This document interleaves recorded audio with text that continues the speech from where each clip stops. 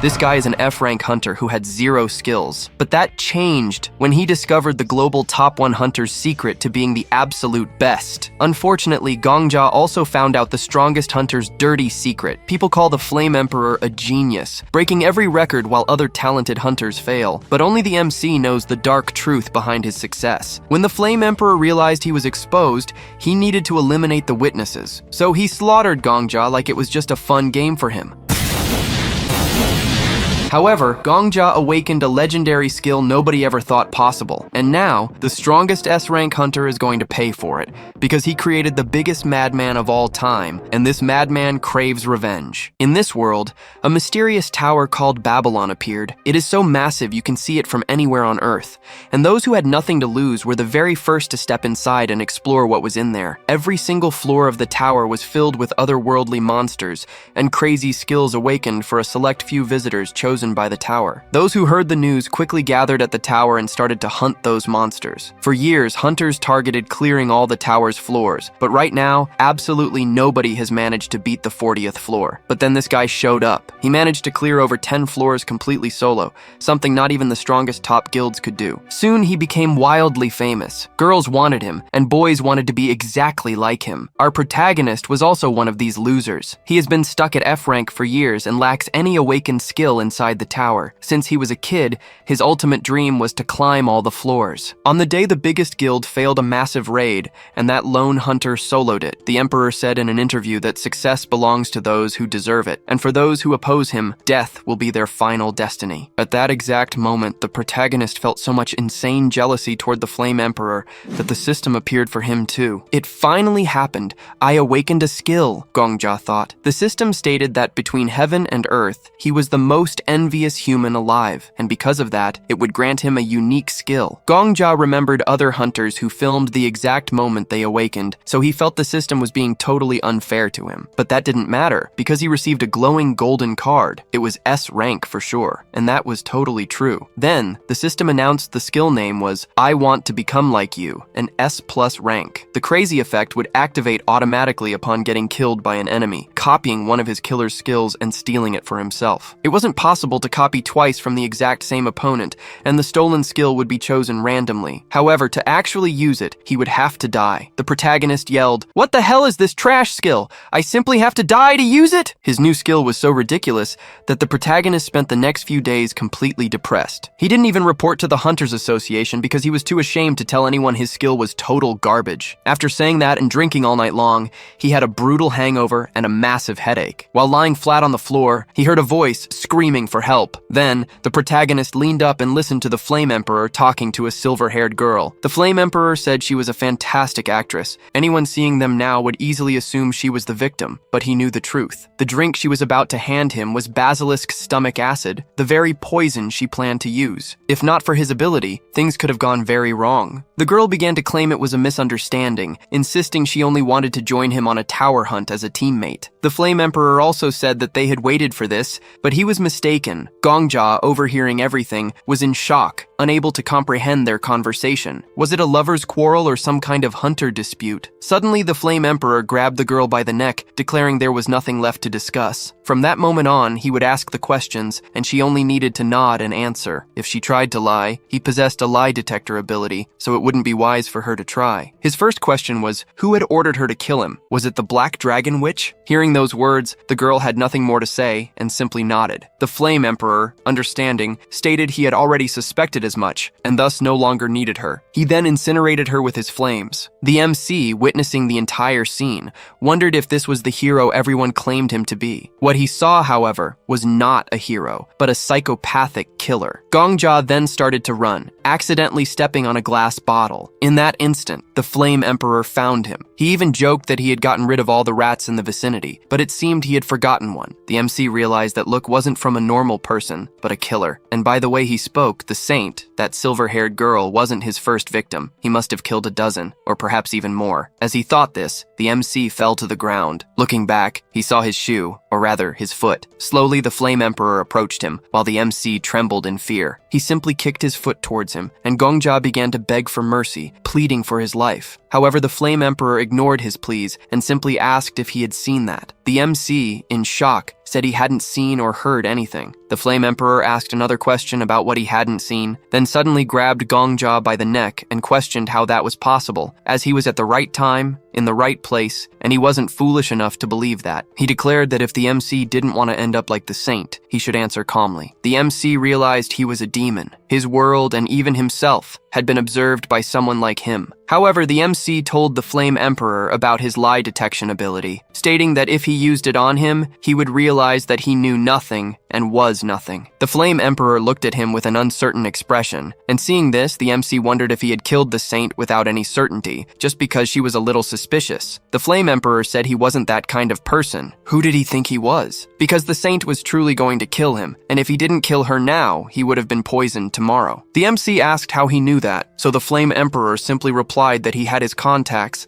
and added that since he was talking about the lie detector, he was indeed innocent. Gongja was relieved, saying he finally believed him. However, the Flame Emperor declared that he had already seen too much, and therefore he would have to die. After his death, the MC began to remember his childhood and recalled that his name was Gongja, a name he accepted from his orphanage director. However, he didn't want to die like this. We see the MC in a kind of empty space with a strange window in front of him, and he begins to wonder why he had to die like this. No, or rather why he had to live like this. The window in front of him stated that the conditions for his ability were met, and because of his death, from now on he would be copying a random ability from his killer. Thus, a new skill card was created. The MC looked up, wishing for the golden card, and declared that he wanted to live a better life. If he received just one more chance, just one more, he would make his life completely different. Gongja suddenly woke up, and in front of him was his computer displaying the news he had already seen. He noticed he was in his room again, and began to question why he was there. However, hearing the voice coming from his computer, he once again noticed the meaning in that news. The MC began to wonder what on earth that was, and was in shock, questioning how he had gotten home. He looked at his phone and saw that it had the same comments as before,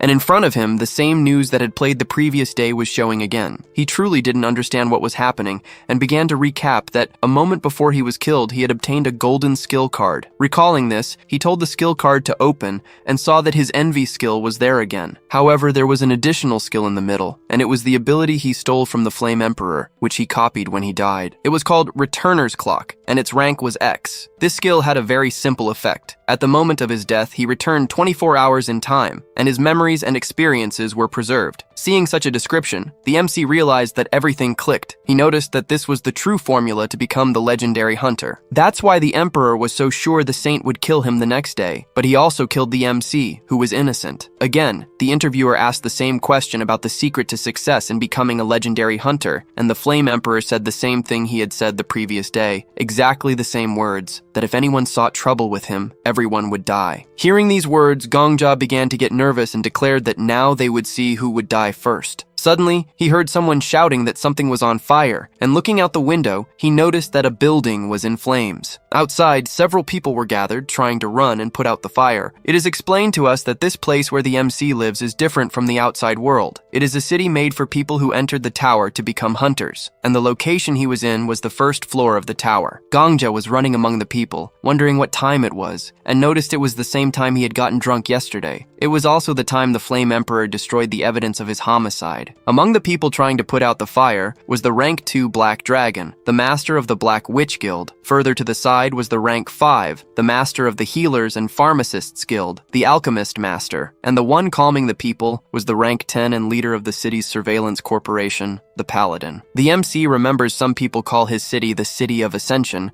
but it was a city you couldn't leave once you entered. Since everyone was a hunter, most were accustomed to extreme situations like this one. As Gongja thought about this, he heard someone comment that they hadn't seen the Saintess at the moment, and she wasn't the type to be absent during emergencies. However, the Paladin replied that perhaps she had a date with her boyfriend, as she had noticed her spending a lot of time with the Flame Emperor. The Alchemist Master said she didn't like him much, as something about him didn't sit right with her. The very instant after she spoke those words, someone arrived. It was the Flame Emperor, joking that someone had played with fire without his permission. However, the MC wouldn't be fooled by that silly face. The Paladin thanked him for arriving so quickly quickly and asked if he could put out the fire. He asked what he would gain from it. Hearing that, Gongjia was already getting annoyed, wondering how someone could be so brazen as to ask for a reward to save people when he himself had started the fire. The paladin declared that he was very confident for being the rank 1 who saved the day. However, he said he didn't care what others thought of him, and since he wouldn't gain anything from the service, he would simply leave. However, the MC knew something no one else did. Everyone thought the Flame Emperor was just a slightly eccentric hero, yet he was the only one who knew his true nature as a bloodthirsty murderer. For that reason, he had to kill him. So the MC turned and started walking towards the Flame Emperor. People tried to stop him, but he refused. In his thoughts, he declared that for humanity and the honor of hunters, he had to eliminate him, and regardless of the method, that psychopathic killer needed to be exterminated. Suddenly, the MC ran and entered the fire. He noticed people's gazes on him and felt nothing but pain. However, this was the only way to kill that monster. Again, Gongjia went back 24 hours in time and once more woke up in his bed in his tiny, messy, and smelly apartment. The system window announced that he was currently a rank F hunter, and therefore, he would incur no penalty for using his skill. The MC remembered that killing the Flame Emperor in his current state was impossible. Even if he was lucky enough to kill him, it would only send him back 24 hours in time, as the Emperor also possessed that ability. So there was only one way for a weak hunter like him to kill him. At that very moment, while thinking about this, the MC recalled a news report where the Emperor spoke of the day he awakened his ability. It had been exactly 11 years prior. The interviewer joked with him, saying he had an excellent memory to recall it so clearly, but the Flame Emperor replied that it wasn't quite like that, because coincidentally, he awakened on his birthday. More precisely, 11 years ago on June 7th. The MC calculated that it would be exactly 4,050 days ago. If he killed himself 4,050 times, he could go back to before the day the Emperor awakened. Again, Gongjia went back 24 hours in time and, once more, did the same thing over and over again. Since he was a rank F who had nothing, he would receive no penalty for using the skill. Then, he finally reached the last day and once again woke up in his room. He looked at the clock and realized he had succeeded. All those newspapers he had on his wall about the Flame Emperor had vanished. He had truly returned to the time when the legend of the Flame Emperor had not yet begun. He ended up dying 30 more times than the original plan, which was 4,050 times, including the time it took to kill himself, as well as a few escapes here and there. He had only gone back all this time to prove that the legend of that demon was not eternal. From now on, he would prove to everyone that he would usher in a new era. 11 years prior, on May 6th at 11 a.m., more specifically in the former Flame Emperor's building, he woke up to his alarm clock, having drunk too much the day before. Well, the MC already knew this, as he had relived this day 10 times to plan the perfect strategy, and it was flawless. Every day at 9 a.m., he wakes up in the rank F dormitory and always plans to go to work. Then, at 3 p.m., he collects slimes in the hunting grounds on the second floor, and as always, he was complaining about this life. The MC even realizes that his 21-year-old self is just a common F-rank hunter wishing for a golden card. The Flame Emperor, or rather, Yu Suha, wished for a skill or to win the lottery. Normally, his wishes would come true within a week, but that wasn't going to happen, as such a future wasn't meant for someone like him. At 5:31 p.m., Yu Suha said he wouldn't get anywhere just hunting slimes, so he headed to a higher and more difficult area than where beginner hunters usually go. A place where, for the next 36 minutes, he would be alone. This was the perfect opportunity. Gongjia approached him, asking for help, claiming he had been attacked by a wolf, and asked if he had any kind of potion to heal him. Yu Suha became indignant, asking if he had already dealt with the monster in that area. It would be bad, as he wouldn't be able to meet his daily quota. The MC asked him to give him a potion, and Yu Suha replied that he didn't have any, as he couldn't even complete his daily mission. However, if the MC had something to trade, he would offer the potion. The MC asked why he was asking for something in return, and Yu Suha replied that his hunt had been ruined, and yet he was expected to give a potion for free. The MC said he would pay for the potion, but needed to use it quickly before he died. However, Yu Suha stated that he wasn't understanding the situation. The MC was on the verge of death, yet he didn't want to pay the potion's value. Did he think his life was worth so little? Then the MC said he would pay 20 gold for the potion, but Yu Suha didn't accept. He wanted everything the MC had. The MC already knew this. He knew what kind of person Yu Suha was. Yusuha said the MC was quite poor for having only 60 coins at most, and Gongja replied that those were all his savings. Yusuha said he didn't need to worry, as he would spend them very well, because that's how life works. The MC asked for the potion since he had handed over the money. However, Yusuha said he had thought about it for a bit, but if he let the MC go, he might come back for revenge later. And of course, Yusuha needed to live a worry-free life. Since the MC had seen his face, he should just die. At that very moment, the MC ducked down and delivered a kick right between Yusuha's legs, declaring that he would live a worry-free life. Instantly, he drew his sword and slit Yusuha's throat. The MC began to attack again and declared that, to prevent the 1 in a million chance of Yusuha awakening and threatening his life, he would make sure to finish him off properly. At that moment, the MC killed Yusuha and began to wonder. Killing him was expected, but something bothered him. Why, in that moment before killing him, did he say his name? However, the MC understood after 4,090 deaths. He realized that despite being a cold-blooded killer, he wanted to pretend to be a holy knight in a sacred duel. Given his actions, this was not justified. Acting righteously after killing all those innocent people was simply hypocrisy. As the MC was saying this, wolves appeared behind him. Gongja realized the wolves wanted to eat Yusuha's corpse, and since his work was done, it no longer mattered. The MC walked to a strange sand mound and began to dig it. When he opened the hole, there was a backpack and 3 bottles inside. He changed into cleaner, blood-free clothes and began to wonder if it was finally over. He was then teleported to the first floor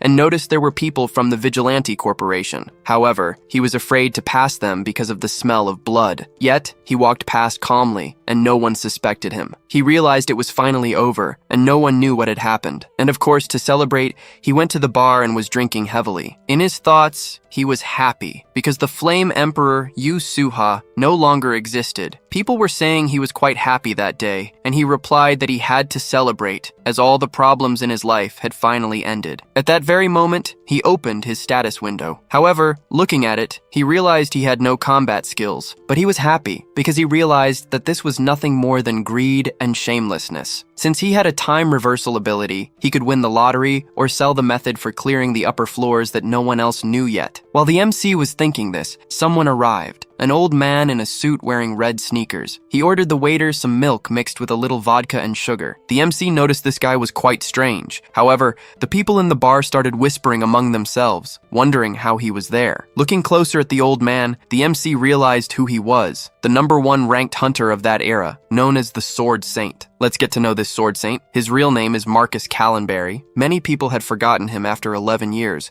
as a long time had passed since his disappearance. But until the Flame Emperor had risen to fame, he was the true #1 of the tower. The MC didn't know he was standing in front of the strongest guy of that era, and wondered if he had several S-rank abilities, unlike his own strange abilities that were useless for combat. Following this line of thought, he remembered that his ability allowed him, if he died, to steal any ability from a hunter who killed him. This meant he could steal the current abilities of the top 1. Even if the old man killed him, he couldn't truly die, as he would just go back one day. The MC started looking at comments about the Sword Saint online, where people said no one knew what kind of ability he had. There were even rumors that he came from a rich family in the north, but left everything to enter the tower. However, looking at all these comments, the MC realized that the Sword Saint was shrouded in mystery, and there was no useful information, only rumors. It would be good if he at least had half the desire for attention and fame that the Flame Emperor had. Suddenly, the old man told him to shut up. However, the MC realized he wasn't talking to him, but rather talking to himself. The MC even realized that, based on the rumors of him talking to himself, at least that part was true. He wondered why all the top-ranked individuals always had some kind of issue in their head. Continuing to look at the internet comments, the MC found a comment that said it was not good to utter a word in front of the Sword Saint, and this was a 100% true story witnessed firsthand. According to the sender, if you don't want to die, never say that in front of the Sword Saint. The story goes that high-ranked guys got into a fight with the Sword Saint in the hunting grounds of the 9th floor. These guys were mocking him,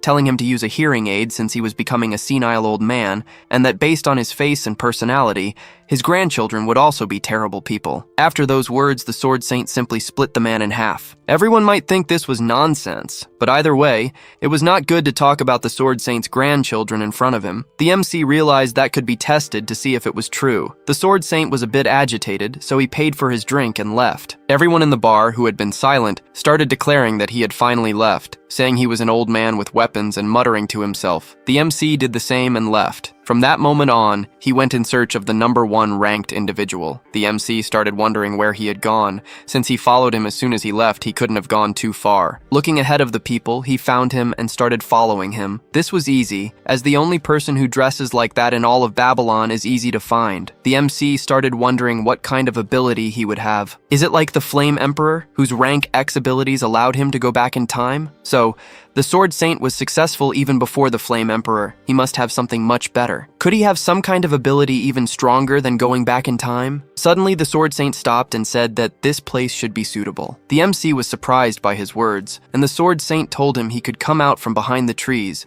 declaring that no one knew what would happen from that moment on. The MC apologized for his bad manners and said he wanted to ask the Sword Saint for a favor. However, to our surprise, he started laughing. The Sword Saint asked if he hadn't followed him in such a careless way on purpose, so that he would notice. However, the one most surprised in this situation was the MC. He had no weapon or anything of the sort with him, yet the Sword Saint was already holding a sword, almost as if he were about to attack. This made no sense. Was it just because he had followed him? The Sword Saint began to say that he was a good actor, as expected of a first-class assassin. The MC was confused. The Sword Saint had already found a reason to kill him without even mentioning his grandchildren. The MC said he didn't understand what was happening, but the Sword Saint stated that he had been pretending until now, so he couldn't fool him. Gongja continued, saying he truly didn't understand what he was talking about, because how could he look like a first-class assassin? In fact, he was quite proud of looking like an ordinary person. However, the Sword Saint drew his sword and told him to be quiet. He declared that he possessed several abilities, and among them, one that showed how many times a person had committed murder. Then the MC realized that, as explained, murder is murder. He couldn't have known that the person he killed would become a monster, but there was no time to explain that in this timeline. He thought the Sword Saint was seeing the #1 above his head. The MC began to say that even though it might sound like he was making excuses, he had done this act for a good reason. However, the Sword Saint merely remained silent and said he was disgusting because a demon like him, who had killed countless people, wanted to invent reasons to favor himself now. The Sword Saint hadn't lived a particularly honest life either, but at least he hadn't committed as many mass murders as the MC. The MC wasn't understanding anything. What did he mean by mass murders when he had only killed one person? The Sword Saint said that the MC was now a disgrace to society, as the number of people he had killed so far was 4,091. Hearing this,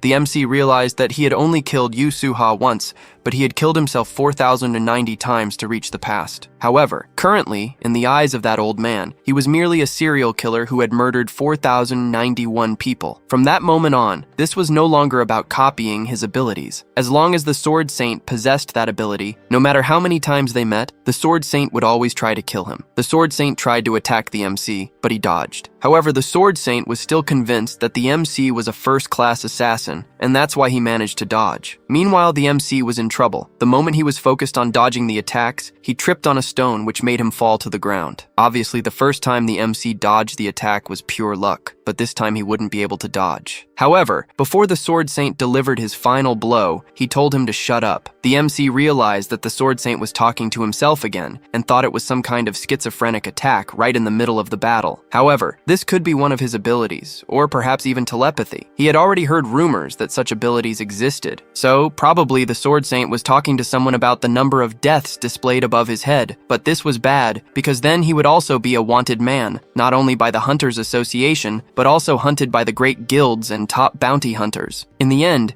he would simply be publicly executed on the first floor of the tower. But he couldn't let that happen, and had to die now, before 24 hours passed. At that very moment, the MC stood up and asked the Sword Saint if his grandchildren were all right. He added that he had heard his family was a good family in Northern Europe, and that such families weren't very easy to deal with. The outside world was a very dangerous place, and by some chance, if someone accidentally discovered that he was the Sword Saint, what did he think would happen to his grandchildren? And of course, at that very instant, the MC saw the world upside down. He realized he hadn't even seen the last attack and, once again, wished he could be like him. He was very envious, as he also wanted to have that beautiful attack. Thus, once again, the MC died. Again, they went to the same strange empty space with a window in front of him. This system was creating his ability cards, and he was anxious because he would have the abilities of the two top rankers. He would only take one as a reward, as he did with the Flame Emperor, but looking at the cards in front of him, he realized there were no golden cards. The MC was obviously shocked because, unlike the Flame Emperor, the legend of the Sword Saint marked Marcus Callenberry, evolved without any S-rank abilities. Gongja fell to his knees in shock. He wondered if there was some kind of overpowered ability among those silver cards. There were only 3 bronze cards and 4 silver cards. Ignoring the worst cards, which were the bronze ones, he would have a 1 in 4 chance. Among them was that kill counting ability, and he obviously didn't want it. He wanted a very strong combat-oriented ability. So he grabbed a silver card with all his might. Of course, after selecting the card, he went back 24 hours in time and suddenly woke up in his room again. Quickly, he opened his status window and wondered if he had obtained the Sword Saint's main ability. It was a passive ability again, but at least it was A+ rank and didn't seem to be the kill counter. He lay on his bed complaining that he wanted a cool ability, like martial arts or aura awakenings. He opened the ability card again, specifically the one he had taken from the Sword Saint, and its name was Sword Throne. From the name, he couldn't understand what it did. However, suddenly someone asked what that noise was. Looking to the side, the MC became a bit confused, as there seemed to be some kind of specter talking to him. He told it to shut up and be quiet, as they would train soon. While the specter was speaking, the MC politely excused himself and asked who it was. The specter asked the MC if he could see and hear it, and Gongja replied that it was obvious since they were talking. The specter was a bit surprised, as that wasn't how things were supposed to work. It started wondering where Marcus was. The MC asked if it was talking about Marcus Callenberry, the Sword Saint, and the specter said that, although that title was an exaggeration, he was indeed talking about him. It asked the MC if he knew where he was, because since the MC was there, the old man was probably nearby. The MC started wondering what on earth that specter was, and looking at the ability he had taken from the Sword Saint, realized that this ghost was, in fact, a being from another world who had completed 99 stages of the tower but failed the 100th. The MC asked the ghost if it was the Sword Saint's guardian spirit, and the ghost replied that it probably was. The MC, somewhat shocked, said that unintentionally, he had accidentally stolen it from the old man. Hearing this, the ghost was obviously shocked. It started crying, complaining that since the MC had copied the ability, he could also cancel it, and asked if he didn't know how to reverse it since nowadays, when you take something wrong, you can return it. But the MC was also shocked by the whole situation. He didn't know what to do, and said that his ability wasn't something he could control. The ghost was almost falling into depression because it had been stolen by a loser. It started spouting a lot of nonsense at the MC, saying it had warned the old man to walk the right path. The MC asked if it could at least live in silence, and the spirit, mocking him, said there was no way to live in silence since it was dead. The MC, already furious, said that it should die in silence then. The ghost started talking more and more, saying that besides being dead, it had been stolen and was now being mistreated by someone in a bad mood who had no shame. The MC wondered what kind of ghost talks so much like that. However, he remembered the Sword Saint, who was always complaining and suddenly telling people to shut up. The MC was somewhat shocked, because now he not only had to hide from the Sword Saint, but had also acquired a truly annoying ability. The ghost asked why he wanted to hide from the old man, because it might not seem like it, but he was a nice guy, and of course he just couldn't talk about his grandchildren. The MC replied that he already knew that, and that he also had a death counter. The MC reiterated that he knew this and that his number was 4091. The ghost, hearing this, asked the MC if he had gone crazy, because he was a complete amateur among amateurs and didn't even know how to use aura. So how on earth did he manage to kill 4091 people? The MC explained to the ghost that in reality, he hadn't killed 4091 people. He had only killed one who would become a tyrant in the future, and the truth was that he had killed himself 4090 times and ended up going back 11 years into the past simply to kill that guy. He had a copy ability, which allowed him to steal any ability from anyone who killed him, and coincidentally, he ended up receiving the power to go back in time when he was killed by that guy. Every time the MC dies, he returns 24 hours in time, starting from the moment of his death. Technically, he was immortal. He wanted to get back at him, but this guy was rank 1 and couldn't be killed due to his resurrection ability. That's why he ended up going back to the time before abilities awakened. The ghost questioned, asking if he had traveled back in time just to get revenge on one person, and for that feat, he simply committed suicide for 11 years. The atmosphere between them grew tense. The ghost asked the MC his name, and he replied that it was Kim Gongja. He asked another question. Why had he decided to provoke the old man, and why had he stolen his ability right after his revenge? The MC simply replied, because he was number 1, and the fastest way to get strong is by taking the abilities of the strongest. The ghost looked at him and said that the reason he was being honest was because no one else could hear the information about the ability he had just spoken of, as no one could sense or see him. The MC simply confirmed his answer. At that moment, the ghost asked him to stand up and began to observe the MC, realizing that his body was quite good and only needed some exercises here and there, and that he was also very ambitious. In the end, he realized the MC wasn't so bad and wanted to make a request. He wanted him to hunt some monsters for him. Transitioning to the tower, the MC asked the ghost if he only wanted him to kill slimes, and the ghost confirmed. At that very instant, the MC cut the slime, but it grew even larger and enveloped Gongja's body. However, he remained very calm and quickly got out of the slime's body. The ghost said that was what he had truly seen. The MC asked what he was talking about, and the ghost began to explain that when he was alive, he was known as the Sword Emperor. He had been born in a different world, and a tower also appeared in his world, which he quickly ascended to the top of. The MC realized that this ghost was truly insane, because the Flame Emperor only reached the 40th floor, while he had managed to reach the 99th floor. The ghost added that upon reaching his level, he could see a person's talent just by looking at them. For this reason, he wanted him to hunt to observe his abilities. Hearing that, the MC was somewhat disappointed, saying that he had wasted his time and had no talent for fighting. The ghost asked what nonsense he was talking about. He did have talent, and a very significant one, in fact. The MC questioned if he was joking, but the ghost added that of course he had no talent for martial arts because his movements were clumsy, his body wasn't trained, and he wasn't even close to sensing his aura. However, he possessed a talent that no one else had, the fear of death. People usually protect themselves instinctively when fighting, but the MC was the opposite. He had probably lost that fear after dying over 4,000 times. The MC questioned if that could be considered a type of talent, and the ghost confirmed it. For him, the definition of talent wasn't something like immeasurable power. In fact, anyone could gain talent during their life, and one of the most difficult to obtain was overcoming the fear of death. That alone was incredible. The MC noted that no one had ever told him that, not even himself. Gongja couldn't stand being treated like an insect by the Flame Emperor.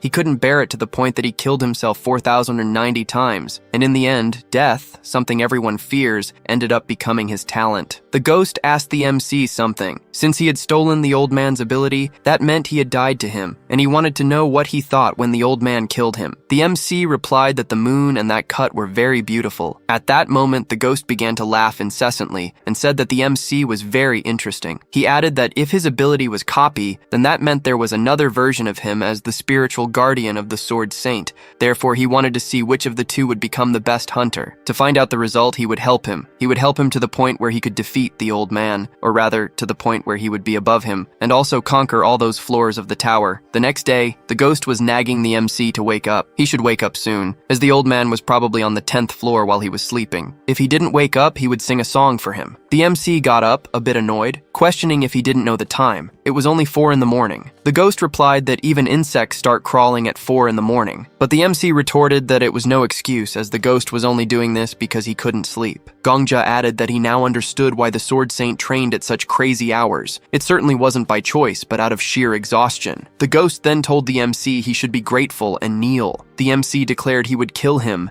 but the ghost just laughed, saying he was already dead so the MC couldn't kill him. Since the MC was so angry, he just needed to kill himself as he couldn't kill the ghost. However, he couldn't even do that because he would simply return in time. The ghost then declared that the MC's nickname from now on would be Zombie. Outside, the MC was doing his daily run when the ghost began to comment that, besides his perseverance, the MC had no other talent. He'd prefer to start teaching him the basics, but even there, the MC was inferior. For some reason, his level was below basic, yet in terms of potential, he was like a limitless black hole, which meant he needed special assistance. To achieve this, he would need to pay for some high-level torture. The ghost then declared it was time for them to win some money in the lottery. You might be wondering where they'd win this money, given they were inside the tower. In fact, there was a guild called Sang Ryun, though its official name was the Merchants Union. The master of this guild was the rank 3 hunter, known as the Countess, and she was the only one with an ability to conduct exchanges with the outside world. Thanks to this ability, the Sang Ryun Guild held a monopoly on the tower's economy, and, as a result, became the only place in all of Babylon where one could bet on the lottery. The MC arrived and placed his coupon on the counter, stating he had come to collect his winnings. The clerk congratulated the MC for finally winning their guild's lottery. The ghost, somewhat curious,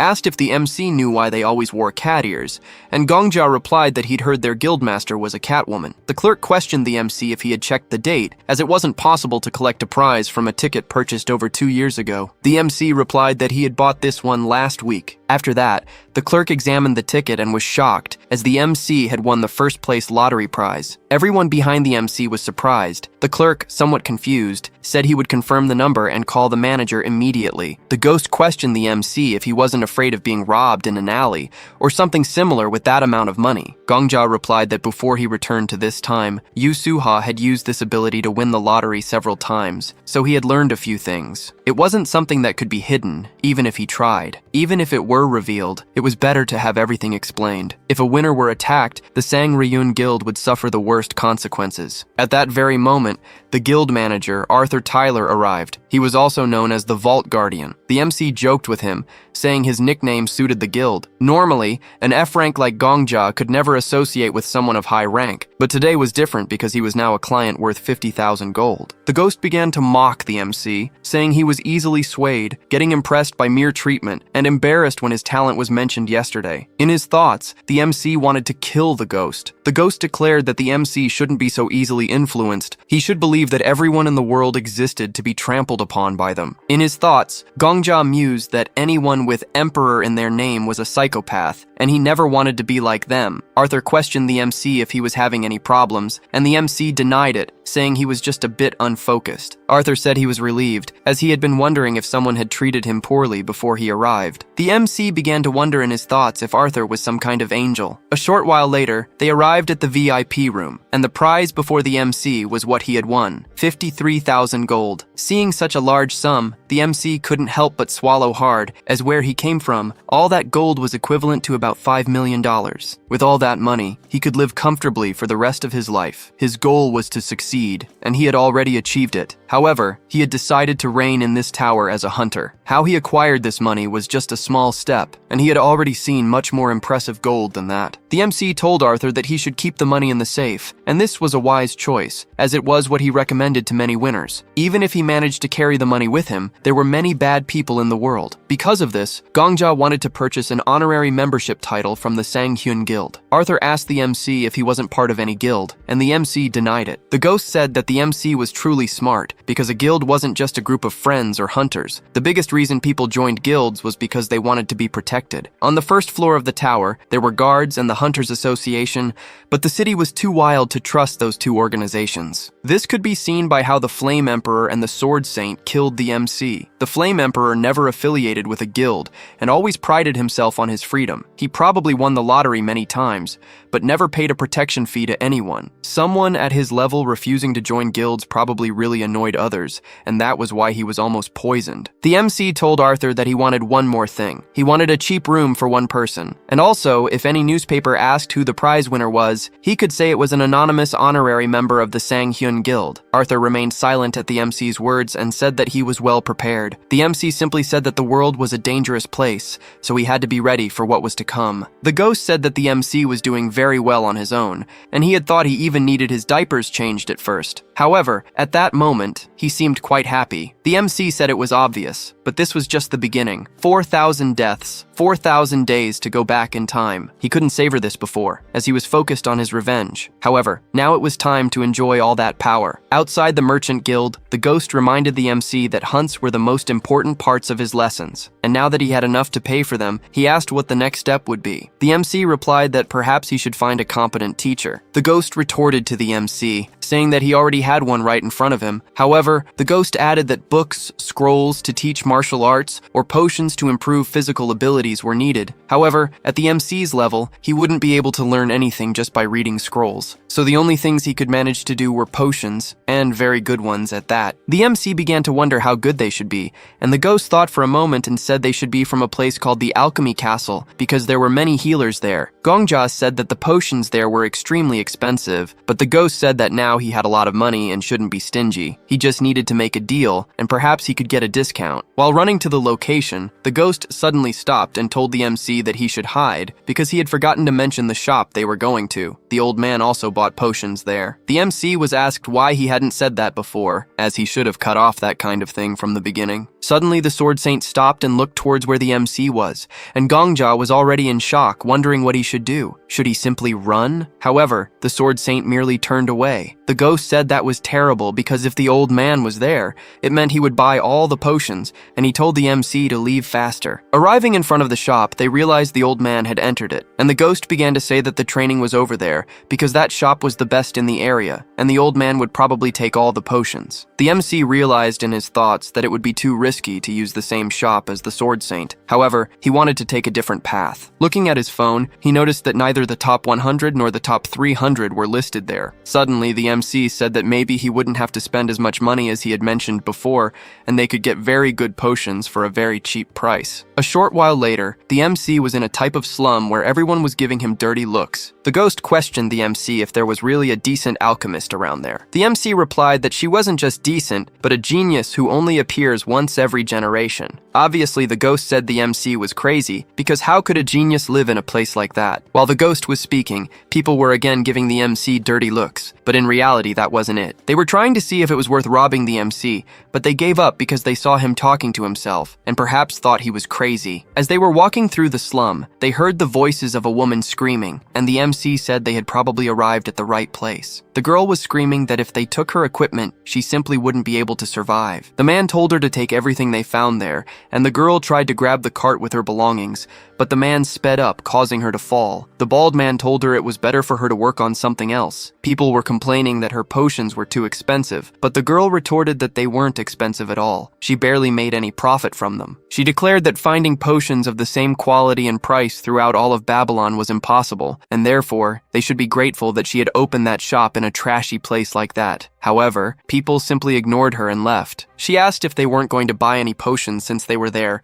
and everyone replied that they wouldn't buy anything from a rude person like her. Seeing that, the ghost questioned the MC if that loser in front of them was the generational genius he had spoken about, but the MC asked if he was blind. Then he approached her and questioned if her shop was still open. Obviously, this woman wasn't a crazy alchemist or a loser. She was simply the master alchemist, an alchemist who would reach level 5 in the future and become the leader of the alchemy castle. The girl said she was open and could make any potion he needed, and questioned the MC about which product he wanted to buy. The MC said he wanted a product worth around 20,000 gold, and this obviously shocked the girl. Well, Gongja had all this in mind. If he could form connections with the high ranks to reach the top, it would simply become his golden goose, and for that reason, he would become her #1 client. A short while later, the girl led him to her shop, and upon arriving there, they noticed everything was messy. The ghost started questioning the MC again if he really wanted potions made by her. The girl asked the MC again if he would really give 20,000 gold. The MC believed that if she was truly doubting him,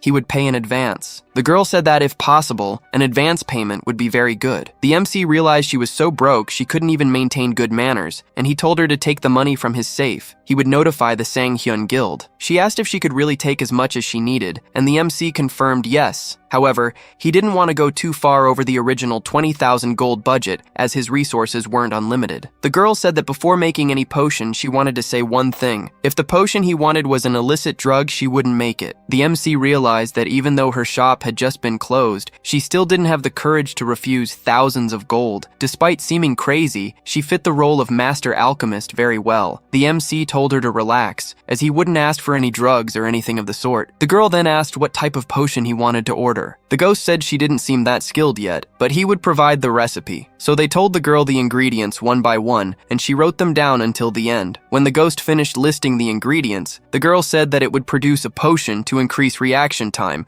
and that the recipe was of an extremely high level. The ghost was surprised and confirmed that was it. The girl became excited and started rambling about optimism and blah blah blah. The MC and the ghost realized that this type of specialist truly existed. The MC interrupted her, asking how long it would take to make everything, and the girl replied that it would be about 4 days. She started to explain the reason. However, the MC recalled in his thoughts that, in his previous life, getting a potion made by her and her guild would take months or even years to receive. He He told the girl that 4 days was nothing. As they were leaving, the ghost said he still didn't approve of the girl, as she might only be good with words and perhaps a swindler. However, the MC didn't mind and asked where he had gotten that recipe. The ghost explained that it was a potion he had created himself, the best recipe he managed to devise after consuming all sorts of potions. The MC started to tease him, saying that she had praised his recipe as extremely high level, and added that even if he didn't trust her now, 10 years from now, she would be the head of the alchemy castle. The ghost didn't believe it, and said she would probably take his money and run away. 4 days later, he was there with all the ingredients and the potions he had ordered. She then handed 3 boxes to the MC, with 30 potions in each. The MC stated that that quantity of potions would be worth 30 days of work, but in his thoughts, he realized this was 15 times more efficient than buying from the shop suggested by the guardian spirit. However,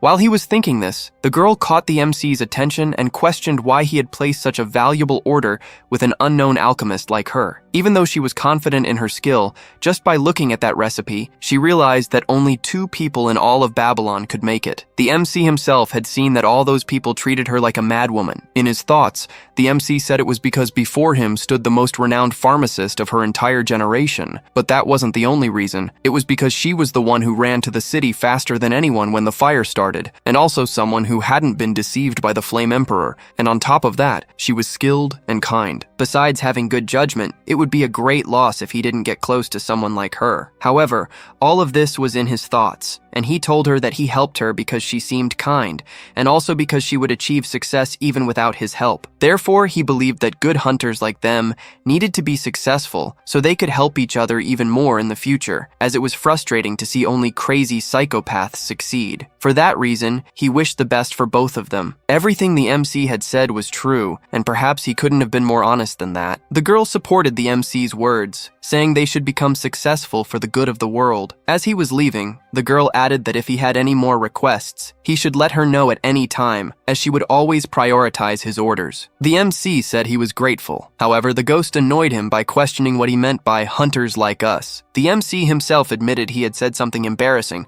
but they should train soon. Now on the 3rd floor of the tower, the MC realized that the monsters ahead of him were truly stronger than him, and he questioned the ghost about what he should do. The ghost simply told him he should drink the potion, and so he did. The MC said the potion's taste was quite normal. It had a hint of lemon and even a taste of honey. However, at that very instant, something began to happen. It felt like the world around him was swaying, and his entire body started to sweat. The ghost told the MC that the girl's skills were indeed good, and he asked the MC what the sensation was like. It felt like every strand of his hair could be counted, and even his sweat seemed alive. This was the potion's effect, and it greatly enhanced the perception of reality. The ghost said that the thing around his heart was aura, and it exists within every hunter who enters the tower. Most of them don't even realize it's there. Learning to control this aura would be a decisive factor against the old man. Normally, one could feel the flow by meditating in that state. However, it would take too long, and since he lacked talent, he at least had to work harder than others. If he didn't want to die, he should run. The moment the monster attacked the MC, he realized the world seemed to slow down. However, even if he could see the attacks, his body didn't respond properly. As he ran, the ghost told the MC that he would be able to dodge, so he shouldn't give up. Orcs are low-level monsters with very simple attack patterns, so it would be easy for him to deal with them once he recognized these patterns, and for that, he should gather aura in his legs. Well, saying that was easy, but if he couldn't even dodge, he wouldn't take a single step towards success. However, he had to do it. Suddenly, his heart started beating faster, and a jolt ran through his entire body. He managed to dodge the orc's attack. The ghost began to say that it was harder than it looked, and that was because he didn't possess the necessary channels for aura to flow through his body. Metaphorically, his body was like a small mountain path, and he needed to transform this small path into an avenue so that aura could flow smoothly. He could only feel the aura now thanks to the potion, as normally he would just be a loser. But as he said this, the MC was giving his all to dodge the attacks. When the MC was almost losing consciousness, he questioned what would happen if he transformed this path into a grand avenue. In his thoughts, this frustrated him because the guardian spirit was indeed right, and the metaphor he had spoken truly fit him, an abandoned path covered in debris. However, if he overcame this, what could happen? The ghost asked the MC if he truly remembered that the old man had killed him without even giving him time to react, and the MC confirmed it. However, the ghost said that anyone could perform that kind of ability, and as he had said before, the old man had a long way to go, while for the MC, he didn't even need to comment. Hearing that, the MC began to grow even more frustrated. However, at that very moment, he dodged the orc and lowered his head. He positioned himself quickly, and the ghost was somewhat surprised, as what the MC had done was truly creative. At the same moment, the MC drew his sword and charged at the orc, attacking it in the next instant. The ghost told the MC that he shouldn't let his guard down, as orcs have very tough skin, so he should concentrate his aura at the tip of the blade. But that would be difficult for him. However, in a very simple explanation, he just had to try to channel all his aura to the tip of the blade. So, little by little, the MC infused only the blade, and in the end, he managed to cut the orc and attacked it again and again. After the MC had killed the orc, the ghost asked him if it wasn't hurting. It probably was, since he hadn't even created a decent channel for it and still used aura in that way. He must have been feeling a pain that likely felt like he was going to die. He had ruined his entire body simply trying to take down just one orc. However, despite that, that final move was very creative, and he praised him for it, as a hunter should always use their head in battle. While the ghost was saying this, the MC was writhing on the ground. The ghost questioned the MC if he felt like he was going to die, because that's exactly what was going to happen. For starters, if it weren't for his return ability, he wouldn't suggest this training method, because even the old man himself meditates after taking that potion. He didn't use his own body as carelessly as the MC did. However, whenever he dies, he'll be able to return, and wasn't that amazing? No matter how tough the training would be, every time he went back in time, his body would return to normal. Since his counter increases every time he kills himself, he would need to use a different method to prevent that from happening. Since he had already understood how to use aura from the start, he would only need 100 more deaths to understand enough. Again, the MC died, and there he was again in that empty space. However, beside him was also the ghost, who wondered what kind of place that was. The MC explained to him that for now, that place would be called Purgatory, and soon the system would probably send a message that he would return 24 hours in time, just like with the Flame Emperor and the Sword Saint. However, the system announced that the conditions for his skill had been met, so it would copy a random skill from the orc. Seeing this, neither of them understood anything. The MC started shouting, asking if monsters even had skills, and the ghost said that his skill was incredibly overpowered. The ghost began to say that this broke all hunter standards, but meanwhile, the MC stated he would take any skill since it wasn't worth much anyway. The ghost questioned him, asking if he would really take that skill, and the MC replied that it wasn't very important which skill he chose. Again, the ghost questioned why he didn't pick the best option, but the MC responded that he couldn't choose, and judging by their colors, both were quite bad. The ghost was confused, saying he didn't understand how the MC couldn't see which one was better, and the MC explained that their colors were the same. He could only see their backs, so how could he tell which skill was better? However, the ghost said he could see behind them, and hearing that, the MC became confused because the skill cards always moved so that their backs were facing him, and they remained that way even if he tried to turn his head for a look. However, since the guardian spirit could fly freely, he could see both sides of the card. Realizing this, the MC became very happy and suddenly let out a shout. The MC simply told him to quickly reveal what the two skills were. Card number 1 displayed the Blessing of Reproduction, and card number 2 showed Tweak. Seeing the descriptions of both skills, the MC was shocked. The ghost said the Tweak skill was very cool,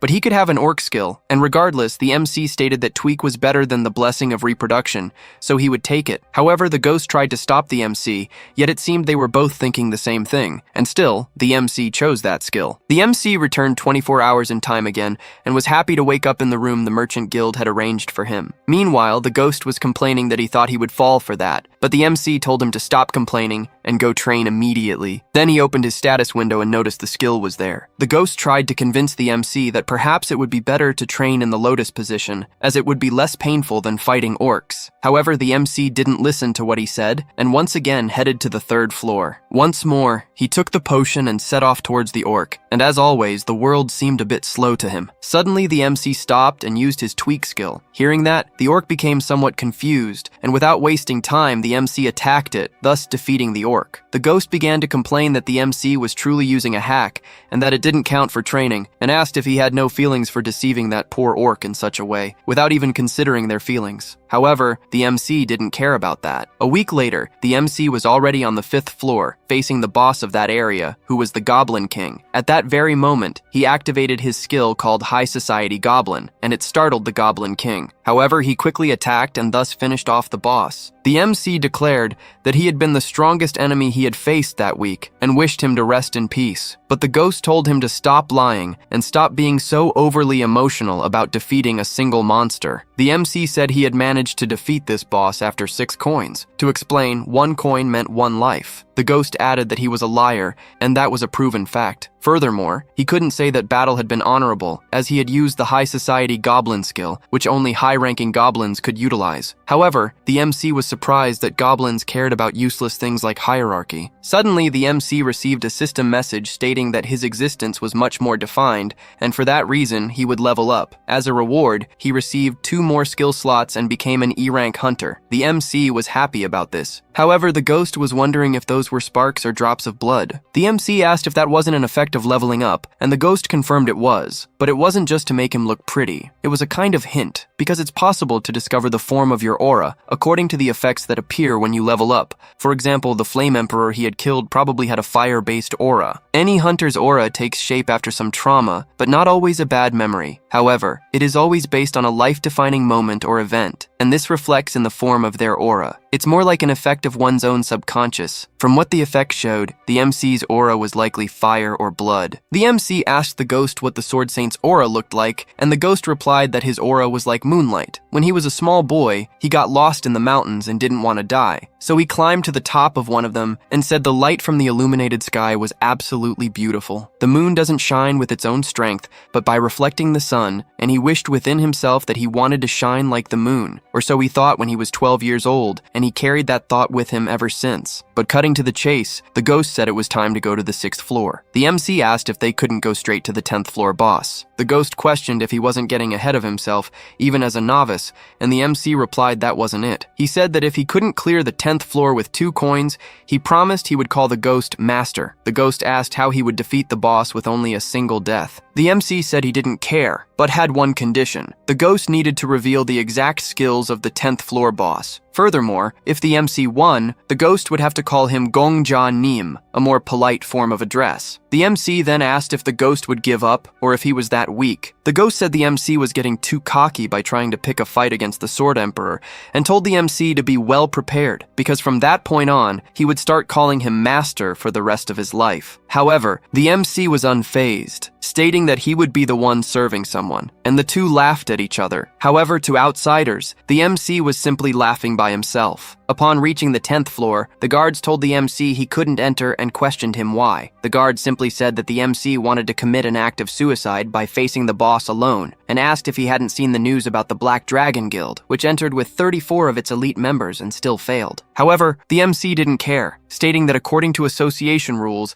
any solo hunter could start a raid. The guard retorted, saying he had to keep a record of everyone who entered there, and his superiors would look at him later. He would feel heavy-hearted if he allowed someone to kill themselves. The MC began to wonder what he would do. Then he started telling the guard that he appreciated his work, and what he was saying was truly accurate. To be honest, he really wanted to commit suicide. Neither the guard nor the ghost understood what the MC was talking about. He began to tell a story. He had recently lost his beloved, and the Alchemy Castle had told him he had an incurable disease, with at most 6 months left to live, so he could no longer live. Even without his health, he was still a hunter, and he didn't want to spend the rest of his life confined to a bed in the Alchemy Castle. He wanted to use the remainder of his life to challenge a monster. Hearing those words, the soldier felt moved. The MC even handed him a pouch of money, saying that it was the money he had saved for his treatment. The MC added that he already wanted to disappear from this world. He wanted to leave it without leaving anything behind, and this was his last request as a hunter. The guard said he could go ahead because he hadn't seen anything, and even the ghost was moved, asking if they were idiots and making a movie. Thus, they crossed the gate. Now, at the official location of the 10th floor, it was a floor that should have been cleared by the Flame Emperor. However, this time the MC would write a legend greater than the Flame Emperor's. So the MC opened the mansion door, and inside were several dolls laughing at each other,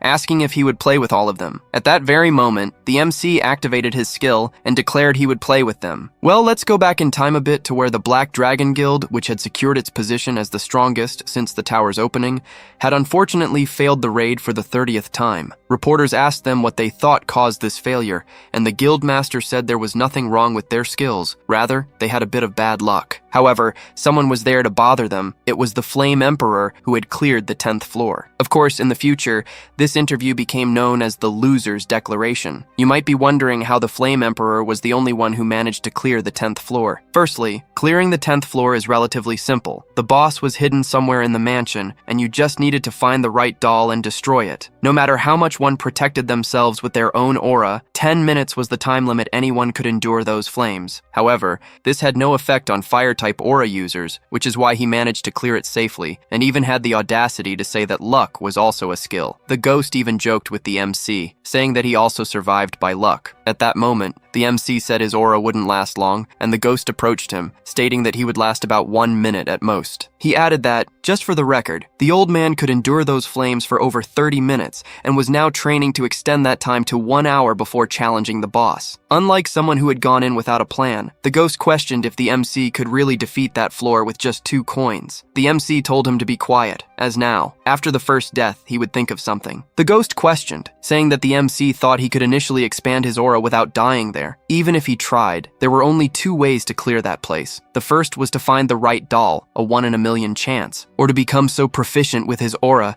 that it could last long enough to find the correct doll. For this reason, he would certainly lose if he only used 2 coins to clear that floor. However, the MC retorted, saying that the ghost was forgetting about option 3, and because of that, they would see who would win after he died. As the MC's aura was probably already running out, he randomly picked up a doll. However, when he touched the doll, it began to crumble. They really had to do that, shatter a doll right in front of him. The ghost said that no one could understand what would happen in the tower, and that the tower was probably controlled by a psychopath, as it had given a stolen ability to trash like him. Suddenly, the MC's aura ran out, and he was engulfed by the fire. He obviously died, and his envy skill activated again, beginning to copy the skills of the infernal dolls. The ghost quickly went for the golden skill card and said it was incredible. Its name was Infernal Fire Barrier, rank S. In short, it summoned an infernal fire within a 2-kilometer radius, and no one could escape this fire without the user's permission. The ghost even joked with the MC, saying that now he would truly become the king of Purgatory. However, the MC was thinking as he felt something was wrong. This skill was definitely very strong, but something wasn't right. Because of this, he asked the ghost to read the other skills. He read them one by one until he reached the last one,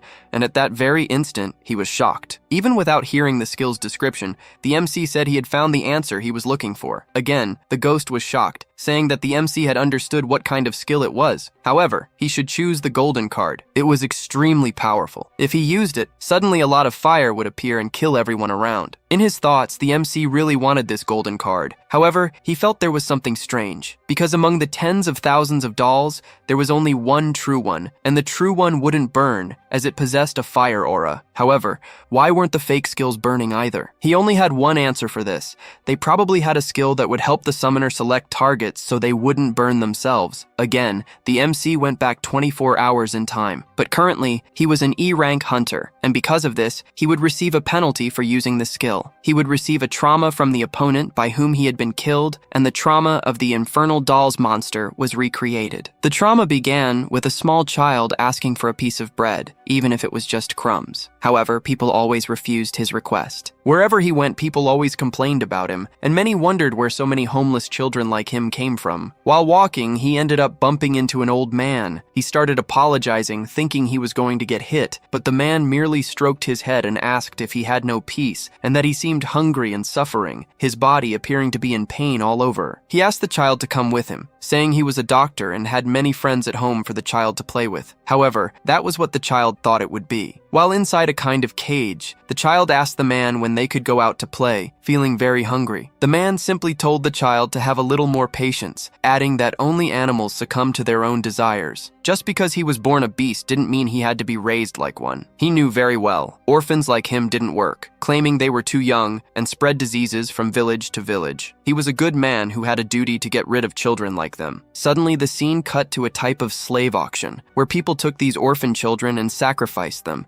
using the good of the village as a pretext. It was more like a bloodthirsty cult. cult. People commented that the number of sacrifices was decreasing, and so they needed to find more children for the next ritual. The child wondered where the kind gentleman was taking their friends and wanted to know why they kept getting hurt, and the ghost began to wonder what kind of thing this was. The MC said that they were probably two spirits now. However, the ghost said that wasn't important. He was questioning who the MC was telling to repent. The MC replied that this was probably the origin of the 10th floor boss. The MC continued, saying he didn't know that floor bosses were once human, and the ghost replied that, previously, not all of them were monsters. These bosses are based on real-life events from different worlds. Some are even heroes and life forms from other worlds. This would become increasingly frequent, starting from the 11th floor. The MC questioned why the ghost hadn't said this before, and the ghost replied that the MC hadn't asked. Also, this was the first time he had seen the origin of a place. He knew it was from another world, but he couldn't figure out exactly what had happened. Now it was completely different to see it with his own eyes. The MC wondered if such things happened somewhere in all worlds. Suddenly, the house caught fire, and the landlord and servants began to flee. The MC stopped them, saying it wasn't time to run, as the children were in the basement. All of them were in shock, wondering if there was no one there,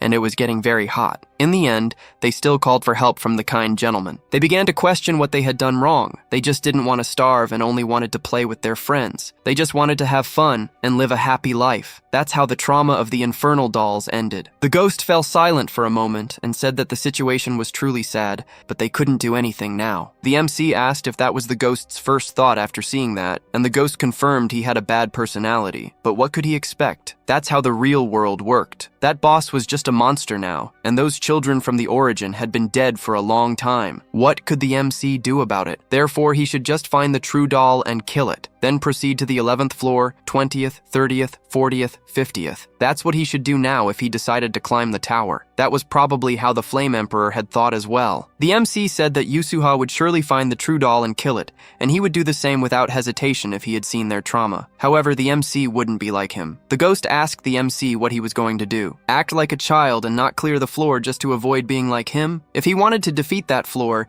he should kill the boss. The MC said that wasn't the only way to clear the floor and told the ghost he was stupid, as everything was right under his nose, and he hadn't even noticed. He asked the ghost if he remembered that S-rank skill he wanted him to choose. The ghost said he remembered, and the MC began to say, grudge, resentment, and regret as described in the skill referred to endless rancor. Their resentment would never be heard, and their desires never achieved. Burn everything. As long as you wish for it, an infernal fire will always appear within a 2-kilometer radius, and no one could leave this hell without your permission, no matter who they are. This was the description of the S-rank skill. The MC asked the ghost if he didn't think something was wrong. The ghost questioned what he was talking about and what was wrong with the skill. However, the MC was referring to the final part. No one could leave hell without permission, no matter who they were. The MC even asked, so how did the Black Dragon Guild manage to escape without killing the boss? There was only one answer to that. The boss probably allowed them to leave. This was a floor that humanity had not yet cleared,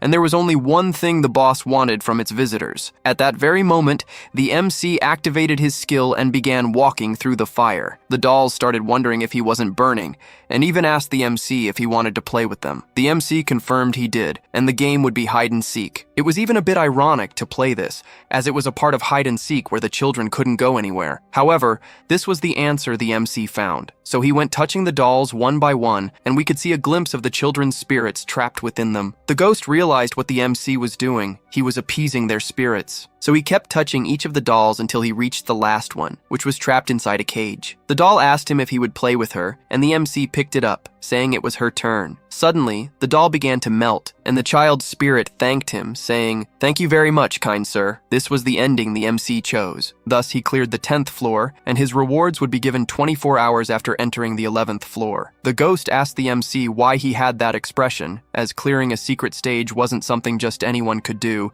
and yet he did it on his first try. However, the MC said it wasn't that. He realized the world was truly trash, both in the boss scene and in situations that happen regardless of the world they are in. After that, an awkward silence fell. However, the ghost let out a shout, saying that kind of situation didn't suit him, and he patted the MC, saying he was impressed and that he had cleared the floors in his own way. He added that this time, he cleared a floor with pure skill, without any luck. fireworks began to appear in the sky, and an announcement was made. The 11th floor would open in 24 hours. People started wondering what had happened and what those fireworks were. These fireworks were visible on all 10 floors of the tower. They realized that someone had probably cleared the floor and wondered if it was the Black Dragon Guild. However, they noticed it wasn't them, because the Black Dragon Guild was on the first floor having coffee, and the others were also in completely different locations. People wanted to know who had cleared this floor. Of course, the ghost wouldn't miss this opportunity and asked the MC how it felt to be a main character while being a Zenigame. The MC replied that it felt very good, almost as if it wasn't him. However, the ghost told him not to get too excited, as he had only cleared the 10th floor. But he was the closest person to the top, and the MC knew it. At that very moment, the guard arrived, shouting at the MC and questioning if he had done that, as he was the only one entering the floor that day, and now all his bosses were calling him, asking what was happening. However, the MC just patted him and told him to relax. The guard asked for his name or a nickname so he could tell his superiors. However, the MC didn't want to say, not because he didn't want to, but because he didn't have a nickname. The ghost said the MC did well, as it's better to train in hiding than to show off to others, but we already know what the ghost meant by that. The MC said he realized something, that now the ghost had to call him Gongjanim and even teased him, saying he thought he really couldn't clear a floor with 2 coins. The ghost tried to reason with him, saying they were friends, comrades, brothers. However, the MC didn't care and said that now he should use the suffix nim if he wanted to speak with him. Soon after, rumors were already spreading throughout the tower floors. Some thought it had been the Sword Saint. The MC began to wonder if the ghost thought victory wasn't good to appreciate. He started tapping his ear, asking if his earphones were broken since he wasn't hearing any response. Of course, for those who don't understand, this was so the MC wouldn't appear to be talking to himself. The ghost agreed with the MC's statement, but then asked why the MC wasn't calling him Gongjanim or Lord Gongja. This was the last straw, and he started complaining that he wanted to go back to Marcus. But putting aside the banter, an hour and a half had already passed since the MC cleared the floor, and suddenly he heard a small sound, a simple cat meowing at him. However,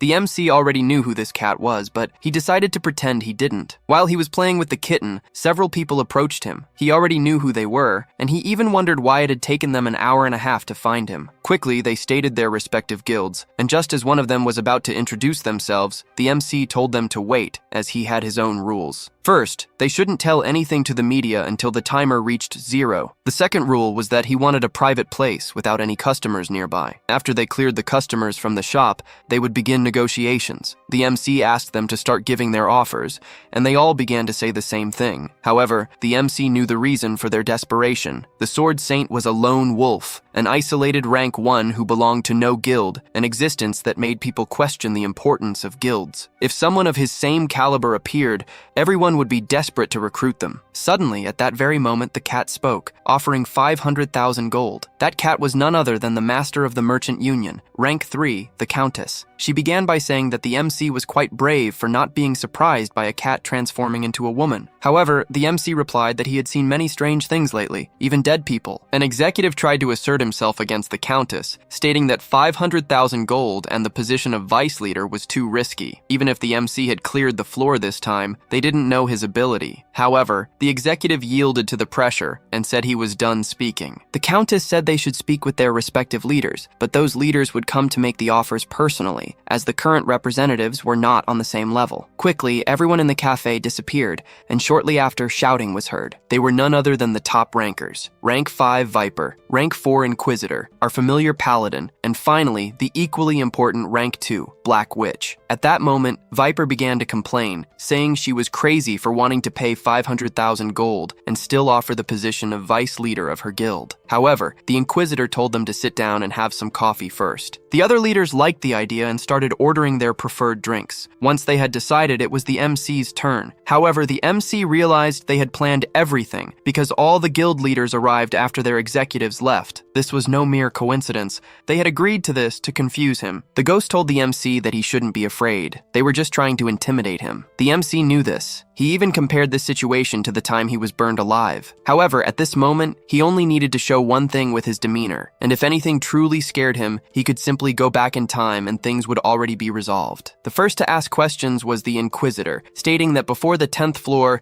the MC had no achievements. However, the Countess interrupted him, saying that he already had an achievement because he won her guild's lottery. Viper didn't like this situation much and said they should stop the charade and recruit him immediately. The Black Witch agreed with him and added that if he didn't plan to join any guild, he should let them know, as they needed time to prepare the announcement for the media. However, the MC posed a question. What if he did want to join one? She replied that if he wanted to join one, all the guilds would start a bidding war, as they had already lost too much time on the 9th floor. But because of the MC, they had a good reason to inform the rest of the world about the tower's value, a chance to gather people from all parts of the world, and also a motivation for the hunters who were stuck on the 1st floor. The MC states that bringing all these people from the outside world would deplete the food inside the tower in an instant. The Countess agrees with the MC, saying that even though she has connections to the outside world, it wouldn't be enough for them to produce new products and food. The Black Witch adds that they needed to encourage the hunters towards the new world, motivating them to explore and find new valuable things there, and for that, they needed an icon representing the era of revolution. However, the MC is hesitant because the Black Dragon Guild itself tried to kill this icon in his past life,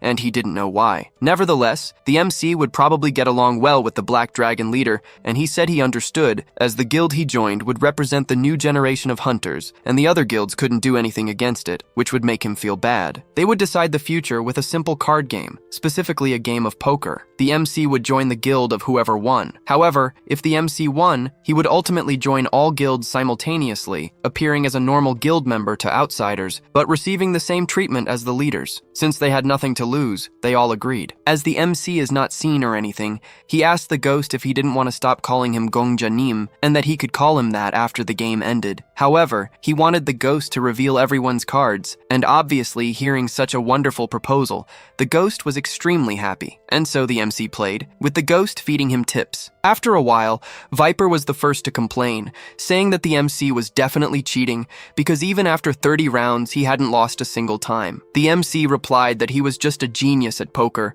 and therefore it wasn't good to accuse him without proof. Viper said that the MC was definitely not rank F. However, the MC stated that he had risen to rank E, so he was no longer rank F, and added that he had also run out of chips, so he lost. Shortly after, the Paladin was the next to lose, and the MC provoked her to try and guess if she was cheating or not, but she merely replied that young people nowadays are very difficult to deal with. As she approached the losers' tables, Viper started shouting that she was giving up too easily, that she should have tried until the end and shouldn't have let that thief win. However, she simply said that he shouldn't call their hero a thief. Regarding them possibly cheating, they all knew from the start, and it would be very strange if they didn't, because how could a rookie challenge them in a game of chance? The MC indirectly implied that he was confident enough to beat them without revealing his abilities, and they ended up accepting the challenge. She also told Viper that he should train his mind a bit more instead of just his muscles, and that they had nothing to lose with this game. Winning would be great, but there was nothing to lose either. However, Viper retorted, saying that they had to protect their pride, because how could they let a rookie of his level defeat them? However, the Paladin simply said that pride wouldn't help them advance in the tower. Returning to the poker game, the Black Witch said she was happy that at least the MC was a sensitive person, and she began to say that she originally came from Ukraine, or to be more exact, a place called Ukraine. Because of the long civil wars, she ended up losing her parents and became a wanderer, living alone, and that was very boring whether inside or outside the tower. However, the MC questioned her, asking what she meant by that, as everyone who came to the tower, especially the first generation, had a very sad story, and the MC was no exception, as he was also an orphan. The Black Witch added that the tower was basically her home, because there, no one asked where you were from, whether it was Korea or Ukraine, the celestial arts knowledge from China, or whatever place. None of that mattered inside the tower. They could understand each other thanks to the tower's blessings, and all food and challengers were equal, at least compared to the outside world. There it was at least a bit fairer because, according to the witch, people outside treated the tower like a trash can. Just because many people say something doesn't mean it's true. Besides, when that counter in the sky reaches 0, the MC's life would change completely, and she believed that the MC would certainly handle it wisely. The MC said he would give them what they wanted. Moreover, he liked being the center of attention. He wanted everyone to admire and respect him, nothing more. As the game progressed, the MC knew she had an advantage, and he was at a disadvantage now, but he would go all in because he was simply confident. He told the Black Witch he wanted to make one thing very clear. He didn't expect to be treated that way just because he had cleared the 10th floor, because he would still clear the 20th, 30th, 50th, and even the 100th. No matter how long it took, he would conquer this tower, and he respected that the Black Witch had strength and feelings. He also had no intention of fighting them. However, he would consider her his rival. His goal wasn't to see the world inside the tower, but the world beyond it. She could use his name whenever she wanted to solve problems of hunger or anything else within the tower. However, he would need her help to climb the tower. The Black Witch remained silent for a while, but she realized he was exactly like the Sword Saint. Oh, and about the game, rest assured that the MC won. Before leaving, the MC said he was looking forward to the equal treatment he had been promised. However, the Black Witch questioned if he could maintain the level of responsibility. But a hunter's responsibility was merely to climb the tower, and regarding that, the MC was very calm. The Black Witch realized the MC was very confident. The MC then began to say that the 11th floor would open soon, so he had to prepare not to be left behind. But the Black Witch questioned how he would be preparing if he didn't even know what was there. He then gave them a hint that the theme of floors 11 to 20 was performance. And of course, he wasn't going to say where he got that information. He merely said he received this extra hint upon clearing the 10th floor. A short time later, the MC was among the people, where they were commenting on who this guy was who had completed the 10th floor. However, they didn't know, as there was no information available online. Then the timer reached 10, and people started counting along with the time. Meanwhile, our MC was looking at his phone, more specifically at the search tab, where he refreshed it, and the information about who had cleared the 10th floor was released. An intense glow appeared in the sky, and an announcement was made that, from that day on, the tutorial would be ending. From that light, a silhouette began to appear. It was a beautiful woman with golden, curly hair. Obviously, seeing such an image, everyone wondered if it was a goddess. However, our ghost comrade replied that it wasn't a goddess. It was just how the tower's system explained the trials. Well, and for the curious, the MC asked how he knew that. However, at that very moment, someone jumped from a building and cut the so-called goddess in half. However, it was just a hologram, and the ghost replied that this was how he had discovered it wasn't a goddess in his previous life, because he had done the same thing. Then, at that very moment, the old man transferred to the 10th floor, and of course, the other top rankers didn't lag behind either. While everyone was transferring to the 11th floor, the hologram in the sky was still speaking, and of course, with such beauty, the MC stared with his mouth agape. The paladin arrived next to the MC, saying it was truly a shame, because the message that hologram was giving was probably from the tower's creators to them. However, no one seemed to care. Normally,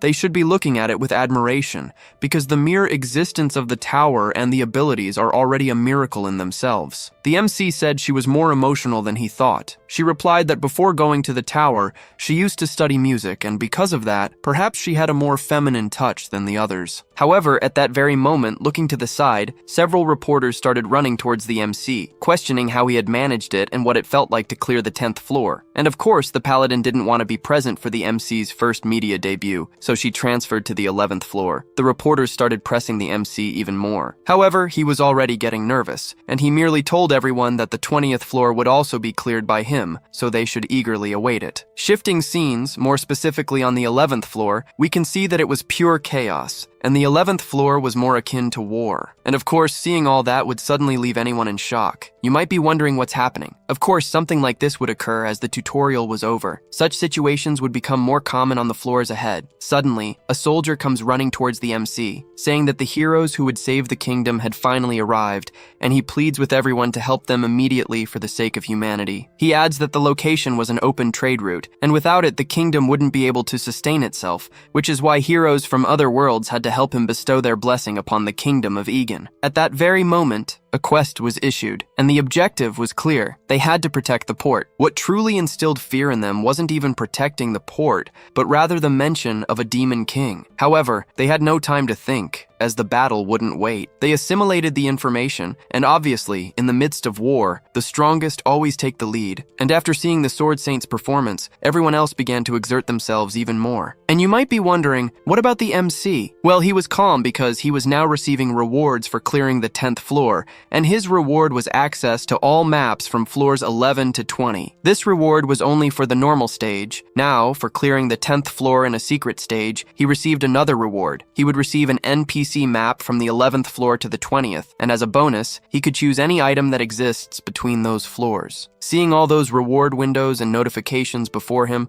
our MC was ecstatic. Skipping all this reward talk, let's discuss something about the tower. More specifically, its themes. Every floor has a theme, and the theme for floors 1 to 10 was tutorial, and the city was designed for beginners to get accustomed to the tower, with each floor having designated hunting areas. This was different from the theme of floors 11 to 20, which was heroes, kings, and demons. Currently, there were only 2 ways to defeat the demon army. The first, you just need enough strength to contribute and destroy the entire army by yourself, or a spirit of leadership to rally an army for battle. The ghost says that, judging by the MC's words, the first option was certainly not suitable for him. And how would he manage the second option, given that he had never led anything unless it was amateurs? The MC denies this, but he was sure he could learn to be a confident leader. At that very moment, he opens the NPC location window and began searching only for NPCs on the 11th floor, filtering for the top 100 with the highest skill level. Seeing the MC's strategy, the ghost obviously told him not to do that, as he should fight them, not die to them and steal their skills. However, the MC said he wanted to save time, so he only wanted NPCs with skills and leadership, and in the end, he found only 3. And of course, to make things even more cheaty, the map also showed where these people were. The MC says this game is all about skills, which is why he transformed his already good and incredible skills into even better rewards, all thanks to his abilities. But from the ghost's perspective, this was just hacking. However, this was also part of the MC's abilities. Following the blue dot on the map, the MC found the first NPC with the highest skill and leadership, and it was none other than the general, the one who had greeted him when he arrived on the floor. The MC quickly said he had a request for him, and he asked him to kill him because he had a secret last resort, and when his heart stopped beating, the goddess of war would bless the battlefield. In essence, it was like a self-destruction skill, and if they could activate this blessing, they would win the battle. However, the general didn't want to do it because he couldn't take the life of an ally. Yet the MC insisted, saying that he should consider what was happening, because if the general didn't kill him, he would take his own life, as he knew this was the best way to help the kingdom. For this reason, he was asking the general to kill him, because he was responsible for the battle at the port, and instead of dying by his own hands, or in the clutches of enemies, he wanted to entrust his life to a general who was risking his life to protect the kingdom. And of course, hearing all these cunning words from the MC, the ghost was dumbfounded, because the general was actually believing him. The general began to lament, regretting that he had to take the life of a hero simply because he couldn't win a war against the demon king, and he would do it quickly and painlessly. He held the MC's name in his heart and declared that the MC was truly a real hero. There's a saying about someone who soars above those who merely run, and another about a hunter who shatters soldiers alongside other hunters, turning them into swords. Obviously, this confusing saying was created by none other than our own MC. Battle knowledge skill. This was the skill the MC created, one that allowed him to pretend to be a military arts expert and gain the general's trust. The MC is super efficient thanks to his mini-map, as well as the knowledge of having lived the same day multiple times. However, in the end, skills aren't everything. That shining sword in the MC's hand was called the Holy Sword of Leah Fanta Aegon's Protection. Let's understand a bit about its origin, as it will be important later on. According to legend, a goddess gifted it to the founder of the Aegon Empire, and before he became a legend in history, he simply vanished, and the Holy Sword went with him, leaving behind only a prophecy that whoever possessed that Holy Sword should receive the complete trust and absolute support of all the people of the Empire. Obviously, seeing such an inscription, the MC took advantage and picked up this sword. The MC began to tell the ghost that it was worth completing the secret stage to have that view. However, the ghost said that he traded his reward for a trash item like that because the sword was merely shiny and hard, and among the many epic items available, he chose that one. However, the MC said that it had high durability and was shiny, making all NPCs from the 11th to the 20th floor go crazy for it. Also, NPCs aren't just tools to give quests, they are also entities that should be used to complete those very quests that they themselves cannot. While all the soldiers were running under the MC's command, most of the hunters were wondering why he was the army's only general. However, hearing their envious remarks, the MC became even more ecstatic, and the ghost told him to stop being foolish, as he should only be improving his swordsmanship and aura, yet he was simply using his aura to enhance his hearing to listen to what others were saying about him. But cutting to the chase, they realized that the eastern flank of the demon army had been annihilated, and the MC gave the order to continue advancing towards their main forces. The more they pressured them, the more likely they were to win. They killed so many goblins along the way that they ended up encountering their leader, who was the boss of the 11th floor, the Emperor. Of course, to top it all off, the MC was going to make a grand scene, finishing off the boss himself. After the boss had fallen to the ground, the entire army began to shout that they had finally defeated the evil army, and of course, seeing their leader's defeat, the goblins began to retreat. As they were merely retreating and everyone was afraid, most of the hunters became very disheartened and quickly charged at them, thus finishing off all remaining monsters and clearing the floor. The tower began to tally each participant's points. However, there were too many people, so it only managed the top 10 contributors to the raid. Looking at the scoreboard, everyone realized that the MC was in first place. Looking at the name on the screen, they realized it was the same person who had completed the 10th floor and began to question among themselves. Could it be some kind of secret master? However, the ghost said that he was no master at all. He was just a trickster abusing hacks. The MC questioned if he had finally admitted that it was just a game of skills. However, he refused, and the MC noted that the ghost truly valued technique above skills. For this reason, the MC promised to practice his swordsmanship before reaching the 90th floor, and for that reason the ghost should stop grumbling that the MC only relied on hacks. He further added that he didn't want to miss the opportunity to learn from the Sword Emperor, and in fact, the ghost should be begging him to teach swordsmanship techniques. Hearing these words, the ghost became very excited. However, interrupting their conversation, the general approached the MC, thanking him because they had achieved victory thanks to him. The MC said it was nothing, and thanks to everyone's hard work. However, the general commented that his worries had been for nothing. For a long time, there had been a prophecy that one day the demonic army would reach them, but they shouldn't fear, as heroes from another world would also be summoned. Regarding this prophecy, he had been somewhat skeptical. Would these heroes truly fight with all their might for a world that wasn't even theirs? But seeing how dedicated everyone was, it seemed his worries were unfounded, and that's why he wanted to thank them properly. Well, even though they were from different worlds, the act of shaking hands still held the same meaning. Was it because regardless of which world they were in, humans still had two hands, and so the two shook hands. The system finished analyzing the floor rewards. The first reward was for the raid's top contributors. All 10 contributors would have early access to the 12th floor, and until all 10 received their rewards, everyone else would be prohibited from accessing the floor. In the last scene before the MC ascended to the 12th floor, the general said he was leaving the Empire's fate in his hands. While being transported to the 12th floor, the ghost asked the MC if he would be all right with the Sword Saint being there with him. The MC told him not to worry, as the worst that could happen was him getting killed. Thus, the MC arrived on the 12th floor, more specifically, at the palace of the Egan Empire. Suddenly, the Inquisitor approached the MC and praised him for his performance on the 11th floor. The Inquisitor asked if the sword he used was the reward from the 11th floor, and the MC confirmed that it was. The Inquisitor added that he was impressed by the efficiency with which the MC used the things at his disposal,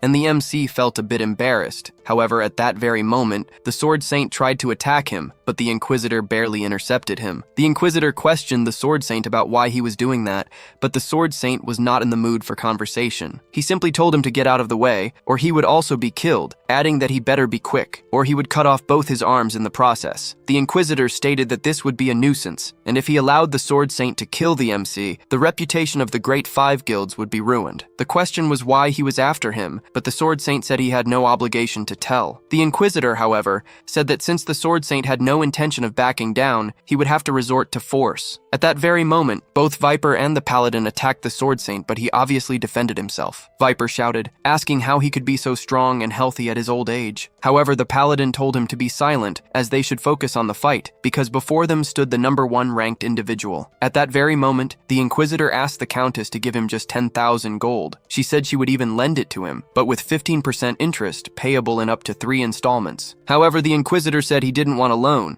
He was asking her to give him the money. She questioned if he thought her money was for some kind of charity, but the Inquisitor merely retorted that her money was dirty, and if she donated it to the temple, she could happily go to Paradise. paradise. She didn't want to argue against that, and a bag of coins began to fall on the Inquisitor. Then he activated his ability, more specifically a buff, and all the coins around him had already vanished. The Inquisitor declared that both Viper and the Paladin would be completely different, and even if the Sword Saint was number 1, he would still have difficulty against the 3 of them. However, there were 4, as the Black Witch would also join them. This was because the day before, the MC had made an official agreement with all 5 great guilds. Currently, the hunter Kim Gongja had joined all 5 guilds, with a status equivalent to that of a master. Therefore, if the Sword Saint pointed his sword at him, it would be the same as pointing his sword at all of them. But the MC already knew this from the start, and in fact, he had already planned it. He asked the ghost if he didn't remember the words he had said before, that there were 2 ways to fight a strong opponent. One was to have enough strength to defeat an entire army alone, and the other was to raise and command one's own army. An isolated hunter was useless against a hunter in a powerful alliance.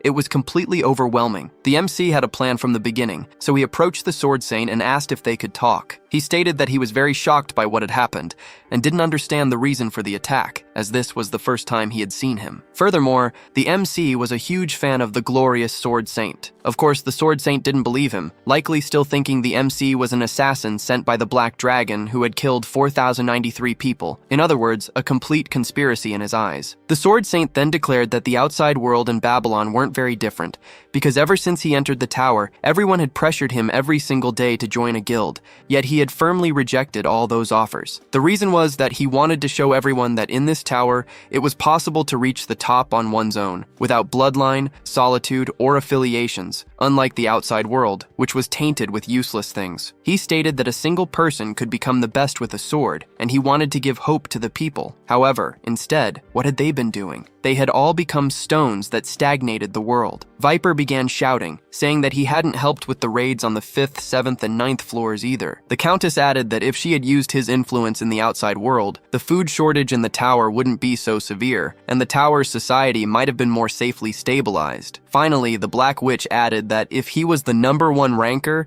then he should take on his responsibilities as the number 1 ranker. However, the Sword Saint told them to shut up and questioned if they were adults, as they were constantly crying, and if by any chance he was their grandfather. If they had so much nonsense to say, they should talk to their swords. Hearing these words, the MC began to question them, as they were still fighting even with only 10 people around, because even the NPCs on the 11th floor had gathered to save their own country. But as hunters, they should focus on clearing the 10th floor instead of pointing fingers at each other and holding grudges. Wouldn't it be better for them to focus on their objectives? If this continued, they would be worse than the NPCs themselves. All of them were asking for their help. Even if he was perhaps just a hologram created by the tower, they still said their nation was on the verge of collapse. How could they, as summoned heroes, put the Empire second? Because if you solve problems others can't, then you are a hero. For this reason, they should focus on clearing the rest of the floors, just as they did with the 11th. The Paladin was the first to sheath her weapon, agreeing with the MC's words, and even if she didn't understand why the Sword Saint attacked, it was clear that this wasn't the time for them to be fighting each other, and so she would make a small sacrifice. She then showed everyone that she possessed a lie detection ability,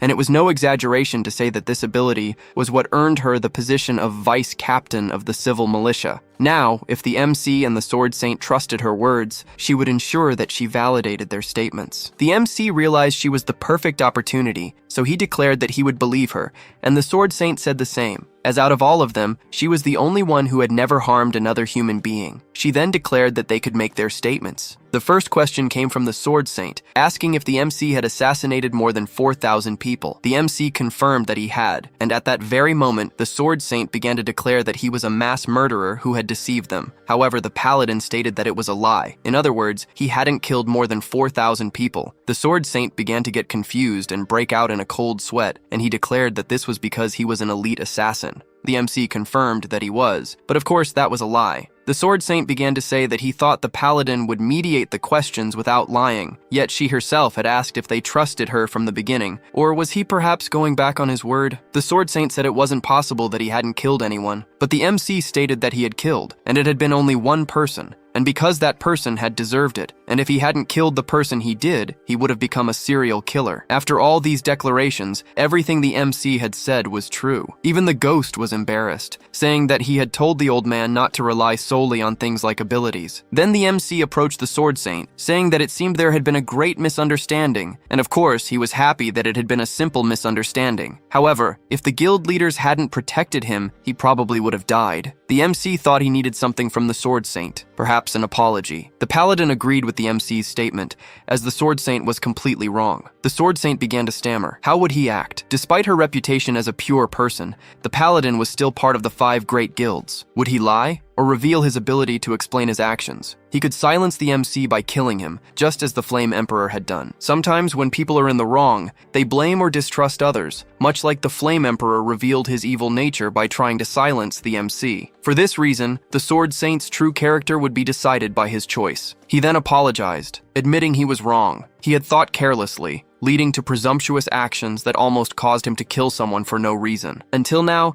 he had always based someone's death on his own judgment, believing that anyone who deserved to leave the world should die as soon as possible. The MC noted that instead of doubting the Paladin, making excuses with his ability, or even killing the MC to silence him, the Sword Saint chose to accept his guilt, and for that, he unhesitatingly begged a rookie hunter for forgiveness. And the phrases that came to the MC's mind were, "I'm sorry for being wrong. From now on, I would never kill anyone because of my ability. I want to live. Please forgive me." And all of it was true. Seeing such sincerity from the Sword Saint, the MC said one thing. He asked if the Sword Saint could teach him the art of swordsmanship. To be more precise, he needed a sparring partner. He had a teacher, but no one to duel against, and he wished the Sword Saint could be his partner. However, he corrected himself. In truth, he wanted to forgive him without receiving anything in return, but he would feel embarrassed, as it would make him seem superior, when in fact he wasn't even that impressive. For the MC, having the Sword Saint as a sparring partner would be enough. Since their swords had already crossed, he felt somewhat awkward having to apologize to someone as if he were superior. For this reason, he wanted the Sword Saint to teach him his best swordsmanship technique. Hearing everything the MC had declared, the Paladin affirmed that everything he said was true. Witnessing all of this, the Inquisitor was the first to rejoice, exclaiming that he had never seen such a sincere apology in his entire life, calling it almost a divine miracle. But the Countess immediately began to complain, asking them not to ruin the happy ending,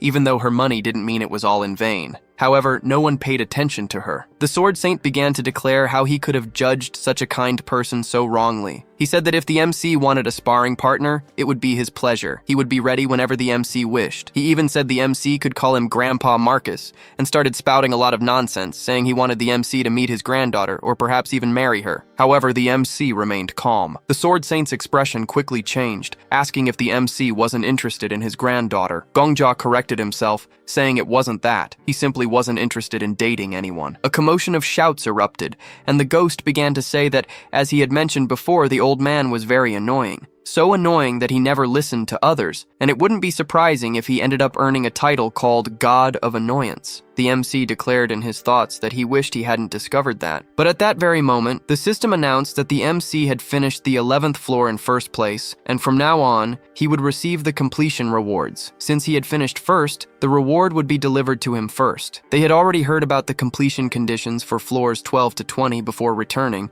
but he wanted to know what kind of reward this would be. A window appeared before the MC, and in short, the MC had managed to choose one of the Empire's positions and would receive corresponding skills and attributes. The choice he made now would decide his path up to the 20th floor. As the MC had said before, from the 11th to the 20th floor, the theme was the staging of heroes and the Demon King. Hunters would assume positions within the Egan Empire, receiving skills and attributes, and the top contributors from previous floors would have the privilege of choosing these special positions before anyone else. The MC had a position in mind, but he wanted to see the Demon King's reward. The objective was clear and simple. He had to kill all of the top 10, excluding himself. If he did so, the Demon King's authority would immediately send the MC to the 99th floor. Seeing this option, the MC was shocked. Now, which one should he choose? Obviously, the ghost said this was a trap, and the MC knew it because there was no way the Flame Emperor wouldn't have chosen this reward. Since in his previous life, instead of being on the 99th floor, he stopped at the 40th floor. Therefore, this reward was nothing more than a trap. He probably chose this reward realized it was a trap, and returned to the past. However, it was tempting. What if he went to the 99th floor? But the ghost told the MC not to do it, as he had spoken with someone who experienced the 99th floor and failed. This option was one of the worst traps. The MC questioned if the boss of that floor was really that strong, and the ghost said that wasn't it, or rather, there was no such thing as a boss. It was something far more sinister. Anyway, he had warned him as a friend, and he didn't want to admit it, but the MC was doing very well and would eventually clear the 99th floor. Then Gongja said he would do things the right way. He would follow the safest route and even ignore the rewards, as he wanted to see how things would unfold. At that moment, he declared to the others that a reward window had appeared for him. The Black Witch said she was truly bored because it was taking too long, and the MC stated he wouldn't select any reward. The Paladin questioned the MC why he had done that,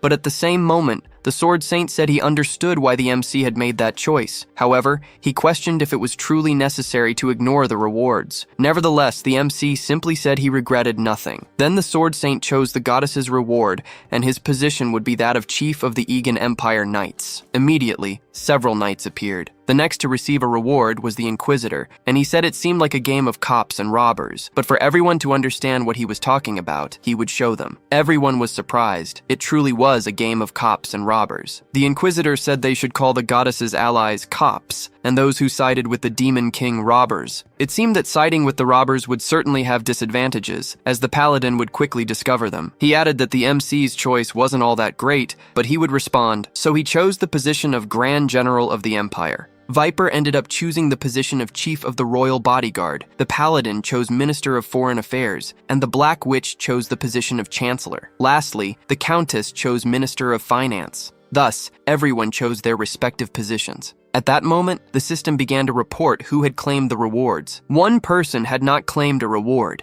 8 people received the goddess's reward, and 1 received the Demon King's. Obviously, after seeing such a notification, chaos ensued. Then the Black Witch declared that, as the master of the Black Dragon Guild, whoever chose the Demon King's reward would suffer the most painful death of all, and asked the Paladin to begin interrogating everyone present. The first person she interrogated was the least likely. She questioned if the MC had chosen the Demon King's reward, but he denied it, and of course that was true. So she interrogated them one by one, leader by leader, until she reached the last of them, who was the Black Witch, and it wasn't her either. They began to wonder, how could this be? If it wasn't any of the 10, then who was it? And the Paladin told them not to panic. The Inquisitor, at that moment, said that it took them over 10 years to become the 5 great guilds and cooperate with each other. In other words, it was difficult to trust anyone not from the 5 great guilds, and they didn't have 10 years to build trust with the others present. The Paladin tried to stop the Inquisitor, saying that efficiency wasn't what mattered now. However, he had already activated his skill, and Viper was advancing alongside them, so they killed them one by one to get to the last of them, who was obviously also killed. The system itself warned that none of the 3 were agents of the Demon King. The Inquisitor declared that they were now in a very bad situation, as their 10-year connection was about to be destroyed. The Paladin declared that she had warned him to wait, but just as the Inquisitor was about to speak, his arm was cut off, or rather, caught in the crossfire between the Sword Saint and Viper. The Paladin then said she would trust the MC's judgment, because since he was the only person who refused the rewards,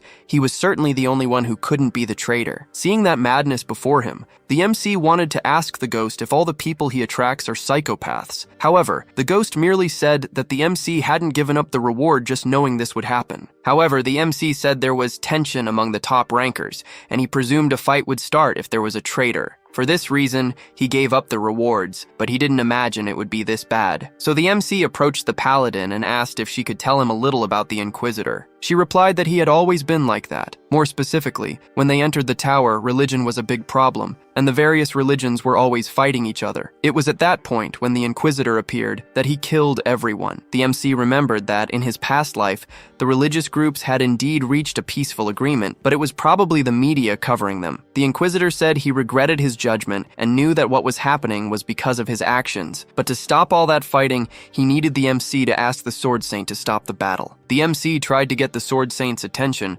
saying they should resolve this fight through dialogue. He was asking in the name of his granddaughter, and if she ever entered the tower, he would surely meet her, so he couldn't ignore the words of his future great-grandson. The Sword Saint said he still hadn't forgiven them and wouldn't stop this fight just because he heard the MC. However, he realized that when they crossed swords, he could kill them at any moment, so once they found the traitor, he would certainly kill him immediately. The MC continued, saying he could kill him later. Then he began to say that they should calm down, because as long as they didn't know who the traitor might be, they might never find him. However, this wasn't the most important thing, as they could resolve this crisis without finding the traitor. The paladin questioned the MC about how this would happen, since whoever chose the Demon King's reward aimed to kill all of them. However, the MC told them to look more closely at what was written in the quest. According to him, the Demon King's core was on the 20th floor, and that's why they shouldn't focus on the traitor. He would probably be covered in fear, or perhaps the system itself had forcibly created a traitor to achieve its objectives. If they got rid of him, the rewards would also disappear. So it was a very simple and easy problem to solve. They should climb the tower and break the Demon King's core. When the MC opened the door, a sound of rain was heard. But it wasn't normal rain. It seemed to be similar to blood. The soldiers, seeing that rain, began to fall into despair, and no one understood what was happening. However, the MC calmly walked among them and broke the glass. That rain was the result of the Demon King having manifested at that instant. He began to speak, questioning if the Empire really thought they could defeat him by sending people from another world against him. They could even send more if they wanted, but they were still humans, therefore flawed beings. And those who don't see humans as humans shall be swallowed by their own wickedness. The system gave them the mission, and in summary, they had to stop the Demon King or make him retreat, taking advantage of his weakened form. Now I ask you, how on earth was that weakened? Obviously, seeing the mission objective and such a monster before them, they began to wonder if it was truly possible to complete that mission. The MC said they should calm down, because the tower didn't give missions they couldn't complete, and they weren't mere hunters either. For example, Viper was the chief of the Royal Guard, so he should trust them, because this stage couldn't be completed with just the hunter's powers. That's why he had to treat the NPCs as if they were real people and guide them into battle. As commanders, they had to act like commanders.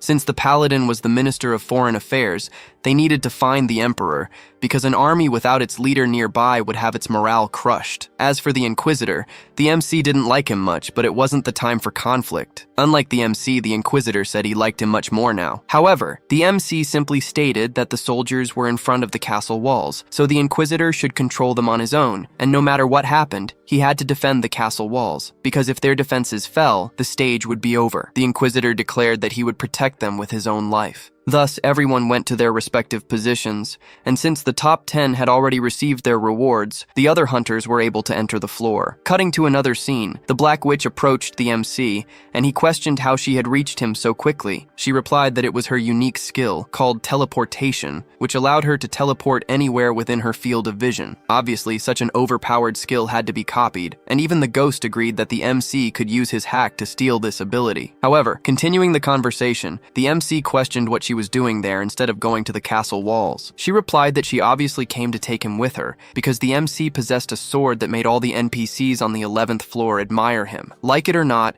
they needed to boost the morale of this army. That's why the person the soldiers needed now wasn't her, but the MC. Suddenly, she extended her hand to the MC and said that he needed to verbally consent to teleport with her, as this was the restriction of her skill. The MC asked if it was alright for her to reveal her skill's restriction, as it could be a trump card, but she simply replied that she was currently the Chancellor of the Empire, and there was nothing strange about a Chancellor using her trump cards to protect her nation. So the MC consented, and they were thus teleported to the castle wall. Seeing the state of the soldiers, the MC realized something. NPCs were different beings from real people, and even if they were illusions, their fear was still real. The Black Witch told the MC to pay attention to what she was about to do, as she couldn't simply retreat after only showing her evil side, nor had she become the master of the Black Dragon Guild for nothing. At that very moment, she called the soldiers' attention and began to declare that they should gather their strength, for they were the Empire's one true wall. Looking at her, the soldiers began to feel a ray of hope. She continued, saying that as long as they stood, the Empire would not fall. Suddenly, she grabbed the MC's arm and raised it. At that very moment, the holy sword began to shine, and the rain, for a brief moment, stopped falling. Hold on, hold on, hold on! Do you remember that the MC was killed by the general on the 11th floor? And since he was now E-ranked, he would receive a penalty for using the skill. No one knew why, when, or how it happened. However, when he appeared, the red rain began to fall. When the rain fell, blood covered the ground, and every time a nation fell, the dominion of humans began to shrink,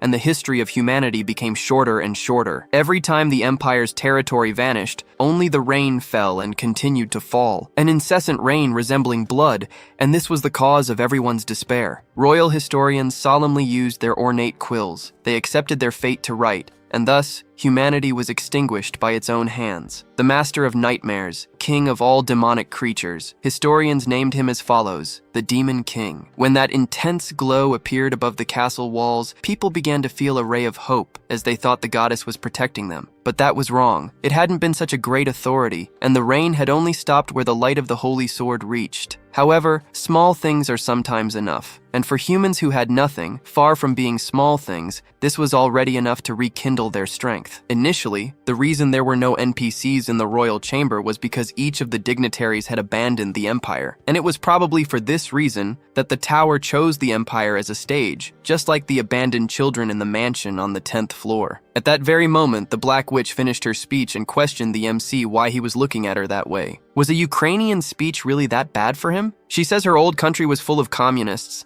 and while she didn't like them much, they were great at making speeches, so she picked up a few things here and there. The MC didn't understand what she meant by that, but it was probably a joke. She asked the MC what he was going to do now, as they needed to protect the castle walls. Well, the Black Witch's S-rank ability was called teleportation, so he could simply teleport near the Demon King immediately, but they would instantly be surrounded by monsters. So the MC told her they needed to create a situation where he would be in isolated combat against the Demon King, and therefore, while the NPCs were resisting, they should gather the hunters, because at least with their help, they shouldn't be massacred. Returning to the previous topic, he asked her to transport him directly to the Demon King. She questioned if he was perhaps trying to commit suicide. Well, it was fair for her to justify herself and have those doubts, however. The MC planned to win, as he also had an ace up his sleeve. The Black Witch merely said she hoped his sword was sharp enough to pierce the boss. At that moment, the Demon King began to speak, saying that the goddess enjoyed fun games, but wasn't it pathetic to be called a final combat? Light? What good would it be for those who wouldn't even live to see tomorrow? Since he wanted so much to show his own light, he would give them a taste of his light.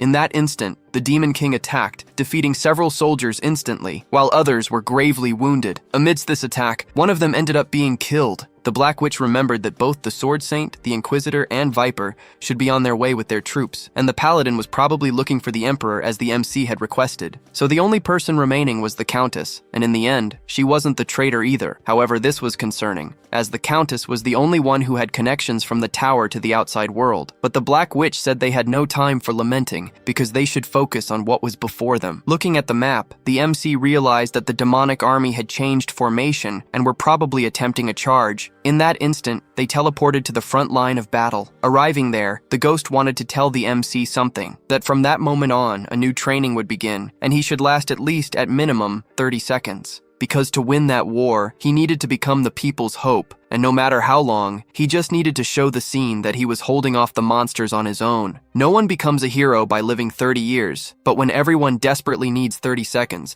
giving them those 30 seconds is what makes someone a hero. That's why he should become one. The ghost wanted to teach the MC a few things when he reached the 20th floor, but it was time to practice a bit. He should pivot his back foot, plant his front foot firmly on the ground, and calmly look forward. He noticed there were 2 goblins in front of him, and the ghost added that in a fight, what matters isn't an absolute second, but rather a relative second. That's why he should use his sword to blind them and steal that 1 second from them. At that moment, the MC's sword became faster than his 1 second, and in that instant, what everyone needed was a true hero. So the MC killed one after another, and he was so fast that before one goblin's head fell, he was already killing the next. That was the symphony of the sword, and his movements were like music, a low note preparing the ground for a high note, and he was connecting one with the other. His sword was flowing continuously, and since the MC was a novice, he should have that 1 second no matter what. That's why he shouldn't lose control of time. After killing one, he had to find the next. He should live every second to the fullest, and he wouldn't truly be living if he just let time flow, because one only truly lives when dedicating something to time. All this killing he had done had only lasted 10 seconds. In that instant, the MC began to question something. Why did the tower give an X-rank ability to someone like him? It wouldn't be a problem if it were given to a great saint, or perhaps a normal person, but among all people, why was it given to a psychopath? Or perhaps the tower thought it was unchallengeable for anyone other than the Flame Emperor. Did one need to become like him to reach the top? But the MC wouldn't accept that. He would clear the 20th floor in place of the Flame Emperor, the 30th, the 50th, and even the 100th. He would show everyone that he wasn't wrong to kill him. At that moment, the MC leveled up to rank D. As he advanced towards the monsters, the Sword Saint moved alongside him and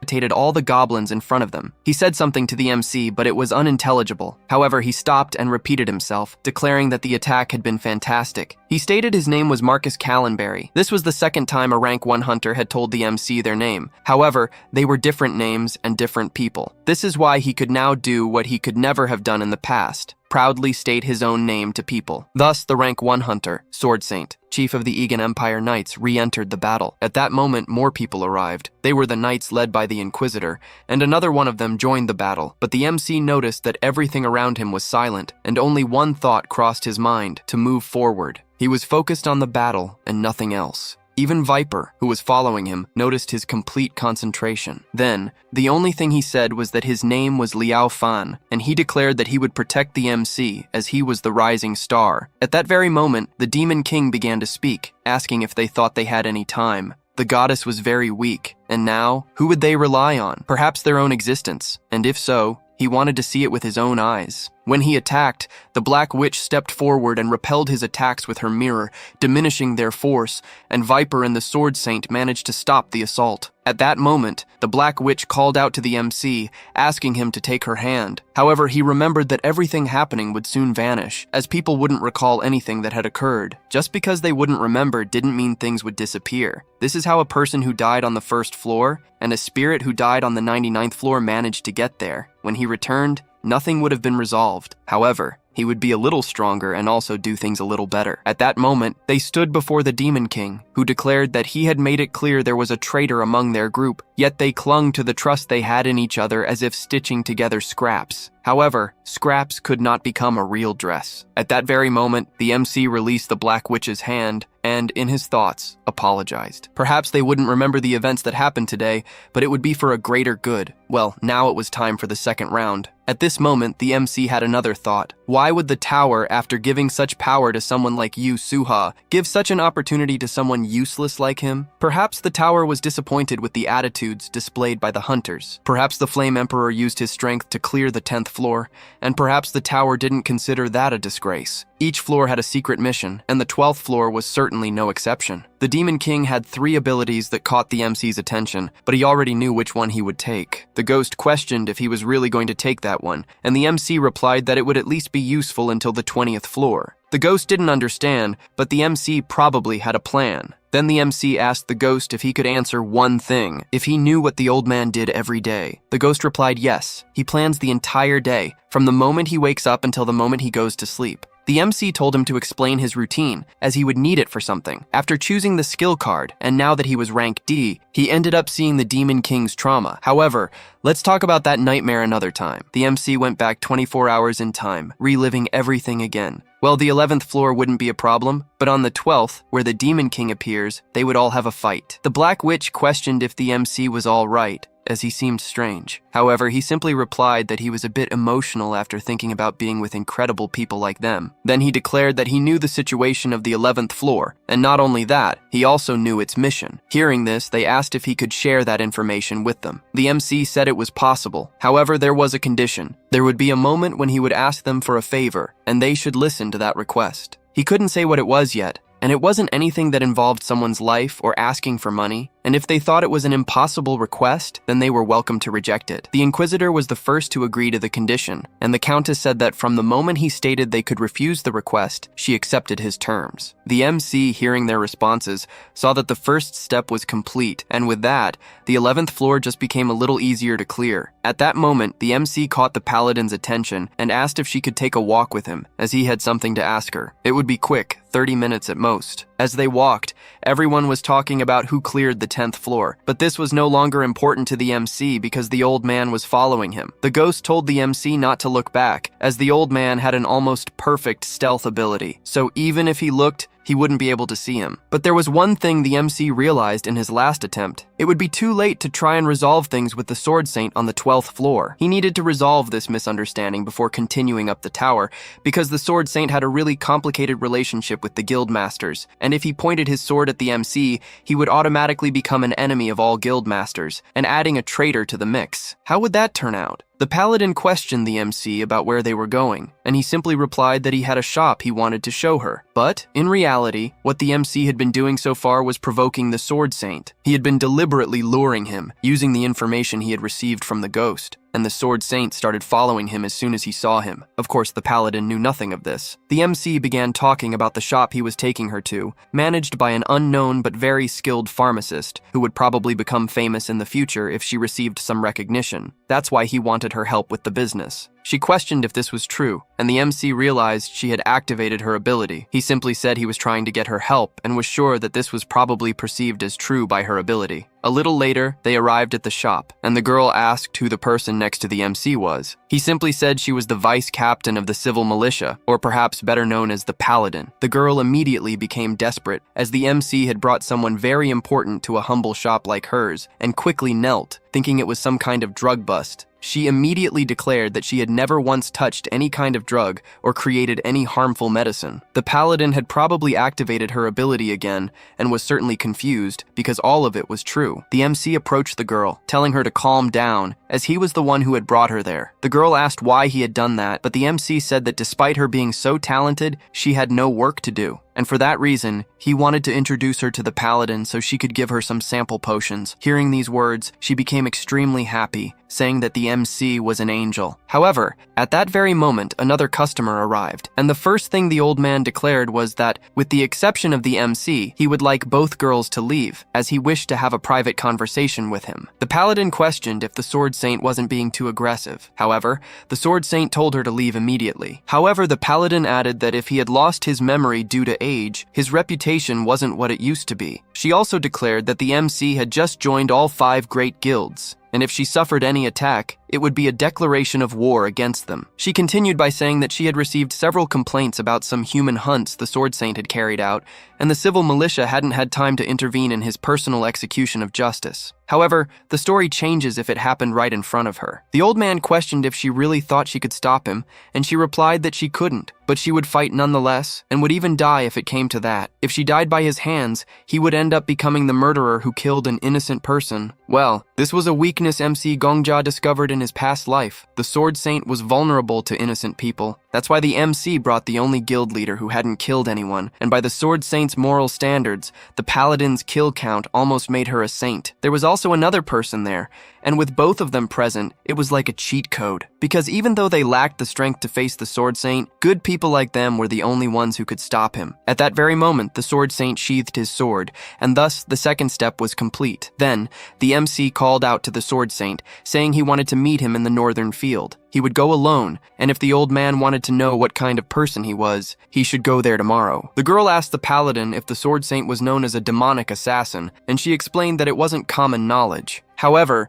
at least among the leaders of the 5 guilds, they knew something. Apparently, the Sword Saint had lost his daughter and son-in-law to a heinous assassin, but the details were unknown because the old man didn't talk much about it, and for that reason, he harbored anger against assassins. Well, the paladin realized she had lost the focus of the conversation and asked how much the potions there cost, because if they were too expensive, the civil militia wouldn't be able to afford them as they were on a tight budget. The very next day, people were eager for the opening of the 11th floor, and the atmosphere was similar to what happened in his past life, except for a few changes. The Sword Saint remarked that the MC had indeed gone alone, and questioned if he was confident enough to face him by himself, or if he was perhaps proud of his skills after committing so many murders. The ghost asked if Gongja was all right, and he replied that his heart was beating a little fast. The MC told the Sword Saint that he knew why he so desperately wanted to kill him, stating that the reason was his skill, detective's eye. The old man questioned how he knew that, but the MC asked him to trust what he was about to say. Earning someone's trust was a very difficult task because everyone has their stubbornness, and the Sword Saint's was his skill. The MC was about to try and make the Sword Saint deny the very life he had lived. Now this was difficult, but he would have to bet his life on it. Then, the MC told the Sword Saint that he was in fact a prophet, or rather something similar to prophetism, and thanks to this he discovered that the Sword Saint possessed the skill detective's eye. If he hadn't said anything, the Sword Saint would try to kill him just as he finished asking why he deserved to die, and then the MC would tell him that, according to his skill, the number on his head was 4093. To prove this, the Sword Saint asked the MC to guess how many fingers he had on his hands, but Gongja already knew he would do that, and, in fact, he had expected it. At that very moment, he killed himself and returned 24 hours into the past. He said he would try to prove it to him, stating that guessing how many fingers he had on his hands wouldn't be difficult for a true prophet, therefore he should trust what he was saying, as killing him there would be child's play. However, without his help, completing the 12th floor would be impossible. However, the old man said that he probably had a mind-reading ability. The MC killed himself again, knowing that wasn't enough. He knew it wouldn't be easy to persuade anyone, especially an old man who had become a master of his craft. But it was all right, as he could test him as many times as he wanted. No matter how long it took,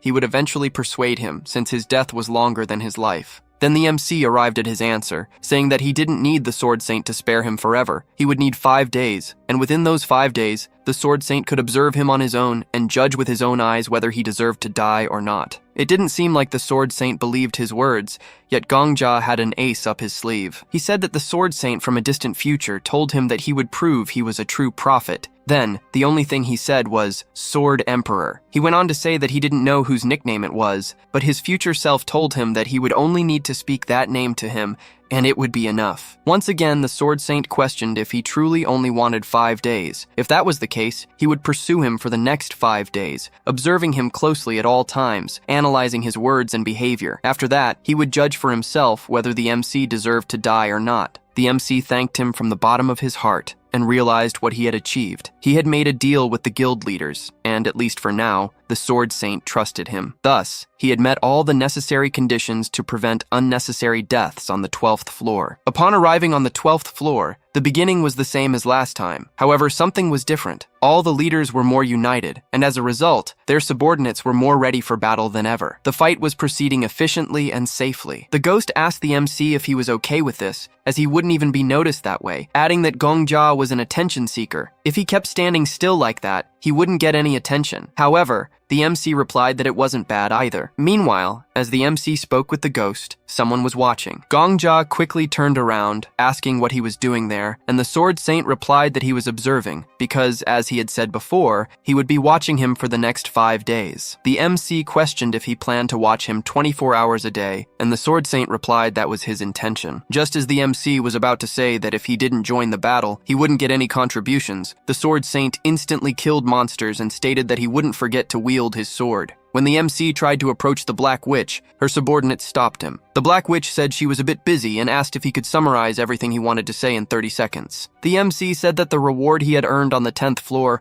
was a mini-map that could show both allies and enemies across the battlefield. She quickly approached him, saying he should have mentioned that sooner, and asked where the boss was, as they were running out of time. She asked him to verbally consent to use his teleport ability directly to the boss, and thus, they arrived at the front line. With the second teleport, he was already on top of the boss. The MC leaped towards it and split it in half. From then on, everything happened the same way as in the previous cycle. The goblins began to retreat and the hunters killed them. However, one thing changed. The Black Witch was absolutely delighted, as they had managed to defeat the boss quickly, and probably fewer than 30 people had died. Seeing this, the MC was shocked. Perhaps the reason she seemed so sensitive in the last cycle was because many hunters had died at the beginning, and now she was celebrating because the deaths were few. Gongja noted that she was a very straightforward person, as she became happy or sad depending on the number of people who died. The MC told her to relax, as she was too excited, but she replied that no previous floor had been cleared with so few deaths. That's why she was proud of it. She added that he could have simply monopolized the reward from the previous floor, and if he hadn't shared the information, many deaths could have occurred. That's why she was happy that someone like him would be a new hero. The MC noted that being idolized or envied by normal people was great, but it was nothing compared to receiving recognition from those people. In his mind, perhaps they couldn't claim to be the best,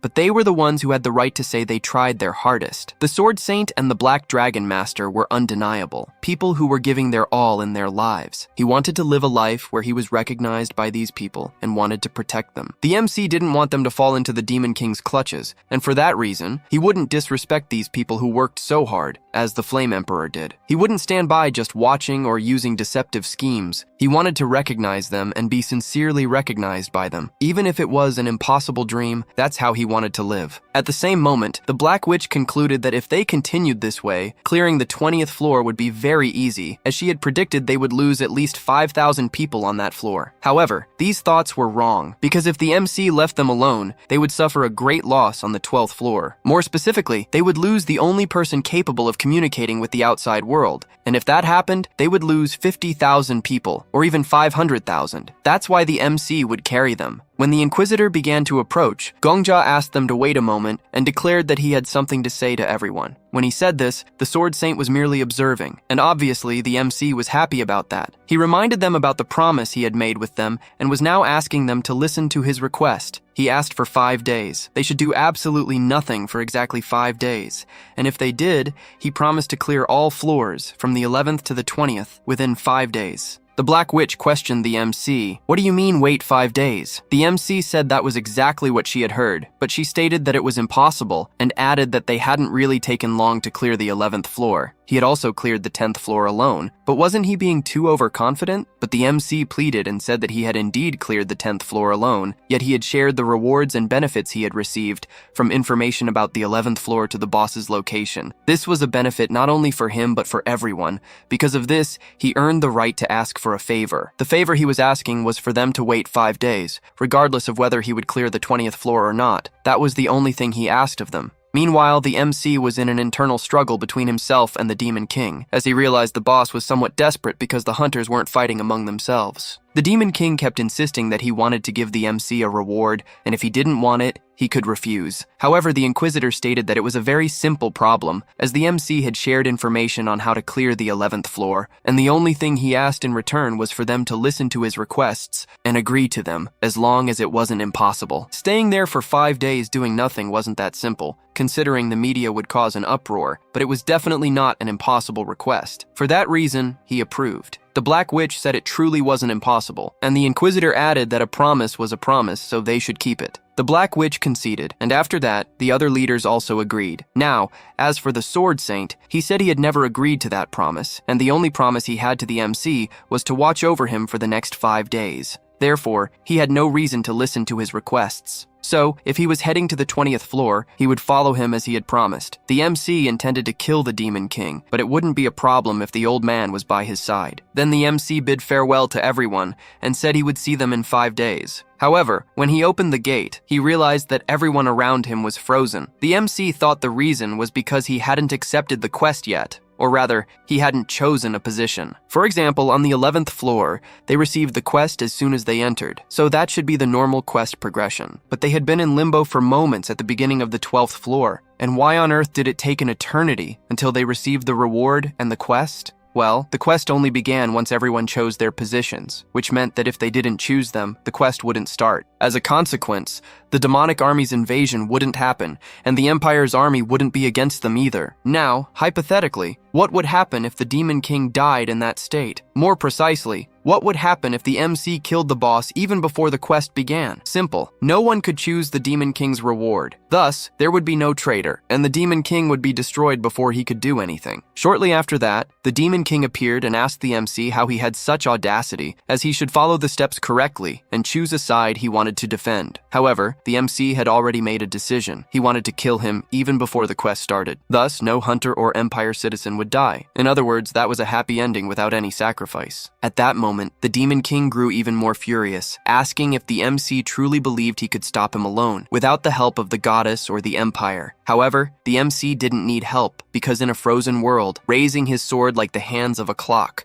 the 5 days he had mentioned would stretch into eternity. Now, for the curious among you, let's delve a bit into the Demon King's trauma. It was a rainy day when it first opened its eyes, and the first thing it did was attack a simple frog and take its body for itself. The rain fell that day, but that entity simply wanted to live a little longer. But let's return to the battle, my little grasshoppers. Gongjia ended up being killed, so he marked his hand with every death that occurred. The ghost declared that the Demon King's sword skills were nothing special. He merely swung his sword forcefully back and forth. This meant the MC could dodge the attack as long as he knew its trajectory, but he was still too weak. The MC was trapped in a temporal prison. Even if he managed to dodge the first attack in the next cycle, he would inevitably die from the subsequent one. The MC began to wonder, if he had progressed through the mission normally, how many soldiers would have died on the chaotic battlefield? For every soldier who died, at least 20 years of life would be unlived and lost. When 10 of them died, that was 200 years. When 100 died, 2,000 years. To reclaim all that lost time, the MC decided not to choose any position. To complete this mission, he had to prepare himself to be trapped in eternity. For some, that might be extremely exhausting and perhaps even considered hell. But as the MC said,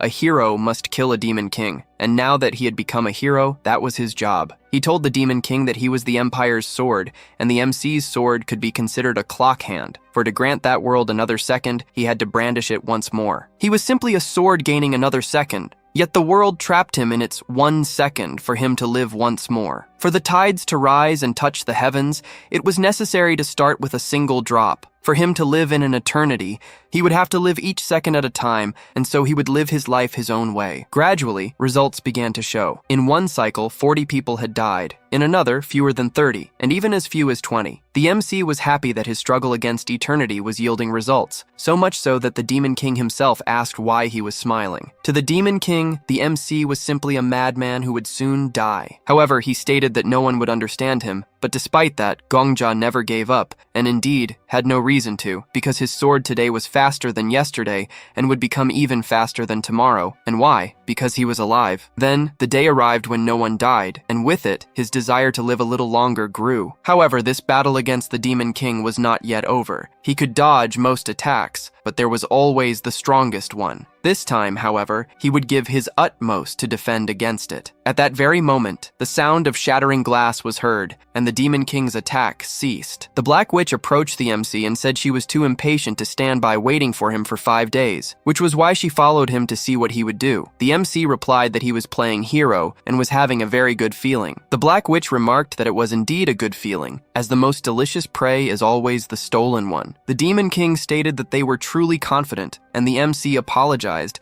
as he had said he would face him alone. But upon reflecting on tradition, heroes always team up to defeat the villain, so he was merely following tradition. At that very moment, the Demon King activated his subunit, and numerous monsters began to resurface. The Black Witch asked the Sword Saint to help them, as he had been standing there watching them battle, but they probably wouldn't be able to defeat so many monsters, so they should get out of there. However, the MC said that everything was fine, and at that very instant, he activated the Demon King's very same ability. Let's go back a bit to the Demon King's trauma. He was growing larger and larger, and each time he gained a new body, he also gained a new joy, the joy of slaughter. Obviously, he went after the girl with an incessant bloodlust, wondering where that aroma, that scent, was coming from. Every time he devoured his prey, it was as if he had possessed them. He swallowed them whole, even their memories, and they seemed to become his own. At that very moment, the girl's father arrived, calling her name Stelly, telling her she shouldn't be running around because her body was weak, and the doctor had said she was sick and shouldn't go out. However, the girl said she thought she was cured. That was the Demon King's first name. Turning back to the MC, he had activated his skill, and several skeletons began to appear. The MC began to explain that, at first, when he died to the Demon King, other skills he possessed caught his attention. For example, a technique to strengthen his aura would be great, or if he could summon lightning like the Demon King. But after thinking for a bit, he realized it had to be a little different. A skill that summons those he had killed as monsters. Now comes the question, how many people has the MC killed? The ghost began to say that, counting the Flame Emperor and himself, it would be 2. Well, that would be a good thought. However, why does the Sword Saint's kill count show as if he had killed 4,000 people? In other words, there's another way to calculate the number of kills in the tower, and now knowing that, how many people do you think the MC has killed? Or rather, those skulls standing before him were actually him. The Black Witch was surprised by the MC's skill, and said she understood why he had cleared the 10th floor alone, and asked them for that favor. However, the one most surprised by the situation was the Demon King, as he was seeing his own skill used against himself. The MC stated he wasn't keen on explaining how he achieved this. Hearing these words, the Demon King became furious. At that very moment, the MC called the Sword Saint's attention and told him he should fight alongside the skeletons, because that way, they wouldn't lose. With the Black Witch's help, she could stop his attacks, even if only for an instant. Then the MC ordered his skeletons to advance, and he was engaged in a fierce battle. It could be considered a battle of death because apart from the Demon King, the Sword Saint, the MC, and the Black Witch, everyone there was already dead, even if they lost their heads in battle. Seeing such a scene, the Demon King began to question how this was possible. A person from another world was using the same skill as him, and being another person who hadn't lived there and had no malicious intent of hatred for that world, why did he intend to block his path? However, the MC said it didn't matter where he came from, but the most important thing now was that he was there. Even if he didn't think that was enough qualification, the boss shouldn't mess with him, because the tower recognized his qualifications. From now on, his nickname would be the King of Death. And here we are again to understand a little more about this Demon King. He didn't age, and his beauty was maintained day after day. An intoxicating aroma emanated from her body, leaving people intoxicated. They began to call her the Saint of the Frontier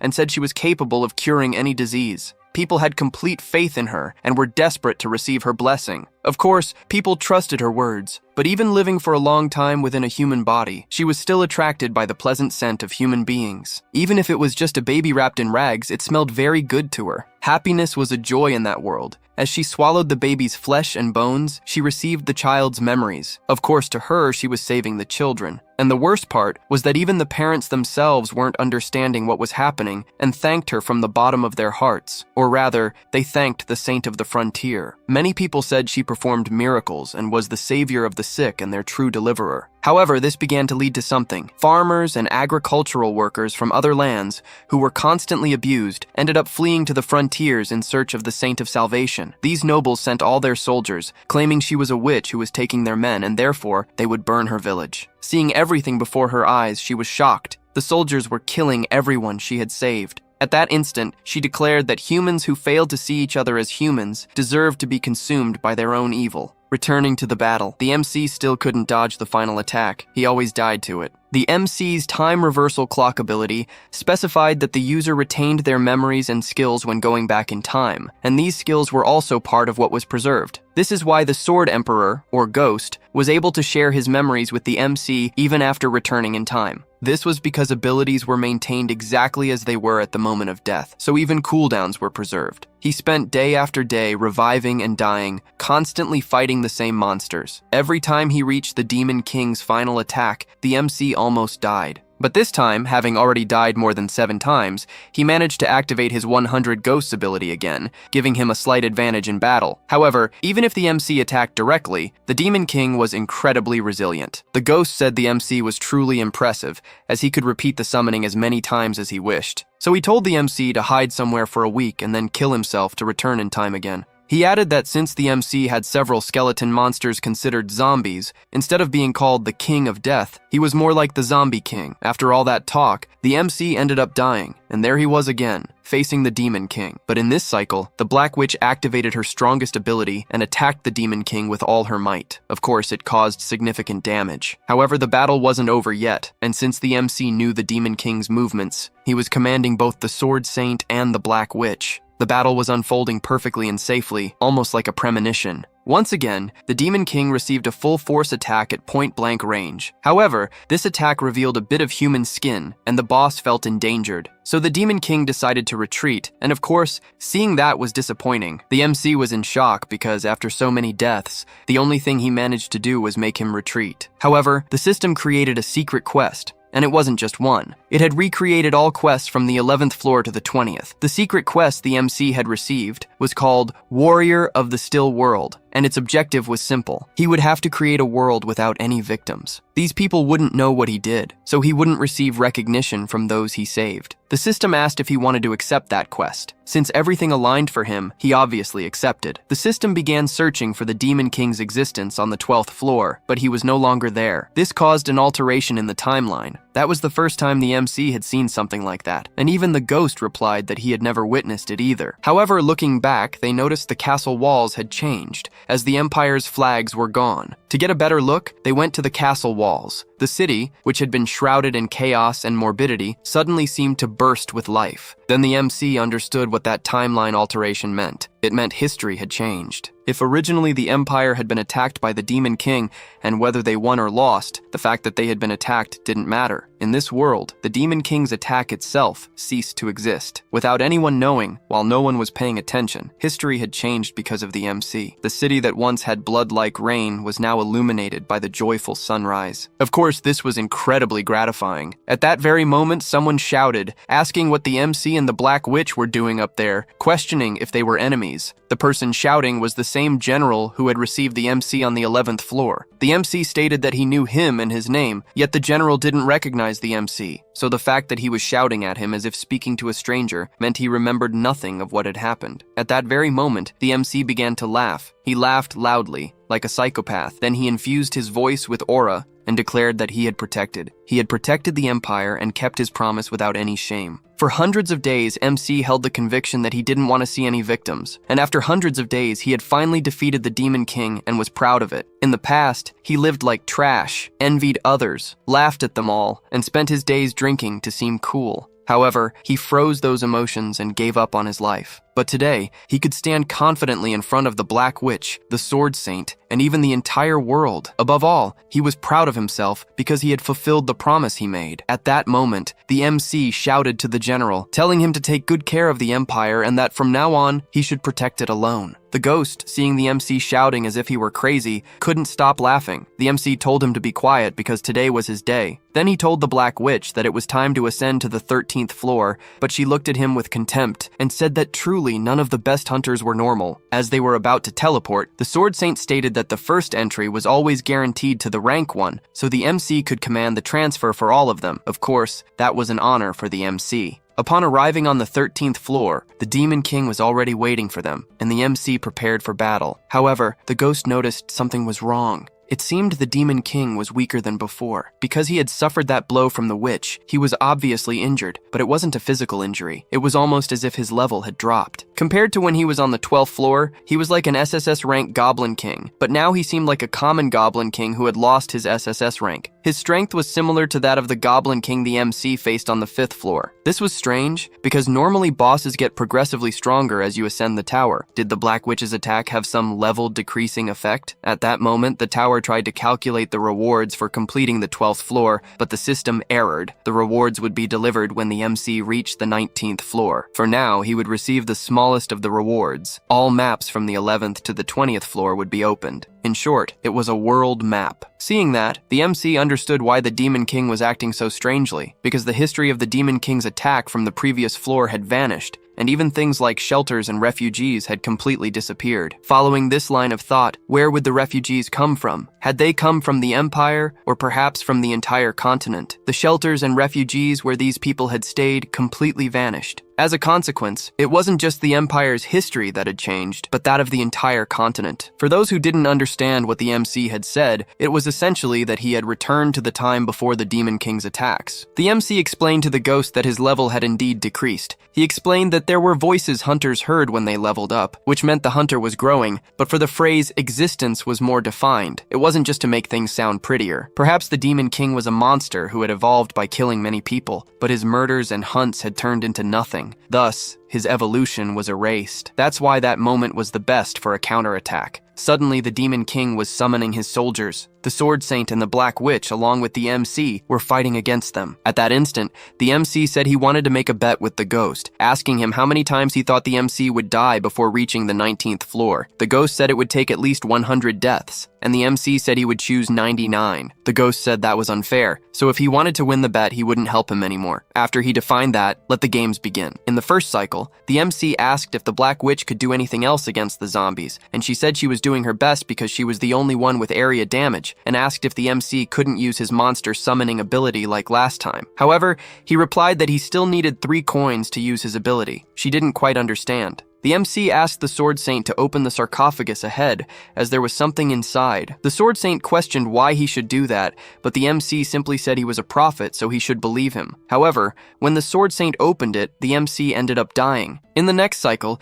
he asked him to retrieve the axe from inside the sarcophagus, but the Sword Saint retorted, saying he had used a sword his entire life and shouldn't use another weapon. But the MC explained that the axe had a special area of effect ability that could quickly eliminate the zombies. Just as the MC was about to say that he needed to believe what he said, he died again. In yet another cycle, the zombies were no longer a problem. However, a new monster emerged, a giant, one-eyed zombie. The Sword Saint declared he would quickly finish it off, but he ended up dying. Again, in the next cycle, the Sword Saint said the same thing, However, the MC stopped him and asked the Black Witch to aim for the giant eye right in the middle of its face. She immediately got excited, eager to burst it, but at that very moment, they died. In the subsequent cycle, the MC could activate his ability again and declared he would deal with the giant monster with his army of the dead. However, he asked something of the Black Witch. She couldn't aim for its eye. She was shocked, as the giant's eye seemed to be practically begging to be shot. It was almost like a glowing target ready to be hit. She wanted to say something more, but the Sword Saint told her to follow his orders, since the MC claimed to be a prophet, so the Black Witch declared she would hold back as much as possible to avoid hitting that eye. Shortly after,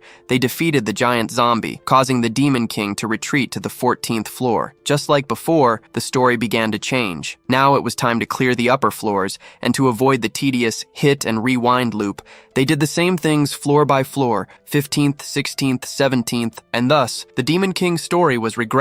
It reached a point where he could barely be considered a Demon King. Then the MC approached him, saying he could finally see his eyes because, after so long, he could truly see deep within him. The Demon King and the warrior fighting him couldn't make eye contact before a tragedy. Therefore, this time, he should fight with all his might. If he ran away again, how much weaker would he become next time? With all the strength he now possessed, the Demon King wouldn't be able to win. The Demon King began to question what he was talking about, as he knew nothing of what had happened. At that very moment, the MC called him by his first name, which was Stelly. The MC had warned him that he should fight with everything he had, otherwise his time would be longer than his story. Well, let's finally conclude what the Demon King's trauma was about. People screamed that they had to burn the witch's nest, and everyone she had cared for would be treated as cursed monsters. For that reason, no one would leave alive. And why now? Because humans were burning each other. They said their majesties had ordered them killed. Had they sought an excuse to kill people? Even beings of other races supported this. But who were they? What gave them the right to burn other people? What had they done? They only wanted to care for their children and families and live a peaceful life. All those people who had treated her kindly were killed in the process. Those sick people who received her help were not spared. Why on earth did this happen? At that very moment, Stelly began to eat their ashes. Then she began to declare that they were all born as humans and knew the beauty of life. Why, even knowing the pain of shedding a tear, did they still do that? Seeing such a situation, how could she not call humans monsters? Just because of their judgment, they would be human, while those she saved would be considered monsters. Were they the only ones who deserved to live in that world? If that were the case, they should prove it to her. She cursed them all, because their wickedness made her this way. Thus, the rain fell so that no more villages could ever be burned. At that moment, the ghost tells the MC to wake up because this isn't his hell. Returning to the battle on the 19th floor,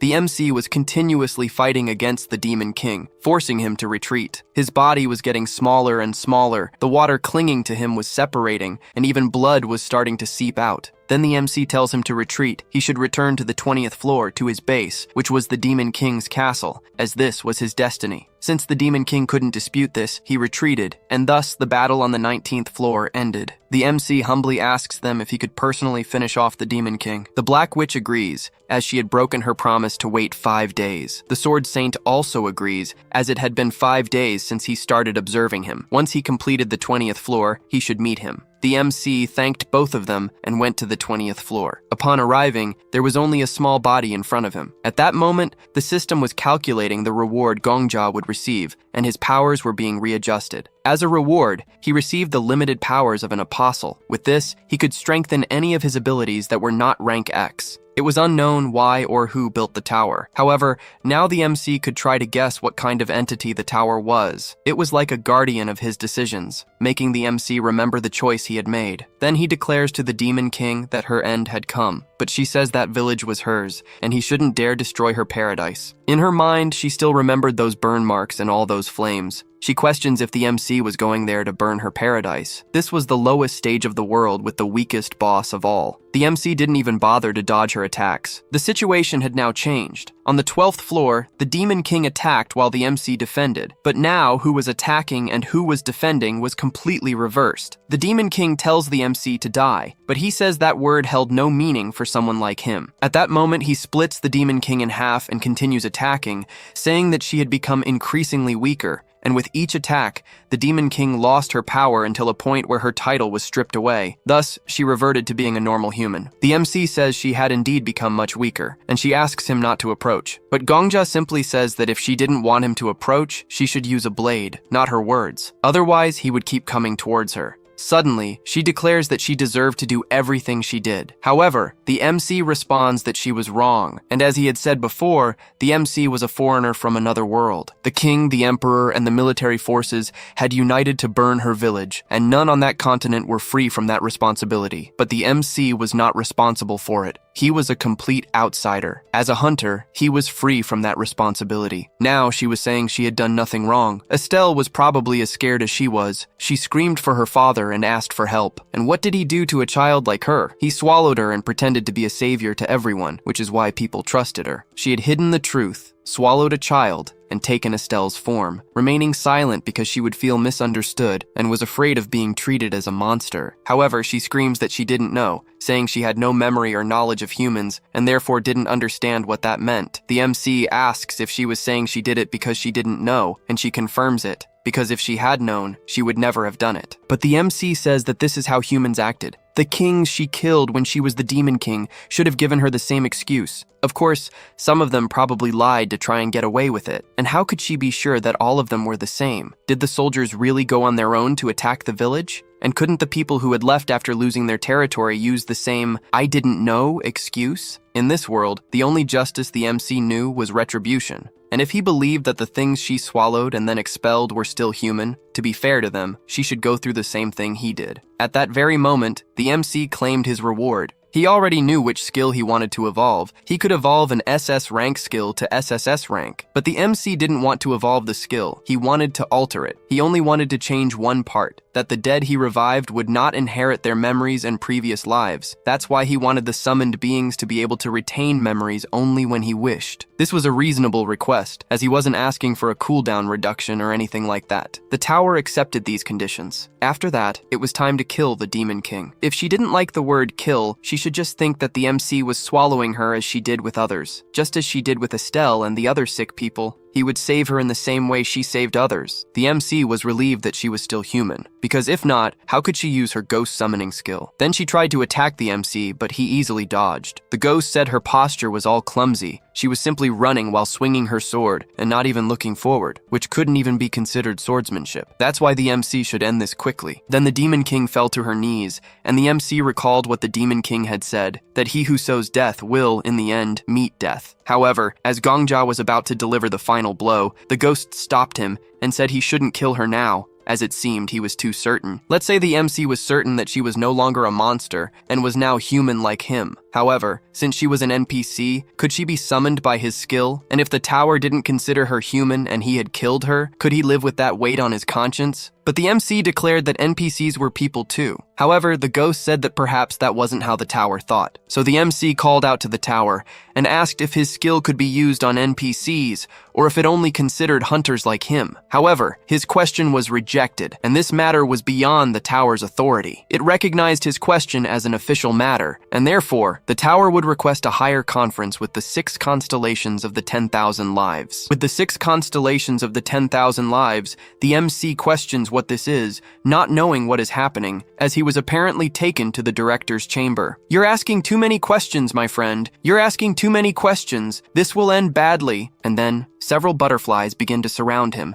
and he opens his eyes, seeing where he is, and remembers that it is the same ability selection room. So he asks why him, and the system confirms the participants. The Constellation, author of all operas, is participating, along with the lady who walks in the mirage, the moon who contemplates blindness, and the one who created legislations. Gongjia thinks he can't see anything, but he can feel something, and the god who dances from the void also appears. He notices oppressive presences there, and the tower confirms that the 6 constellations of 10,000 lives are participating, and the issue of the tower's temporary apostle, the King of Death, is being presented. The tower asks if the 100 Ghosts reincarnation ability applies to NPCs. If they agree that the ability applies, they must confirm, and if they disagree, they must decline. And then all those constellations begin to converse among themselves in their own language, and the MC, seeing this, begins to panic. And with that, they reach a consensus, and Gongjia remembers that the languages of all beings in the tower are translated so he can understand, but they are different. They are not beings of the tower. They are beings that cannot even be compared to the Demon King. They might even be the beings who created that tower. And then the tower states that the vote on the issue at hand is beginning, and the 6th constellation, the author of all operas, votes against. The The fifth and fourth vote in favor, the third votes against the MC, and the second simply abstains. And so there are 2 votes against and 2 in favor and 1 abstention. The beings who have the authority to decide on his reincarnation ability end up not reaching a conclusion after the vote, and he questions why, until he realizes that one of them has not yet voted, a being who didn't need to come there because he was already there from the beginning,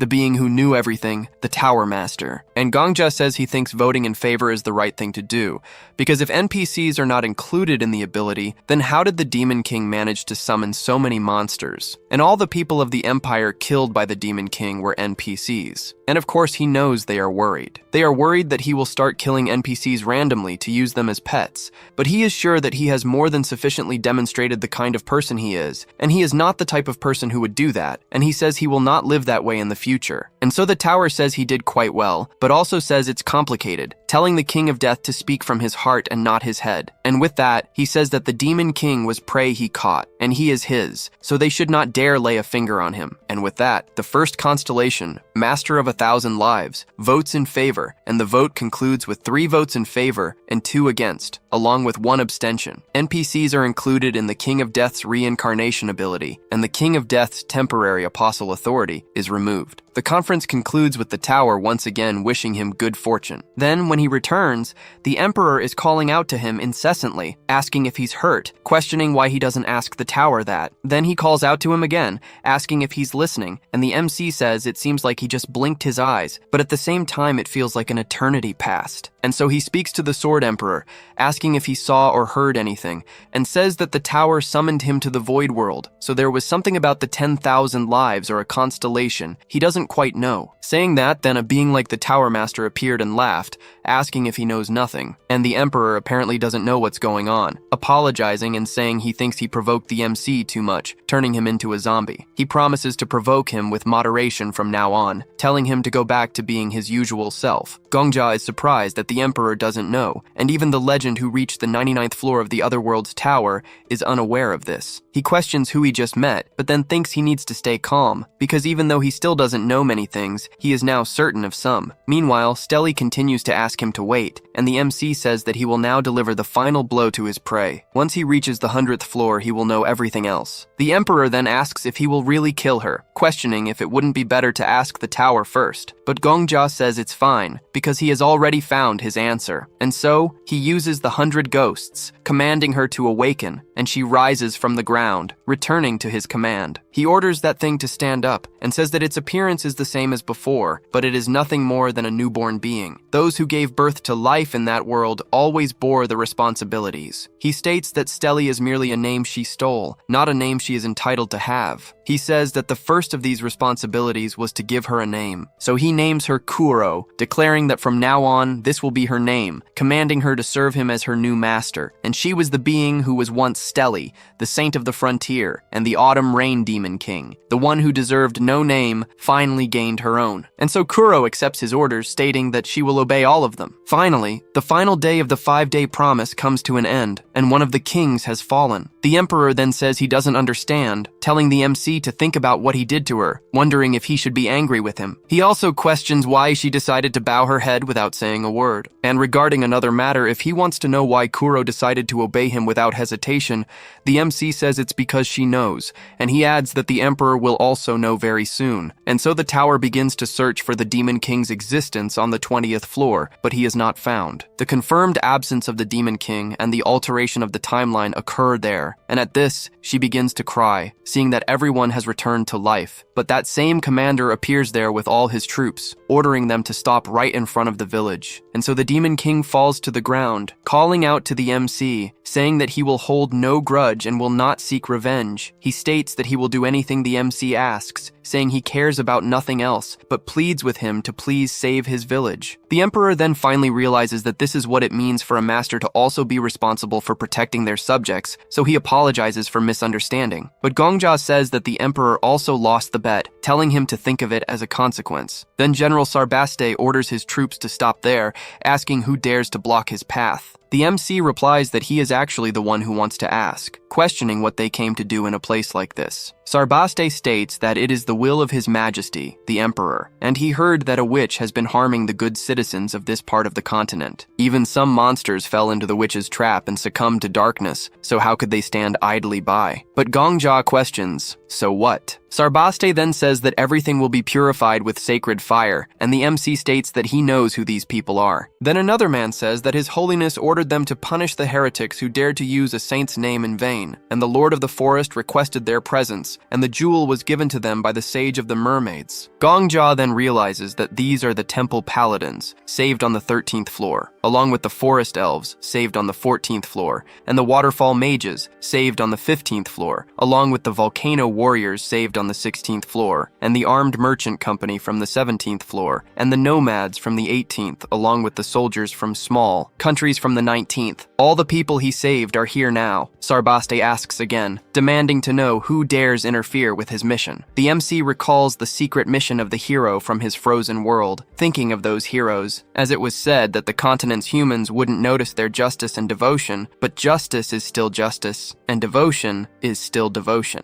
The mission asked if he would choose to continue being a hero, even in a frozen world. The MC speaks to General Sarbaste, asking if he just said he came due to an imperial decree. But Sarbaste doesn't like the way Gongja speaks to him at all. After all, he is acting under an imperial decree. But the MC then states that Sarbaste is a ridiculous person, because he clings to the imperial mandate, presuming no one else would understand the emperor's decreed situation as well as he does. Sarbaste says he doesn't know what the boy is talking about, questioning how he dares to say something so insolent, and asks if he was sent by the witch who lives there. However, Gongja says that Sarbaste is a person who wants to defeat the already decided first prince to make the third prince ascend to the highest position. And as for insolence, Sarbaste can indeed call him insolent, but the MC says that's what he discovered when he saw the general's trauma. Sarbaste doesn't know this, but the MC still has a lot of information, and he says Sarbaste shouldn't live like this, telling him to think of all the grace His Majesty granted him, and the possibility of someone who would likely spend his entire life pulling nets at the port becoming an imperial guard,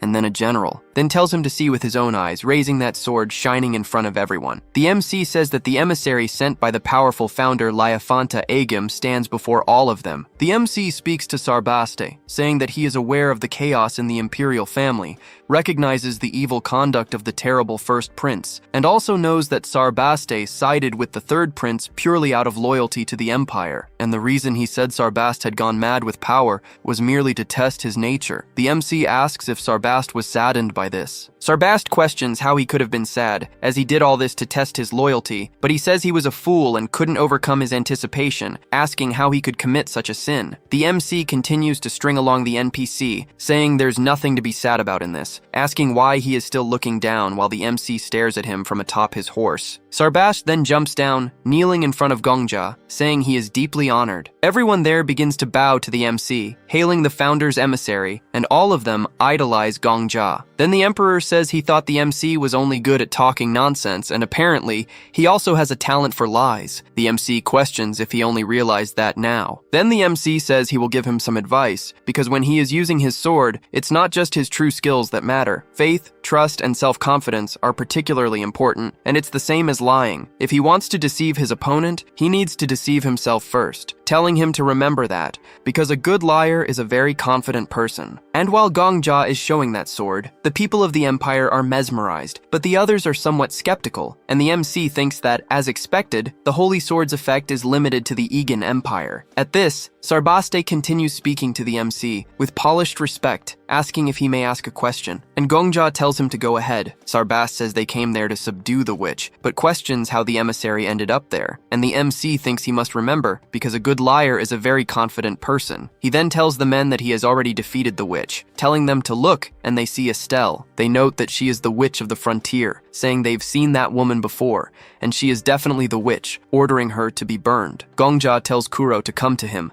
instructing her to kneel before those people. She actually walks over and does as the MC says, telling her to lower her head and put her hands on the ground, placing her forehead there, and so she prostrates herself, even against her will. Gongja then tells her to push off with her feet and do a front flip. She doesn't understand at all, but he asks if she didn't hear him, and she says she did hear, doing exactly as the MC says. So he now tells her to do jumping jacks, and she doesn't like it at all, but she actually does what he asks. He continues making a lot of ridiculous requests to Kuro, telling her to spread her arms wide and jump 20 times, and also do 10 squats. And when she's finished, he says he wants 10 push-ups, then tells her to hold a plank position for 20 seconds as well. And she says she can't do anything more, collapsing stiffly to the ground. Then Gongja asks if they understand now, saying that, as they can see, the witch has already been subjugated by him, and now, no matter what happens, she cannot disobey his orders. It's impossible for her to continue threatening the Empire, so they can relax. And they think that if that's what the emissary is saying, it's fine. But one of the soldiers tells them to wait, asking what on earth he's doing, because they came there to subjugate the witch. But then, Sarbasti says that according to the emissary, she has already been subjugated. However, the other questions how he can believe that, because, to begin with, the only evidence that Boy has of being the founder's emissary is a mere sword. But Sarbasti doesn't like him calling it a mere sword at all, asking if he is doubting the Empire's authority, questioning if he is doubting that sword is the will of the goddess. But the Pope's man says that His Holiness the Pope gave him an order. However, they start to argue, as it seems they are trying to place the Pope's will above that of the founder. And the MC clearly remembers that kind of scene with people fighting right in front of him, and says he can now understand why Kuro divided the hunters. But as they continue and the fight has no end, that lizard man tells them to please get out of the way, because from what he sees, the current problem is quite simple. He wants to confirm that the young man is indeed the founder's emissary, that the woman is truly a witch, and that the emissary has indeed subjugated the witch. As long as they can confirm these three uncertainties, the problem can be resolved, and they ask Gongja how he plans to confirm these things. And the lizard man says that the object in his hand is the soul orb, granted to him by the emperor of the mermaid people, and if a drop of blood is placed on this orb, it's possible to know if the owner of that blood has a good or bad soul. So they tell him to come forward, because if that woman is indeed the witch and he is indeed the founder's emissary, he must accept the test of that orb. Considering the MC has, say, about 5,000 homicides under his belt, it might just show that he's not such a good person. I'm just guessing. And that lizard man talks more about the soul orb, saying that when the blood of a good soul touches the orb, it emits light, but if the blood of an evil soul touches the orb, it will turn black. He says that if that woman is indeed the witch, and he is indeed the founder's envoy, they must accept that test, and the good and bad deeds they have done, the orb will prove everything. And so Gongja realizes it's like the paladin's lie detector and the sword saint's detective vision. The lizard man then states that yes, his people are good at making items of this type. He tells Gongja he can try as much as he wants, but warns there's no point regretting it later, because lying before the orb is useless. So they will start by verifying the woman's soul, and with that, he makes a cut, takes the blood, and throws it onto the orb. They notice that the soul is exceedingly evil, asking how many evil deeds and murders she has committed, stating that she is truly a cursed being, and they believe she is undoubtedly the Demon King. Then he says it's the turn of the self-proclaimed founder's emissary, asking if the MC is ready, and the MC replies that he always is. The lizard man then states that lying is useless, ordering him to give his hand, and when his blood touches the orb, it shines purely, almost blinding everyone with the intensity of its light. At this, they question what on earth it is, and one of them mentions the drop of water given by the current queen, asking why such a beam of light is emanating from the orb. The lizard man then asks what on earth his soul is, and how this is possible, questioning how many lives he has saved, noting that this person is light itself. Everyone assumes he is the light, asking if they can't see how bright his soul is. The Pope's subordinate says he doesn't know about this, but the lizard man asks why he doesn't know, inquiring if it's perhaps invisible to the leader of the paladins. He replies that it's not that, he just doesn't understand what they mean by the light. The lizardman then states that this is why he doesn't speak with mere inferior humans, because no one with such a soul could lie to them, and this man is the founder's emissary. No, he even thinks he must be the goddess's apostle, and the MC proudly affirms to them that he is indeed the goddess's apostle. They say that by all appearances he is the light, and it seems to be a shimmering light. And the sword also shines, the sword that Emperor Egwene or someone similar used before, then asking where he came from. Everyone continues to buy into Gongja's lie, except for the Pope's subordinate. For even if he is the founder's emissary and light itself,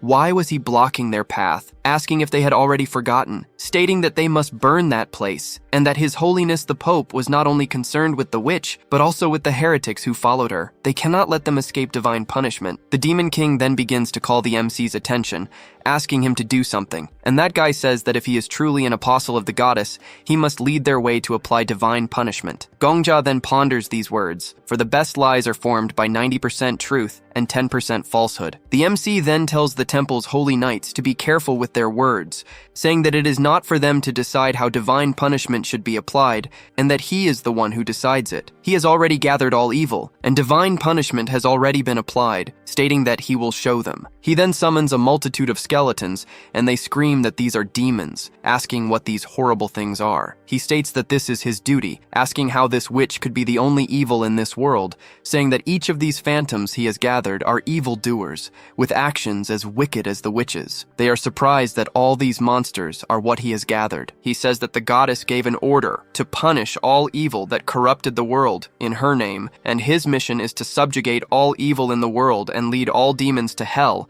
and what they are seeing now is his hell. The lizard man is completely moved, because the goddess's apostle was doing all this alone without them knowing, and Gongja agrees with him. He thinks that no one even recognized the apostle, asking how he, being a mere human, managed to go through this hell alone. The MC simply says that this is his duty, stating that there is no longer any need for them to punish the witch or her minions. They will suffer forever in his shadow, and he is their hell. And they all swallow the lie that the apostle had been saving them all this time without their knowledge, even if it's not entirely a lie, and Gongja agrees. The emperor says he has nothing more to teach him, telling him to go ahead, stating that his instructor there is nothing more than a child, and cannot deal with a scoundrel like him. The MC thinks that's quite modest of him, saying he doesn't have much to learn from his evil personality. He then says he is sure everyone can see now, and this is the goddess's will, her divine retribution, assuming they certainly do not intend to defy the strict will imposed by the goddess. But then the Pope's knight asks him again if those atrocious demons are truly imprisoned, and says that what he means is that if those demons were to escape back into the world,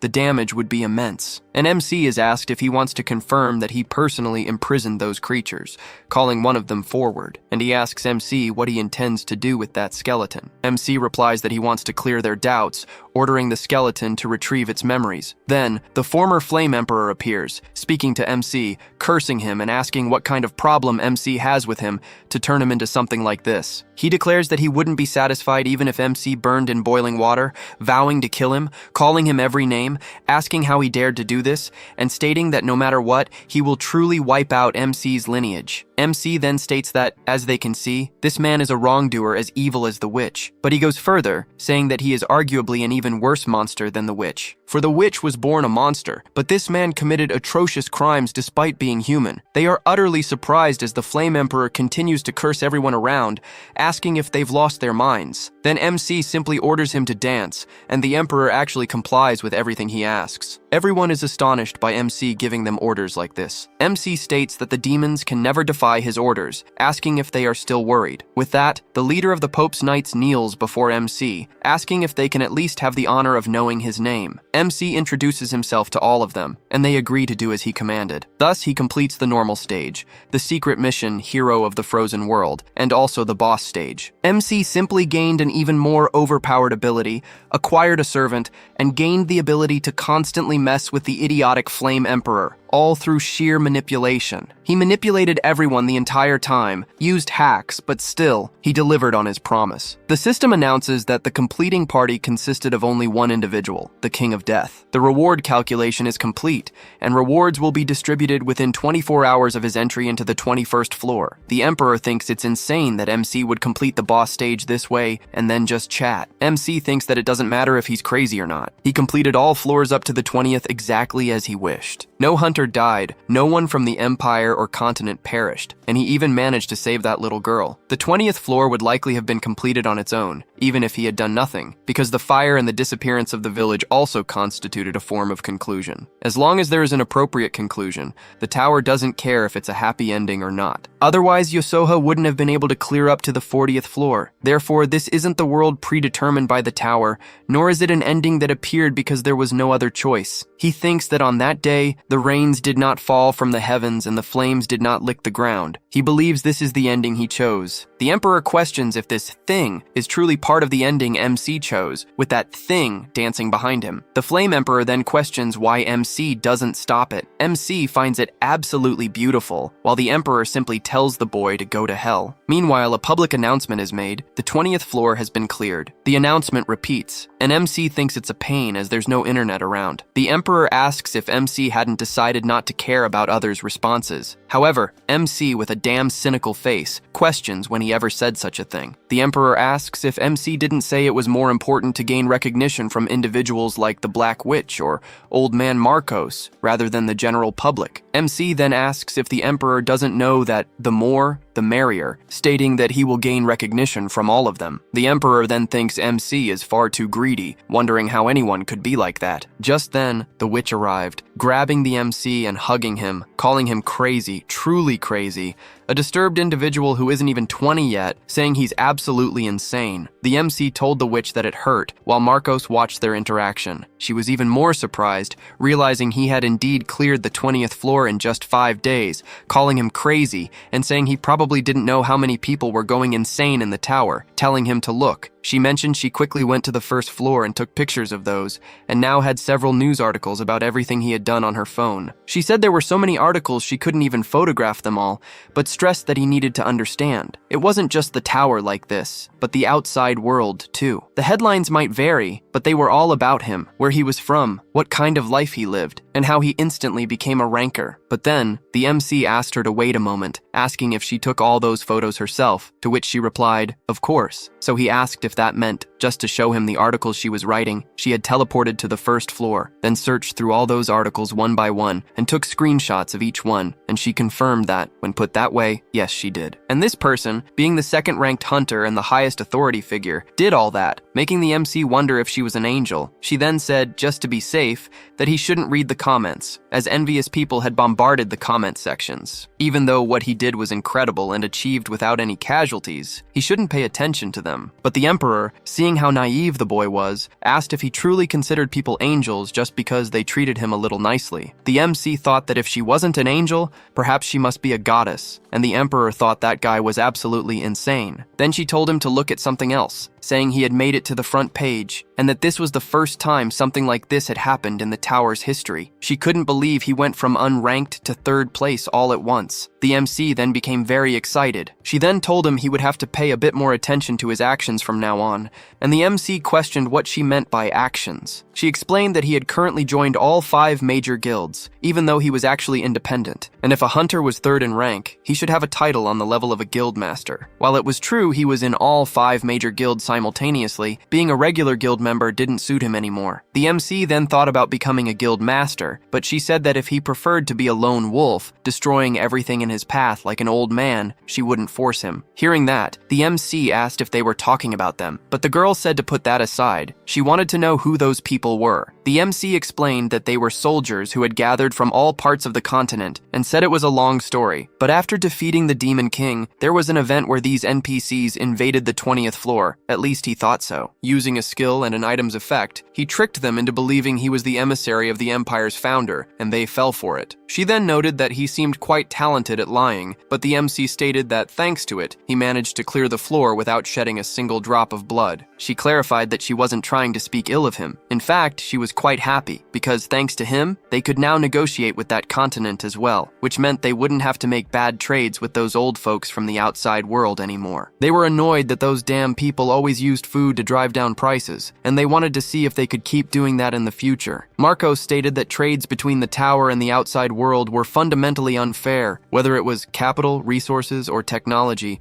as the outside world had greater abundance than the tower. So, she thought, food was always the problem. And the MC says that when he first met her, he thought she was an unfriendly person, and this must mean they've grown closer. Then he speaks to the Black Witch, asking if she's saying that the hunters will start negotiating with that continent, and she replies that naturally that's the case. So the MC says he will lend her his name. In this world, he is the founder's emissary and the goddess's apostle, and if he makes them believe that they are all apostles of the goddess too, it will be easier to conduct business. She expresses great gratitude for the offer, but then asks if he truly expects to lend his name for free, inquiring what he desires in return. The MC then speaks about the 20th floor, and she questions if he's referring to the entire floor. He confirms it, stating that, to be more precise, he would like all the land on the 20th floor to be under his possession. In exchange, he won't take anything for having cleared floors 11 through 19, and they can divide the profits from negotiations with the continent, just like the other hunters. She thinks this is an extraordinary offer, but it's not something she can decide on her own authority. They'll have to discuss it with the other guild masters, but she asks if he truly wants this place, as it obviously doesn't seem to hold much value. It's small and doesn't appear to be very good for agriculture. But she remembers to ask something she's wanted to for a long time,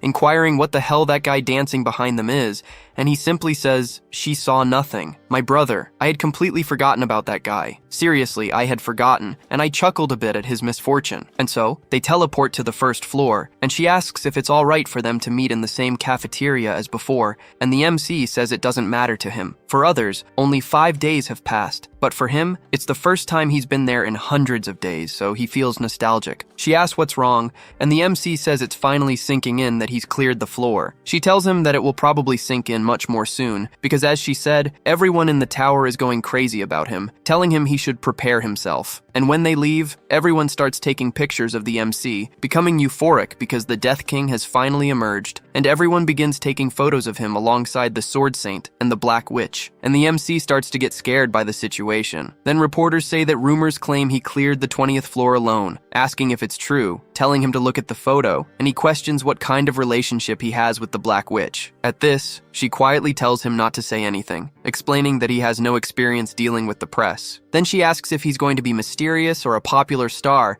and he questions what she's talking about. She says she's talking about his concept, asking if he wants to follow a mysterious persona concept or prefers to be a popular star, explaining that once a concept is defined, it's hard to change it, and he needs to give her an answer now. She adds that, by the way, popular stars are like movie celebrities, and he'll need to create new social media accounts. He'll also need a secretary for image management, and she says the Black Dragon Guild will handle this workforce and his security. Then Marcos says he hates having to deal with this crap, so he's leaving, and the MC asks what he should do if he chooses the mysterious concept. She says it's simple, telling him to maintain a good poker face. She states that any social media activity is forbidden, and magazine appearances, broadcasts, and private streams are also prohibited. At most, he should give 2 interviews per year with reporters she approves beforehand. The MC questions, "Is that all?" She says he doesn't know how difficult it can be, explaining that attention is a drug, and the most addictive kind of drug. If only 10 people paid attention to someone, that person would be happy. But when you reach the position the MC is in now, anything he says will generate reactions from tens of thousands of people, and not many can resist that drug. But Marco says that's useless. She agrees, but adds that it's a damn good feeling, asking what the Death King wants to do. The MC says what he wants is recognition, and even though he's not sure, receiving attention is different from receiving recognition. He explains that receiving attention from the people around him is enough, whether it's thousands or millions. What he wants to receive from the rest of the world isn't attention, but recognition. She says she doesn't think those two things are very different, but she'll accept his answer, saying she's happy he's that kind of person. So the MC asks her how to maintain a good poker face, and she says she'll tell him a secret, instructing him to recall some truly bad memories. In her case, when she was in the outside world, her father died in a civil war. She was fleeing with her father, and the soldiers probably weren't coming after them. Then her father yelled at her to keep going without looking back. So she really ran without looking back and heard gunshots, but still kept running. It's not that she hates the fact that she fled, because she was just a child then, but she wonders why she didn't look back, as it was such an easy thing to do. And whenever she needs to be expressionless, she remembers those moments. When she recalls her heart beating super fast, she can create expressionless faces very well. She asks if the MC also has 1 or 2 such memories, and he remembers when he was killed by the Flame Emperor. Looking at him, she confirms that he does, saying he'll get used to it soon. And so the MC moves on, arriving at the cafeteria with everyone. The Inquisitor immediately welcomes him. He's surprised that the boy actually managed to clear the 20th floor in 5 days, stating that this is the greatest achievement since the tower's emergence. He says he respects him greatly, adding that he'll stop calling him Kim Gongja and will call him the Death King from now on. The Paladin says that, to be honest, she thought the 3 of them, Black Witch, Sword Saint, and Death King, would fail the death raid, but he went and cleared the 20th floor alone. She says if he has any secret tricks, he should tell her. And the MC says it's just about living living a good life. Then she thinks that advice is super practical. Anyway, the MC says it's good to see them after so long, asking how they are. The Countess questions him, talking about so long, as only 5 days have passed. She says that at first they stayed in the throne room as they had promised, but after a while the Empire's NPCs started moving around. The MC thinks that was when he defeated the Demon King on the 12th floor, and so the Inquisitor says the NPCs thought they were invaders trespassing on the Imperial Palace, and the Empire's knights and elite soldiers came to get them. The MC thinks that really gave him chills, but Viper says that guy has several tricks. The MC first surrendered to them, and then he escaped from prison, with Viper exclaiming that he's amazing. But the Inquisitor claims it wasn't even that fun after all. How could they have known there was a secret passage in the dungeons beneath the prison? He says it felt like he had returned to his childhood days. As they continue discussing it, the witch mentions that she knows they all had incredible lives in the outside world. She reveals that the Countess was born in a very poor village in India, and Viper's parents were gang leaders. The Paladin, too, faced hardships in Venezuela. She then agrees that they were all trash when they were in the outside world. She then states that this isn't something they should be discussing there, and points out that even the King of Death is now one of them. She continues, saying they probably don't know, but the King of Death made decisive contributions to their completion of the tower,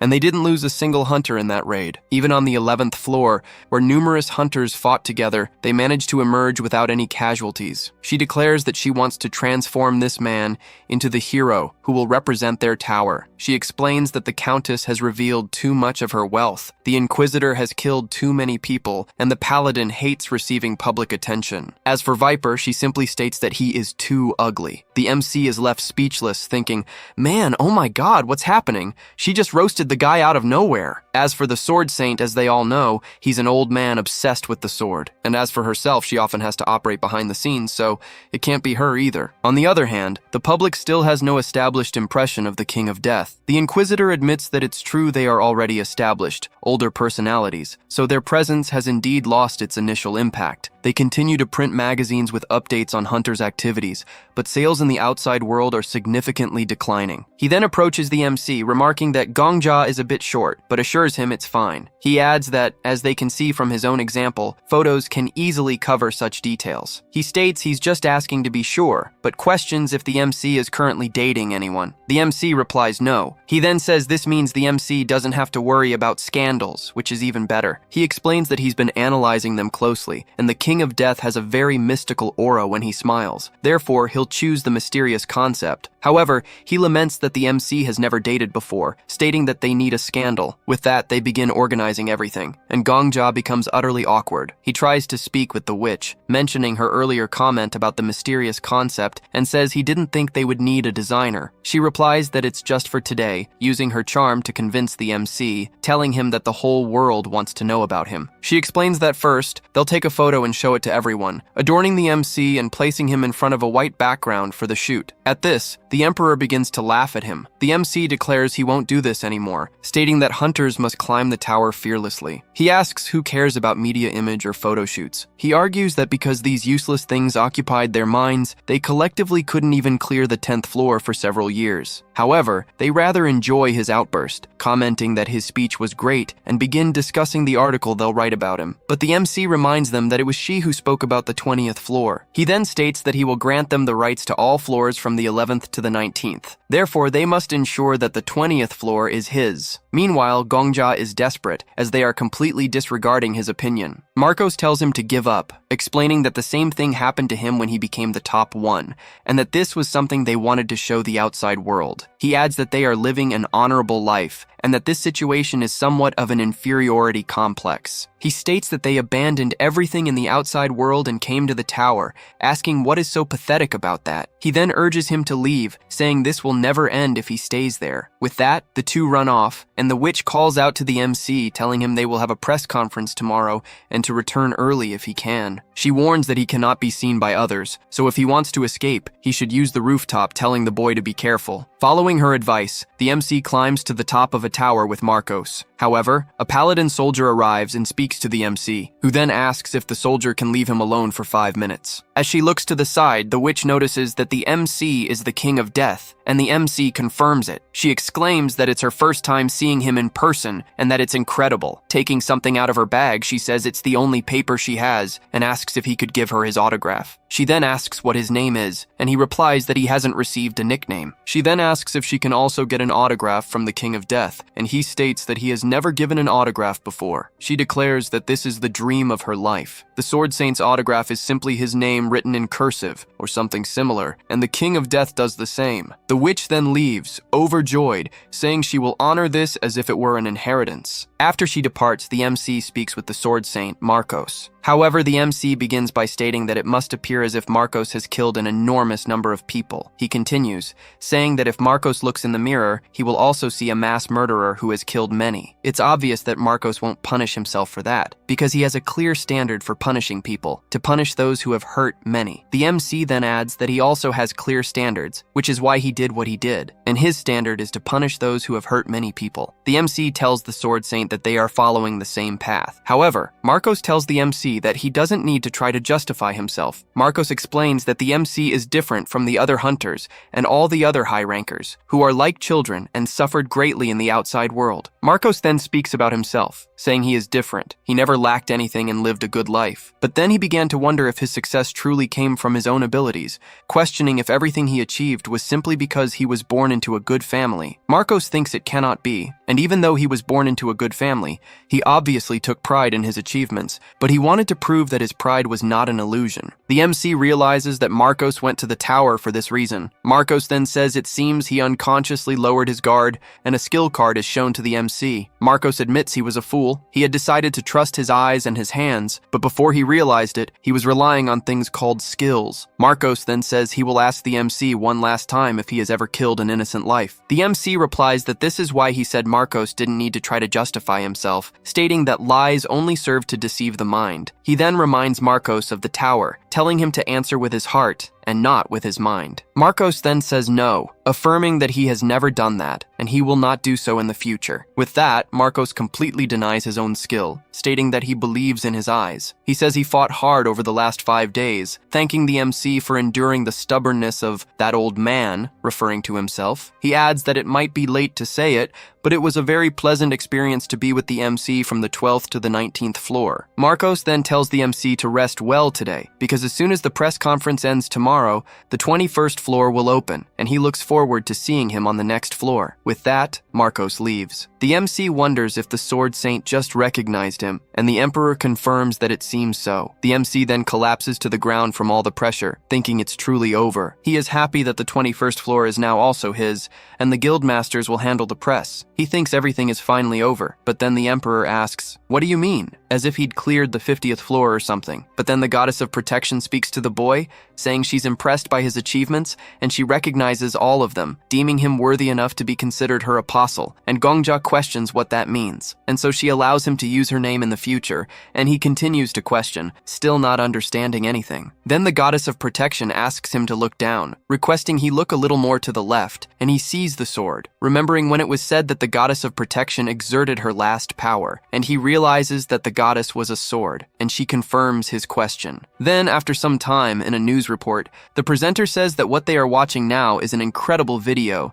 and he calls on viewers to take a good look at the footage they just received from the broadcaster, asking if they are seeing the Black Witch holding hands with that other hunter, presuming that to be the King of Death. Then the MC kills that 11th floor boss with a single attack, and he says that if that video wasn't faked, it means the King of Death defeated the 11th floor boss in one go. But he also says that until now, no one had managed to defeat a boss with a single attack. Then, as he was about to move to the next video, Gongja turns off the TV, and the Emperor asks why he turned off the TV, saying he was having a blast, and the MC says it's because he's so embarrassed he feels like he's going to die. and the Emperor asks why he doesn't just kill himself since he won't die anyway. And the MC says he doesn't want to, then he says it's annoying, telling him to change the channel, and he says that all the channels are talking about him. And so the Goddess of Protection points out that this is due to his achievement being very unusual, and fame is like a price heroes have to pay, and the Goddess of Protection recommends that he get used to it. But the MC says he was so tired yesterday that he couldn't even speak properly, asking the goddess if she isn't overestimating him too much, and she says he is the light, and the Goddess of Protection clearly remembers the day he climbed the Empire's castle and gave a passionate speech, and the MC blushes more and more, telling her to stop, saying he only did it because he was completely hyped up, and she says she will entrust the Empire to him from now on, and in that sense, her trust is very appealing, and he asks her to stop, wondering if this sword is perhaps an obsessed fan of his, and she says she is happy to serve a second master like him, and the MC wonders if anyone has ever praised him so much in his entire life, making him feel awkward, and Gongja says she was the one who started it, and the goddess feels threatened by him putting her inside his clothes, and so she even falls silent, which the MC thinks means she is finally quiet, and he believes he gave her a good polish. Then he asks if she is saying she is a constellation, but questions why she is in a sword, asking if she has been possessing that sword from the beginning, saying that constellations are like administrators of each tower stage, as he has seen cases where monsters became constellations after a while, but an item turning into a constellation is too much. But she simply shakes her head, saying it's really convenient to understand that a constellation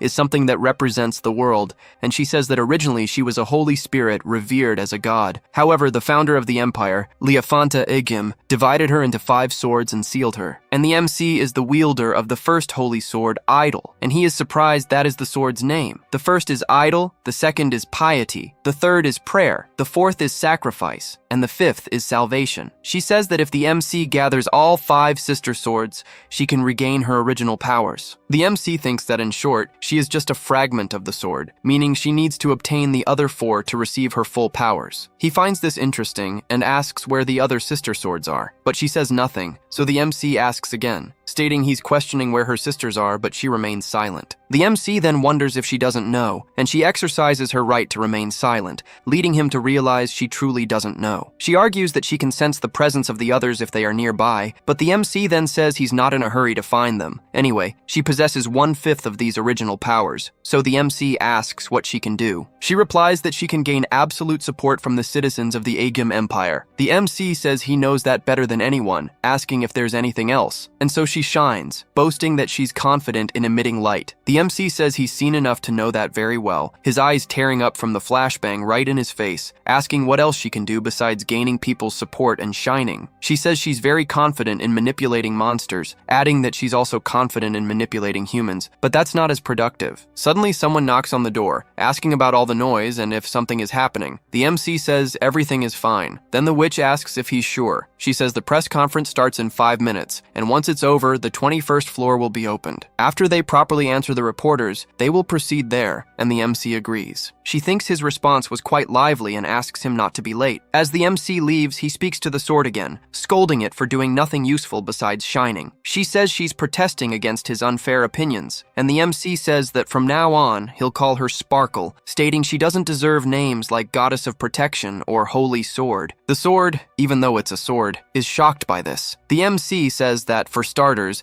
she couldn't even protect her own nation, and also that she's very noisy. He's already losing his mind because of the Sword Emperor, so he's going to start going crazy. From now on, she shouldn't speak to him unless it's absolutely necessary, so she remains silent, not even responding. He threatens her that he wouldn't make her be returned to the Egypt Empire, asking if she understood, and so she responds, speaking as little as possible. At the press conference, with 1 hour and 31 minutes remaining, they thank everyone for coming. Gongja, seeing so many fans, thinks the Black Witch has overwhelming popularity, but she doesn't even speak to the fans and gets straight to the point. She states that, as everyone knows, they have cleared all floors from the 11th to the 20th, and as reported by various media outlets, this was an incredible feat. They had been thinking about how to deliver this good news, but it seems they didn't have to worry, because the news was spread very well by others. They are grateful that their public relations expenses were reduced. But she says there's one thing that made them proud this time, and it's not about the successful raid on the 10th floor, which they had been waiting for so long to finally happen, nor is it about them clearing the 20th floor at unimaginable speed. She's talking about 0 deaths. No deaths were reported, and of all things, this is what makes her happiest. Asking everyone to look down for a moment,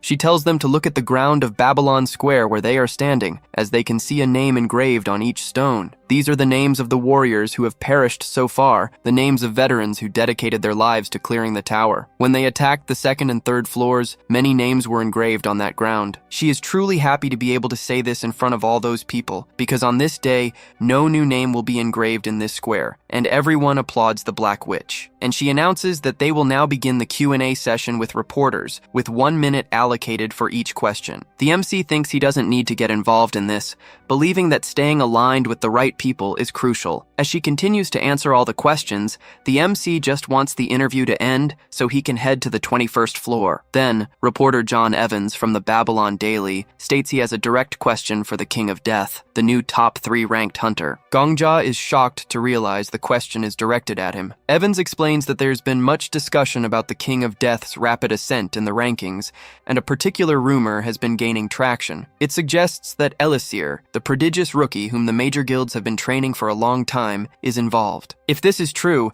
it would mean the King of Death is a hero intentionally created by the major guilds. Specifically, he's heard that the King of Death will receive absolute rights over the 20th floor. There's also concern that the major guilds might be uniting to monopolize floors 11 through 20. The witch tells the MC that Evans is trying to provoke him, assuring him not to worry as she will handle it. But the MC declines, stating that such individuals will always appear, and he needs to assert his position once and for all. She attempts to counter-argue, but he insists it's fine, claiming he has a way to put an end to it. The MC is clearly stepping up to the challenge. She agrees, but cautions him not to lose control and blurt out anything reckless. While most mistakes can be covered, if he speaks too much nonsense, even she won't be able to contain the media. He states that no one in this world is as humble as he is, reminding her that she knows he is, after all, a prophet. He then greets everyone, introducing himself as the hunter nicknamed the King of Death, and expresses his pleasure in meeting them, before asking about Evans. But as Evans responds, Gongja finds his gaze unsettling, realizing there's only one way to address such an expression. He states that, in his opinion, these are merely concerns stemming from Evans's own shortcomings, and he believes he will definitely be different from the Flame Emperor. He reiterates that, in his opinion, these are simply concerns originating from Evans's own shortcomings. He admits he doesn't possess the same charisma or experience as the Black Witch, but he knows one thing others don't: how to conduct interviews with the world's most reckless hunter. He recalls the Flame Emperor cursing everyone, claiming they only managed to clear the 20th floor due to his greatness. The Emperor had exerted himself immensely to conquer the tower,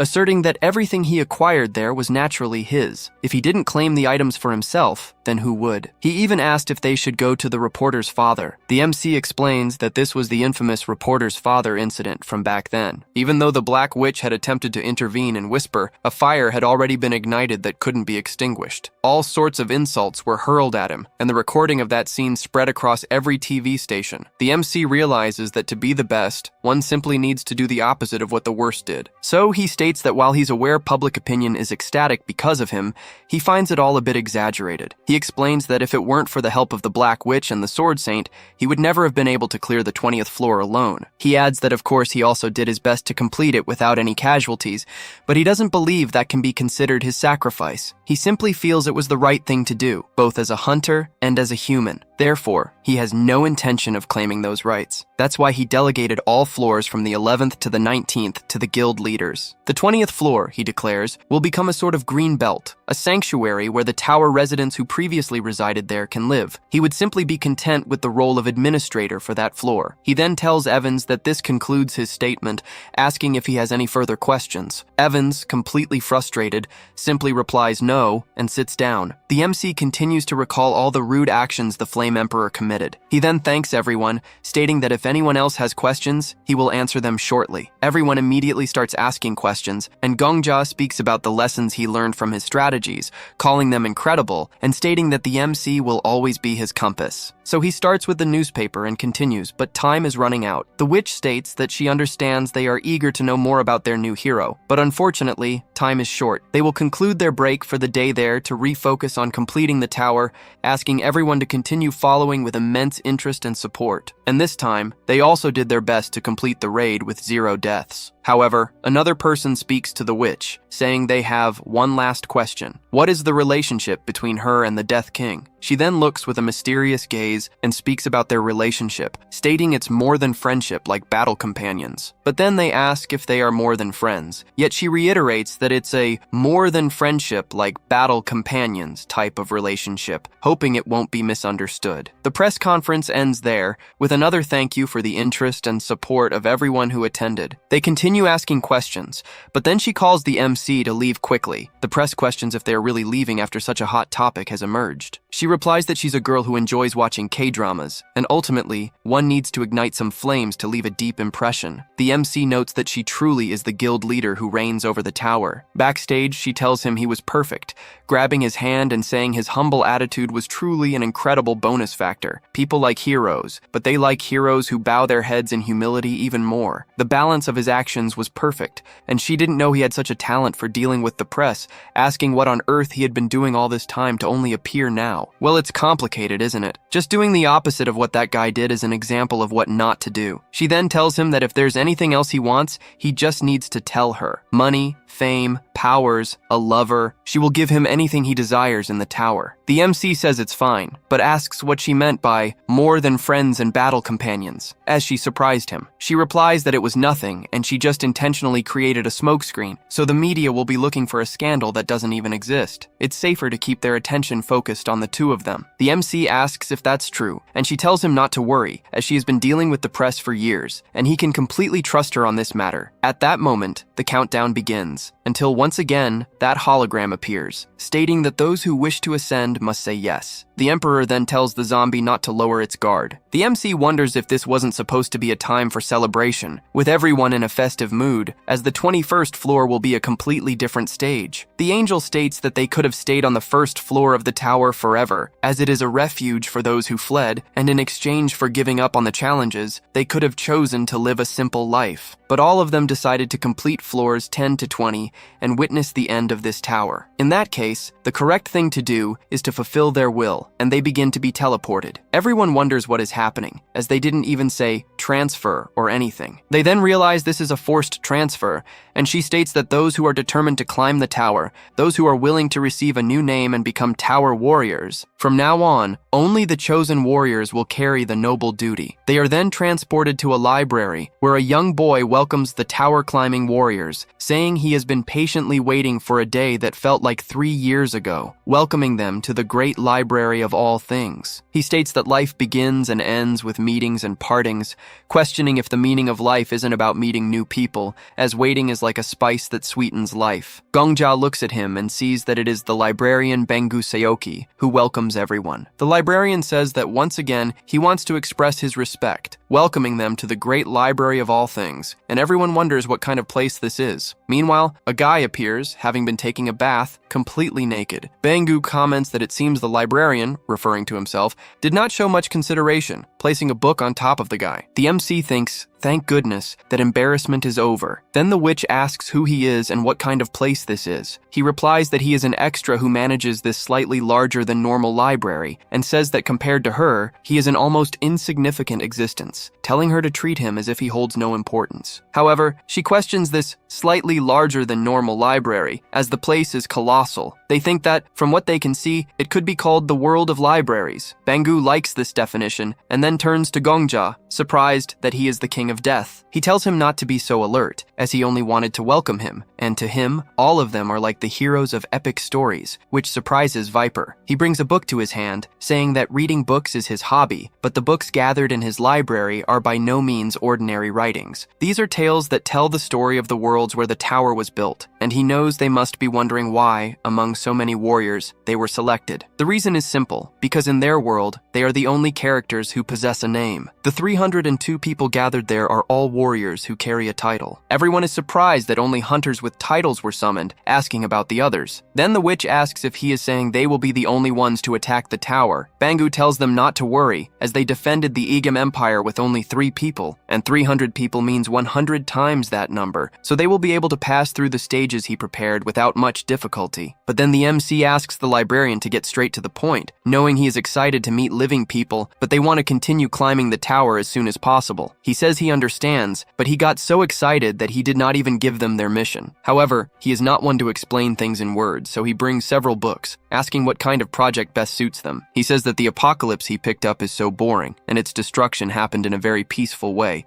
suggesting another one is better. He says he will warn them in advance, and this is just a preview of what is to come, so they should not be too surprised. And so they are taken to a different world, and Bangu says that, as he also mentioned, the archives gathered in his library are not common books or novels, and their scale is a bit larger than normal. The Great Library of All Things, as its name suggests, is a library that contains records from various worlds. And this is the world they attacked, and that other one is the world where they will stay. These books are given various names. Some call them epic stories, others call them chronicles, and some call them annals or sagas. However, there is yet another expression he prefers: apocalypse. Their apocalypse is still being serialized, and after a long prologue, one could say that is where the fun of reading begins. But not all apocalypses are being serialized like their world, and so that world begins to go extinct. And Bangu says there are still some apocalypses that were cancelled, and this is not the only world. He says there are several others, and if the cause of that apocalypse's cancellation was stones,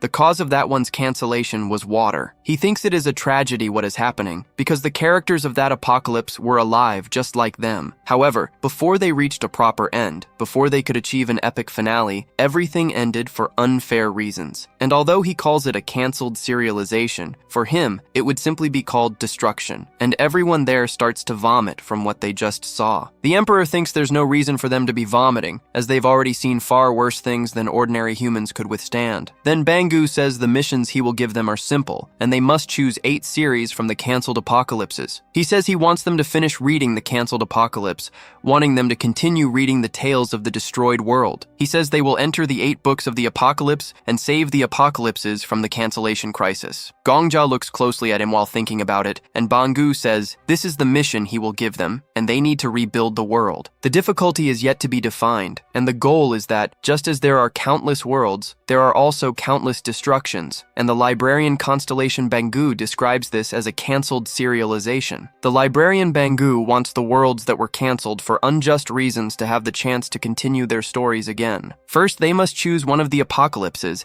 and if they succeed in saving the world, it will be registered as their 22nd floor. However, if the mission fails, the 22nd floor will not be opened. At this, Bangu becomes excited for them to begin their choice. And after the trial begins, everyone starts to feel sick, and Bangu tells them to clean up their own vomit, asking if that isn't basic education, because the library's hygiene can only be maintained if all of them work hard. And so he calls forth several bookmarks, and everyone finds that strange. Bangu says these are the servant bookmarks, and they will take care of them until they have completed the 30th floor. At this, the witch asks if they are monsters, and Bangu says she can think that way if she wants, because they need to know a few things while they are there. First, they must never touch any book without his permission, and all those books are the fruit of his efforts, blood, and sweat, and these are the only apocalypses in the universe. But then, someone tells him to screw off, saying he only talks nonsense, and warns, "Look, that's the final boss there," asking if they are ready to attack Bangu. Then he tells everyone, ordering them to grab their weapons, because he just has to kill that guy to reach the 30th floor. But Bangu looks at him in a very funny way, and that guy says that if even the King of Death cleared the 20th floor alone, then all of them can defeat that little guy there. Then everyone looks at the MC, questioning if there's anything they can't do. Then that guy starts talking to the 5 great guilds, telling them they'd better chill out, saying he didn't like the fact that they monopolized the raids and floors from the 11th onwards, and then dragged the rookie along with them to make it seem like he was the great hero of everything,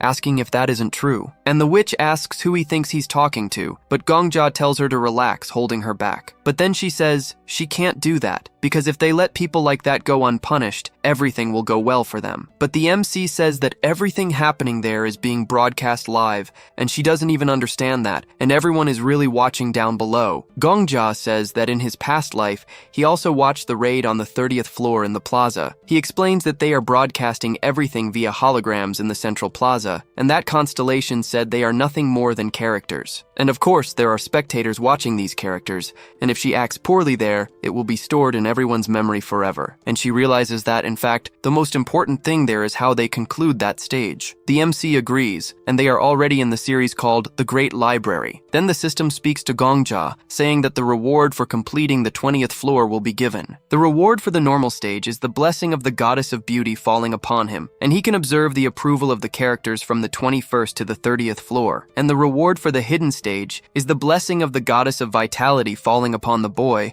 and he becomes increasingly excited. It is said that he can observe the minds of the characters from the 21st to the 30th floor, and the MC thinks this was exactly what he needed right now, and he immediately starts testing it on the witch, using the character window. He then sees everything about her, and also what she's thinking. In her mind, she's thinking that if everything they're doing is being broadcast to all of Babylon, they'll have to act like noble figures in the future, and completing the stage is a secondary objective, as she considers the wisest tactic from that point on. However, she notices Gongja staring too much and asks what's wrong or what happened, but he says it's nothing. Meanwhile, the Sword Emperor is laughing too much behind him, and the girl even tries to continue talking to the MC, but the Sword Emperor can't stop laughing because he read in her profile that she dreams of a prince on a white horse at her age, and he tells Gongja to get a white horse and ride it. However, the MC uses the status window on that crazy guy, seeing everything he has to show, and his stats are certainly no better, and he's shocked that it works on him too, and he's even more shocked that one of his favorite characters is his own mother. Then the Emperor asks if he's crazy, stating that he's not someone who would just die, telling him to turn that off now, to erase it from his brain, questioning if he's doubting him because he'll kill him. However, Gongja doesn't care what he's saying and tells him not to talk nonsense until the 30th floor, saying it's better to bow his head to him. Otherwise, he'll open his character window whenever he wants, and warns him that one day he'll make him pay for it. And as for the other fools, he proposes to finish off Bangu by attacking him, but then Marcos calls all of them idiots, asking if they've forgotten that that constellation only showed them worlds that were perishing,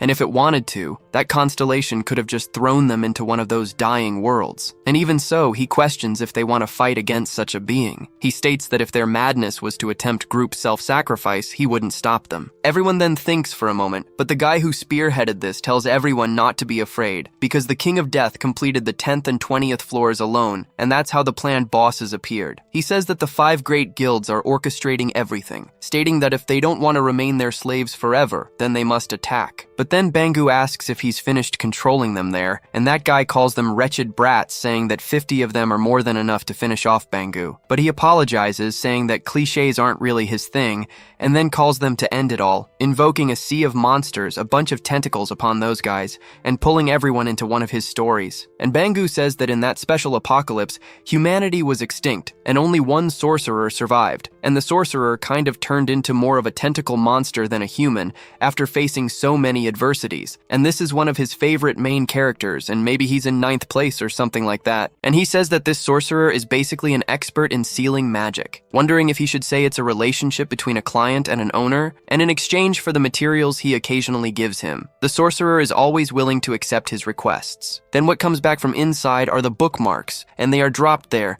and Bangu says that the sorcerer's hobby is to make the things he creates wear servant outfits, and Bangu doesn't even blame him, wondering what else he could do, since all of humanity, with the exception of himself, was extinct, and it would have been stranger if he had remained sane. And the witch is shocked, and Bangu says he thinks it's better this way, since they took care of some useless extras, asking if they are now ready to become the main characters. And everyone quietly starts reading while seated, and the Inquisitor thinks it was boring since 50 people were already eliminated at the beginning, but some sacrifice is always needed to move forward. He told them not to forget their sacrifices, and to work even harder to defeat the tower. He encouraged everyone to cheer up, saying they were lucky to have only lost 50 people, not 100, which left everyone shocked. He then asked if they weren't going to drink anything, as the tea the marker was serving was delicious. But then the MC told the Inquisitor to shut up for a moment, explaining that the more he spoke, the lower their morale dropped. Since it was a big problem, the Inquisitor happily agreed to stay quiet. Gongja then addressed everyone,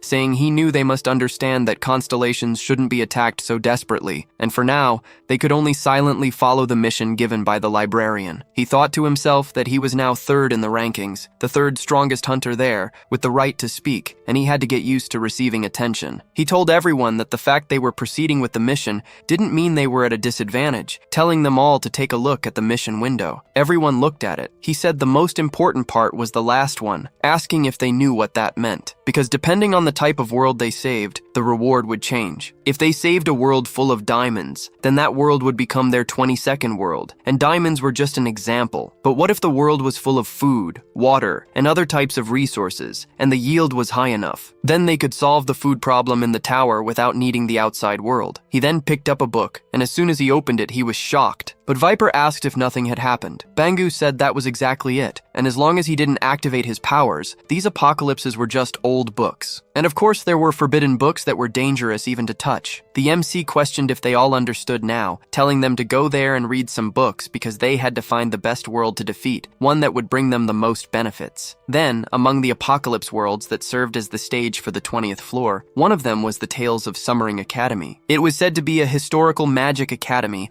a common academy where friendships, competitions, love, and envy coexisted. This apocalypse could have remained a common academy if not for the world destruction rank artifact sealed in the academy's basement. The reason for the apocalypse was that the evil lady lost her fiancé, the first prince, to a high school girl who had reincarnated twice. She then turned into a wicked person, releasing the king of great demons and causing the world to be destroyed. In summary, the story went like this. A guy approached a girl, saying his other half was there, and her name was Sylvia, talking to him. But then, someone simply blew up the academy, and out of nowhere, a demon appeared, which was incredibly unlucky, and thus the world was destroyed. The MC said that romance ended so quickly that those present weren't too angry, but anyone would be annoyed. He explained that each book had different difficulties and contents, and among them, they had to choose the ones they could complete, and that would bring them the most benefit. He then wondered, what if this were the real world, and no one paid much attention to him? The Emperor told the MC that they were acting like this because he was speaking too formally, asking if he still didn't understand how difficult it was to make those idiotic hunters listen. He was now dealing with 250 hunters,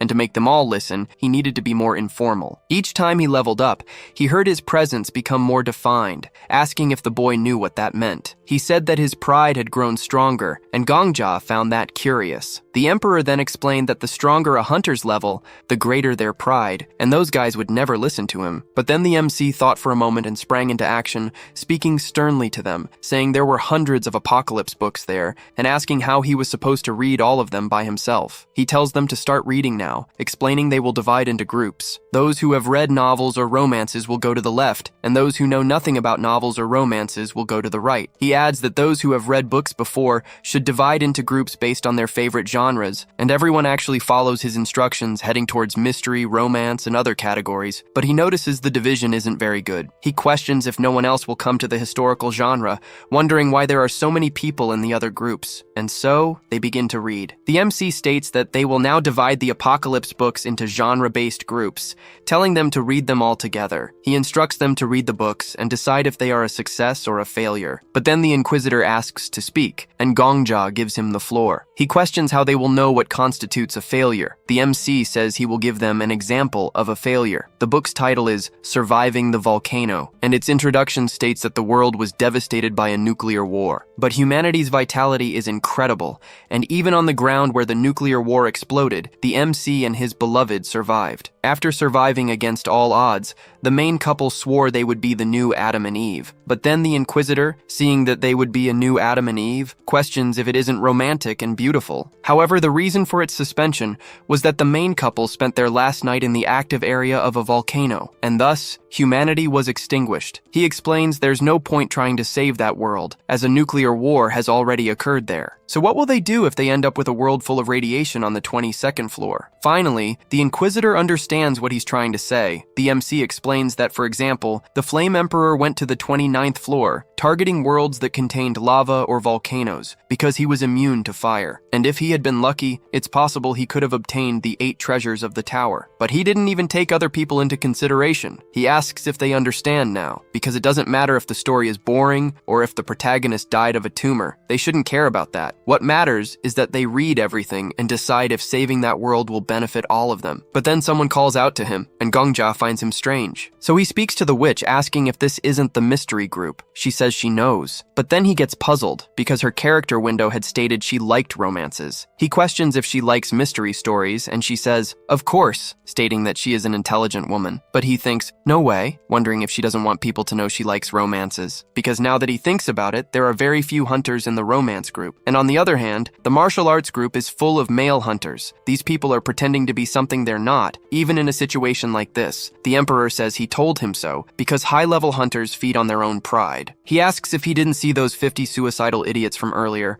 as all of them were crazy. At this, the MC speaks to the Black Witch, saying that no matter how much she wants to hide it, but then she doesn't quite understand what he's saying. He explains that he thought she was a very romantic person, saying that's what he always thought, so he was a bit surprised not to see her in the romance group. She questions if he's asking if she looks like someone who suits romance, and he says yes, explaining that's why he found it strange not seeing her in the romance group. She then seizes this opportunity and the opening Gongja gave her, saying that if he's saying it, there's no way to disagree. She states she has never read romance before, but wonders if she should take this opportunity to try a new challenge.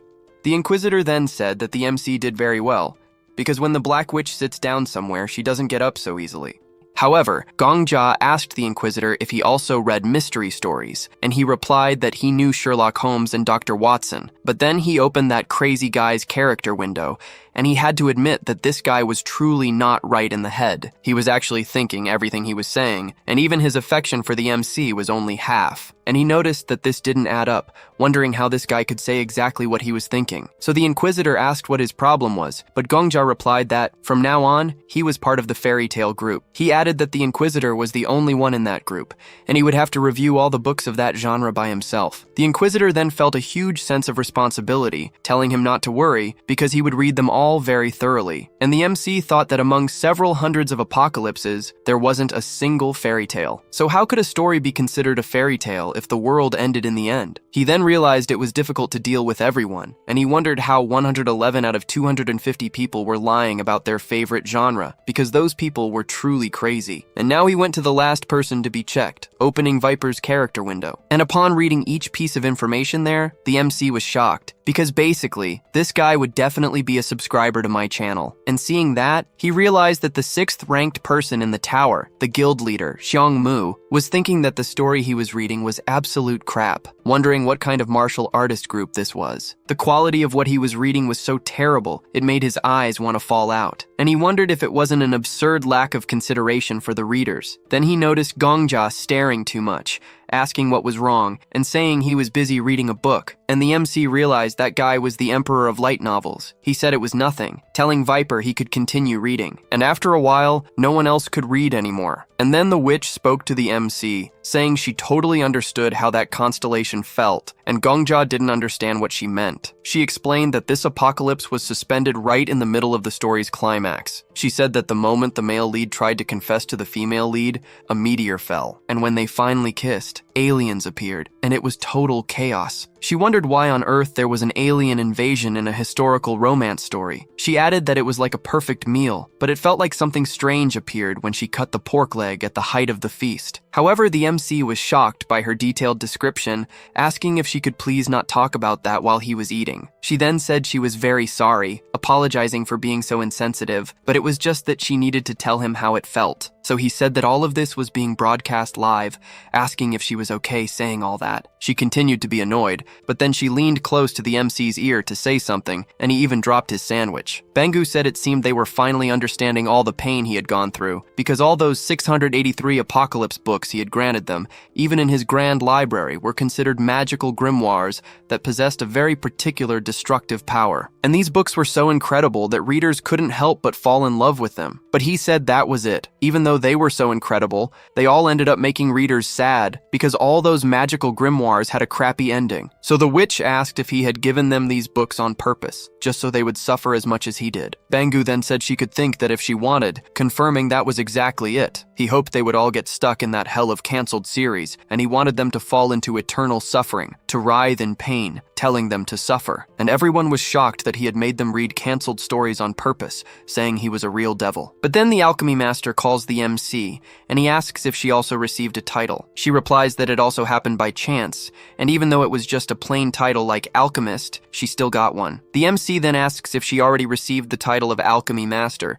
saying it's incredible, and wondering how she managed to get such a title so quickly. But she says there's nothing incredible about it, stating that she's not just being humble. A few days ago, she heard a sound saying that the item she produced helped save the world, and that's how she received her title, asking if the MC was also confused. Gongja realizes it was because of the elixir she made for him, noting that he had helped her all this time. But she says that she isn't the incredible one. He is, as it's a great honor to meet someone like him who reached 3rd place in the rankings in such a short time. The MC says he also got lucky, but the girl tells him that if he ever needs anything from her, he just has to let her know, promising to do everything she can to help. At this point, they announce that the martial arts group has finished their readings, and the romance group is also done. As for the mystery group, they finished along with the sci-fi group. The MC states that now each group must present some recommendations. Then the Inquisitor says his fairy tale group will recommend that, and even though it's the only book he has. Gongja is surprised to see that thing, and the book is titled Me and Our Scapegoat. The introduction states that humanity in this world managed to create a utopia, but a special power was required to maintain it, and the necessary power source was the screams of suffering from an innocent child. And despite being horrible, for the perfect happiness of 17 million people, an innocent child had to endure. Thanks to meticulously developed torture methods and efficient treatments, approximately 5 years' worth of screams were extracted from each child,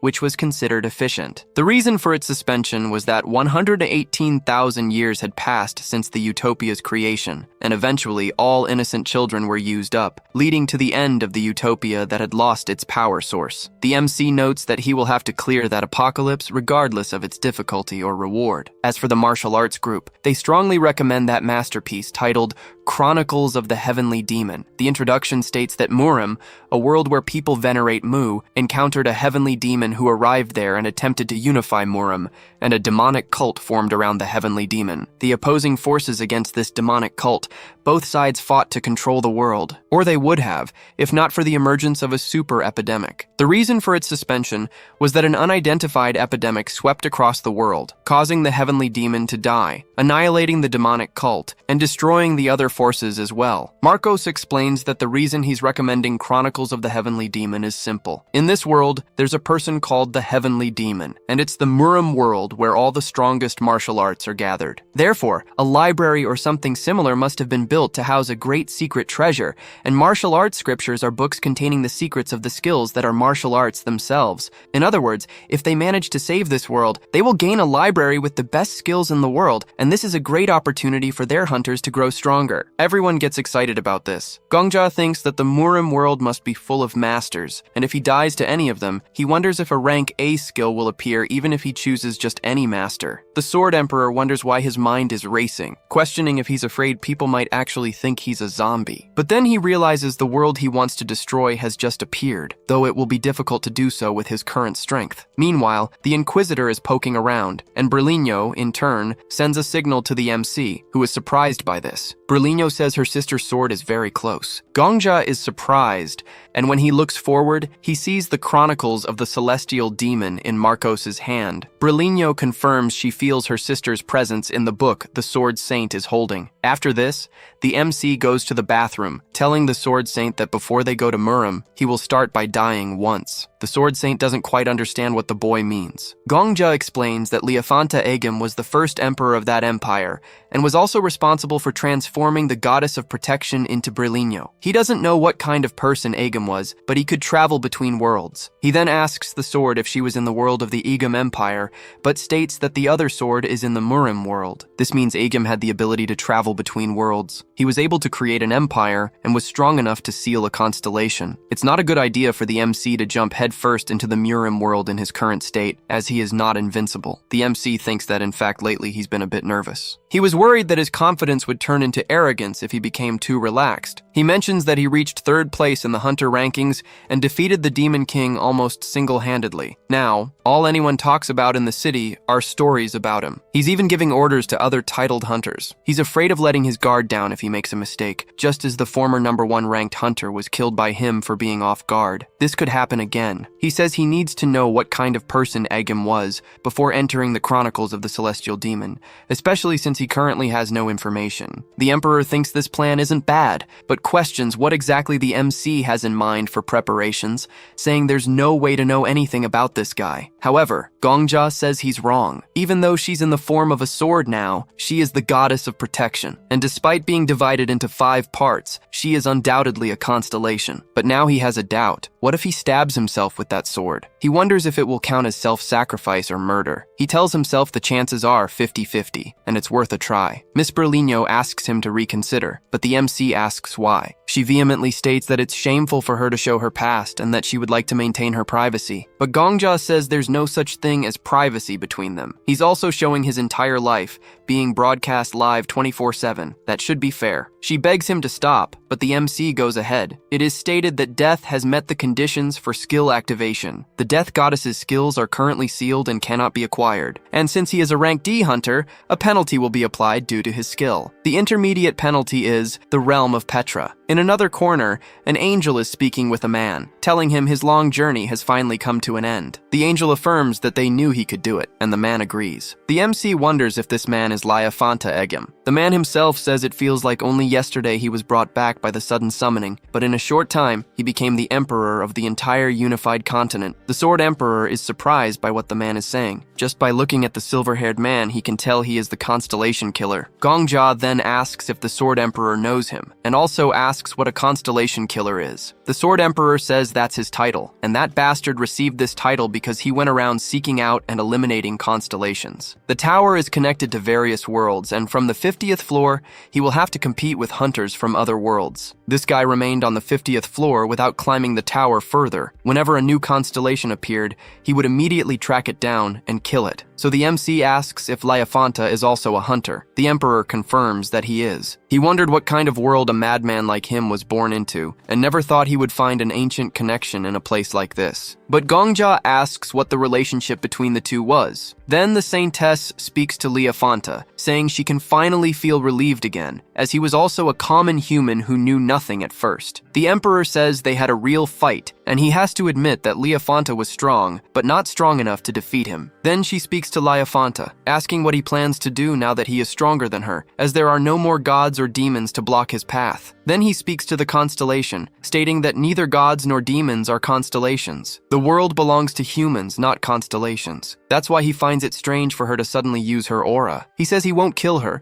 as she has helped him until now. Then he begins to break her, raising his hand over the girl, saying he will tear and seal her existence, so she will never be able to recover her powers again. She is then broken by him, and he says he's sorry, but this is the right way. The trauma reproduction is completed, and the system confirms if his ego was still maintained, and the penalty is finalized. Then he says he doesn't understand what he saw, asking Berlino why her former master sealed her. She replies that she doesn't know either, saying that Liafanta Egim, as she remembers him, was a reclusive but very just man. She states that she has no idea why he sealed her and left behind the empire he himself founded. The Emperor then says he already told him, because the higher a hunter's level, the crazier they are, advising him not to try to understand madmen, because if he stares into the abyss for too long, he might also fall into it. He just needs to become strong like him to kill all those bastards, like the Constellation Killer or whoever they may be. The MC says he will consider this advantageous just for having seen his face, and thinks the Constellation Killer will act hostilely as soon as he sees him, especially since he is carrying one of the fragments of the constellation he sealed. And so, back on the 21st floor, he thinks the hunters chose the 22nd floor after reading all the apocalypses. Because the Sword Saint personally recommended them,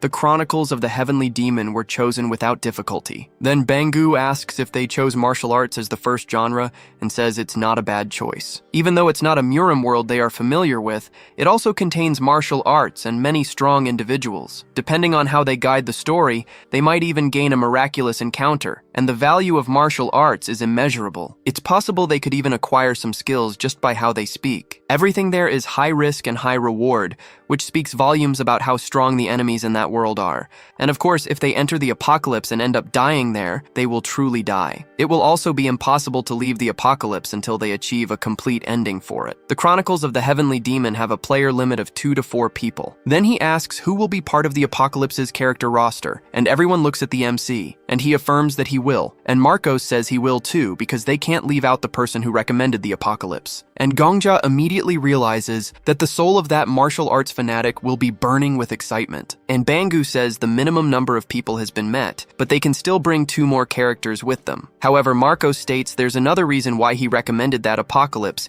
and he explains the reasons for its suspension. He explains that the last line of the apocalypse stated that the celestial demon suddenly died due to an unidentified epidemic, and consequently all other forces perished as well. And as they can see, an epidemic was responsible for destroying that world. Therefore, they also need a hunter who knows a great deal about diseases. And there's no one who knows as much about diseases as him, the king of medicine, asking what they think about him joining them. But then the emperor speaks of that man, noting that he owns Marcos's favorite pharmacy. And the emperor himself says he will handle most of the fights, and if that's not enough, the king of death will assist. So, once the king of medicine resolves the disease problem, this apocalypse will be there just for the 3 of them. Asking if the MC has anything to say, Gongja replies that he does, stating there's someone he'd like to bring with him, and he points to the master alchemist, and she is shocked that he is referring to her, and he confirms it. But the girl tells the MC that it's only been a week since she received her title, saying she's too weak, and someone like her is of no use. However, Gongja says she is the most competent doctor and pharmacist he knows, and she can't even believe what he's saying. And the MC says that, just as she herself stated before, she will do anything she can to help him. So he says that if she wasn't just saying that for the sake of it, he asks what she thinks about helping him, and he says she just needs to pay the price for having gained her title at his expense, and the girl finds it awkward to refuse him. Then they are surprised that all 4 slots have already been filled,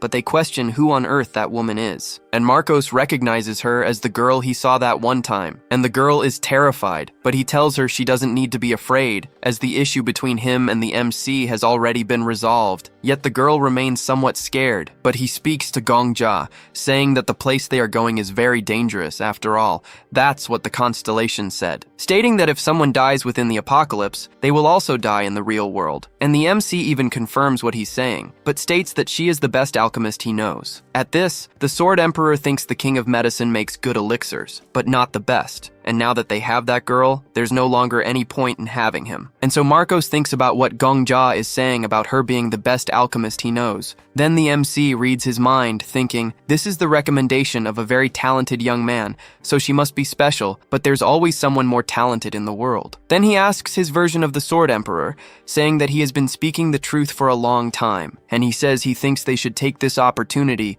to create a relationship between the MC and the alchemist and the king of medicine. And Gongja is shocked by what he is thinking, because perhaps the Sword Emperor didn't say anything due to the relationship they built, but he's still exactly the same. Gongja realizes that the Sword Emperor, and probably his version, is underestimating the alchemist in the same way they did when they last saw her. Then the old man is surprised, asking what he means by the best the MC knows, saying that's why they are novices, saying it's hilarious to see him think he's crossed a mountain when he's only stepped over a pebble, and the MC gets fed up when the old man starts talking, and he says he hates the situation because he has to feel like this young woman is his rival. Meanwhile, the alchemist looks a bit uncomfortable, and the old man starts saying that it must be because they are dating. But Marcos speaks to the Medicine King, asking him to understand because the Death King is an incredible man, and it's just that he has little life experience. But then the Medicine King questions if experience isn't the most important thing, saying that the MC doesn't even know that and pretends to know everything, stating he's ashamed of Marcos. And he's acting like he did when he earned about $1 billion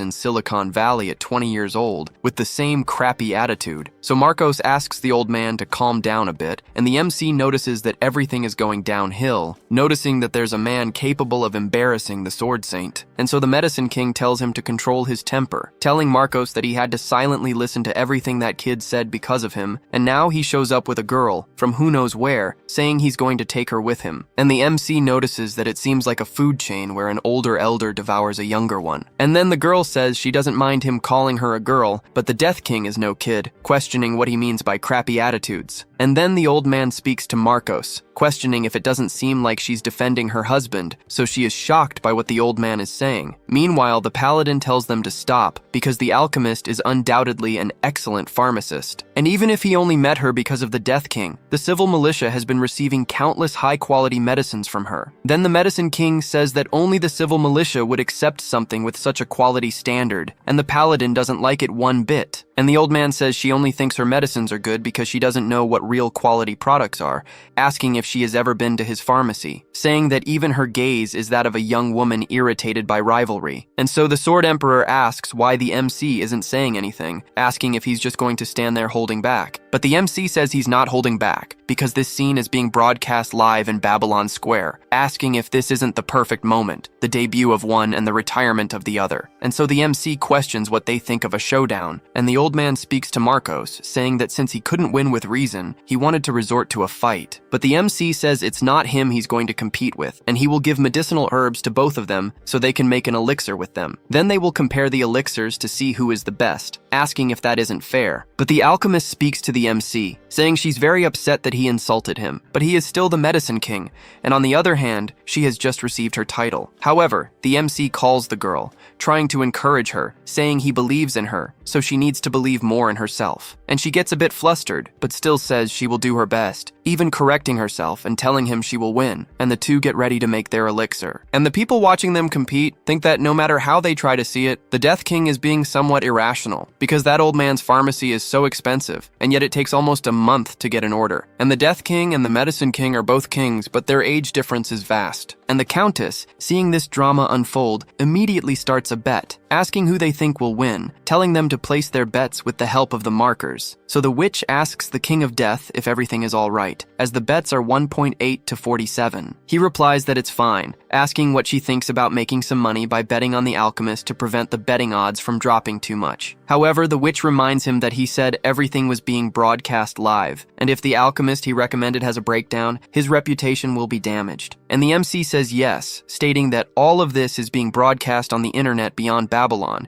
and he even feels sorry for that old man who fancies himself the king of medicine. And so the old man tells Gongja that he's finished, telling him to bow before his incredible creation. He shows a unique healing potion of unique rarity as well, and even though it has a bitter taste, drinking it will heal even the most lethal wounds. And of course, the side effects of the healing will still occur, but regardless, creating a potion like this is incredible in itself. And they are happy with that, as it's a unique healing potion, and thinking that he truly is the king of medicine, they ask what the old man thinks about selling it, and even form a line. But the girl calls out to him, saying that she's also finished, showing a potion with an even stronger glow. Everyone stares in awe at it, and the Countess even puts on sunglasses because of the potion's glow that illuminates the entire library. And that is a mythical rank strawberry soma, and its description itself wonders how it can taste like strawberry if there isn't even strawberry in the recipe, and questions what kind of effect this is. It is then stated that as long as its preservation state is good, even amputated body parts can be reattached without side effects. And the girl shines much brighter than that old man, and so she looks at that thing in his hand with utter disdain, asking if that's the elixir he made. As she looks at it, she treats it like trash, returning it to him and asking if that's all. And the MC, looking at her, wonders if she is the type of person who becomes infinitely stronger when she believes she has an advantage. And she tells him, not believing that his elixir-making skills are that bad. But the old man wonders if she's just that lucky, but the girl doesn't even believe it, and he says she just got lucky, and that's why all young people are like this, saying it reminds him of when he won $1.7 billion in 10 minutes on Wall Street and thought it was all because of his skills. Then the girl asks if he wants to try again. He then questions if she's okay with it, as the goddess of luck never smiles twice. So they try again, but the old man is humiliated once more, and he then says that the goddess of luck doesn't smile thrice. He is humiliated again, and the old man tries one more time, saying that the goddess of luck won't smile 4 times. But then Marcos tells the king of medicine to stop this, as his image is terrible now. But he starts saying that he cannot accept this, because this time he is sure his experience will crush that rookie, and asks if Marcos isn't seeing, because this is his cinematic journey to victory. And Marcos tells her he's sorry, acknowledging that she is truly the best alchemist,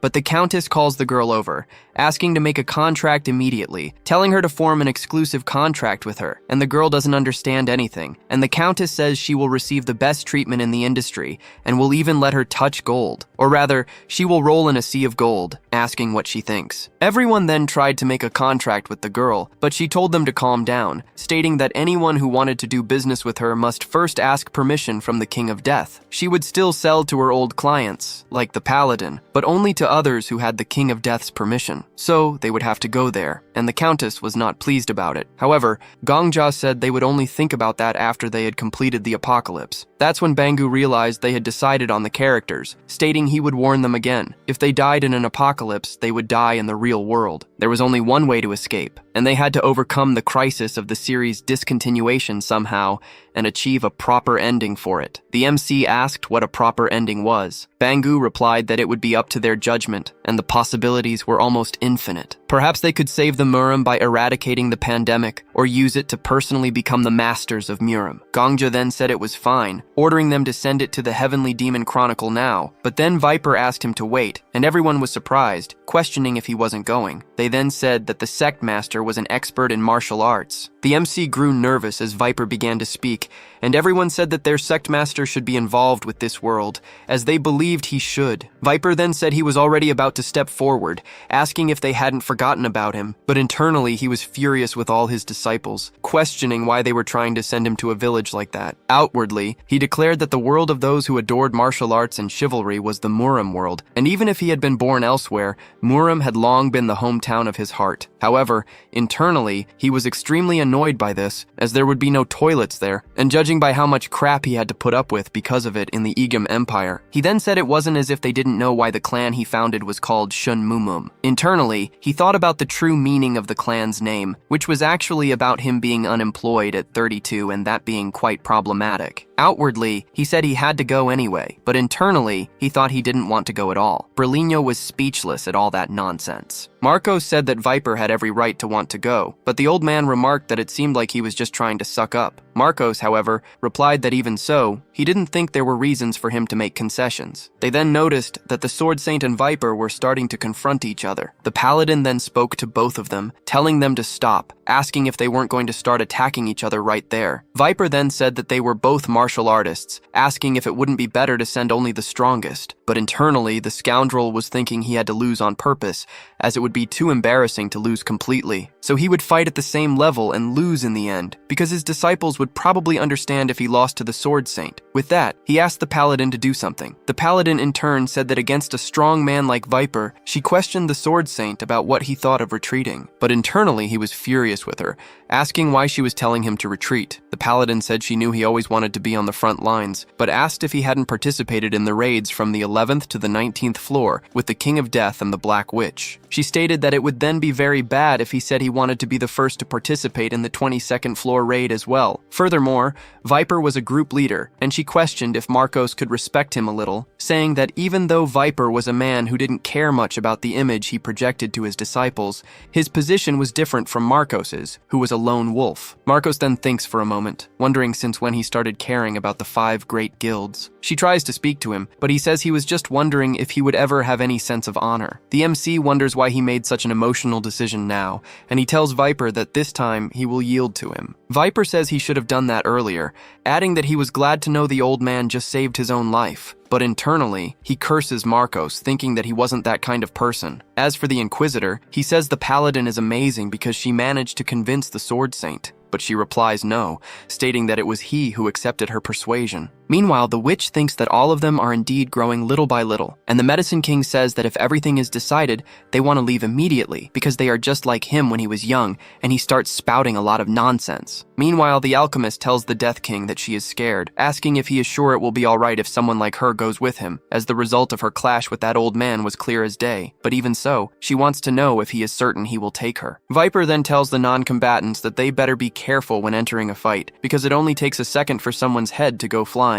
but internally he thinks he didn't want to, asking the Sword Saint to switch places with him. Meanwhile, Bangu speaks to the four, sending them there, stating that he names them as the 4 new characters of the Chronicles of the Celestial Demon. And when they open their eyes, they will be in the world 10 days before the discontinuation of the Chronicles of the Celestial Demon serialization, adding that he looks forward to the wonderful ending they will achieve. It is said that, in this generation, the martial arts genre was already in decline. In an era where all serious things were ridiculed, there was no room for martial arts. It was a declining genre, a declining world, and it was snowing there. And when they arrive, they immediately feel the cold of that world. Gongja tells them to release their auras to protect their bodies, but the 2 doctors say they haven't learned how to use aura, and the old man says he's going to freeze to death. So the MC tells Viper to take care of the Medicine King, then he picks up the old man and puts him on his back, and the old man says thank God he will survive. As for him, he picks up the Alchemist, and she is surprised. Then Gongja asks her to give him her hand, and when the girl touches him, she even thanks him, but says it makes her a little embarrassed. However, he says he is also shy,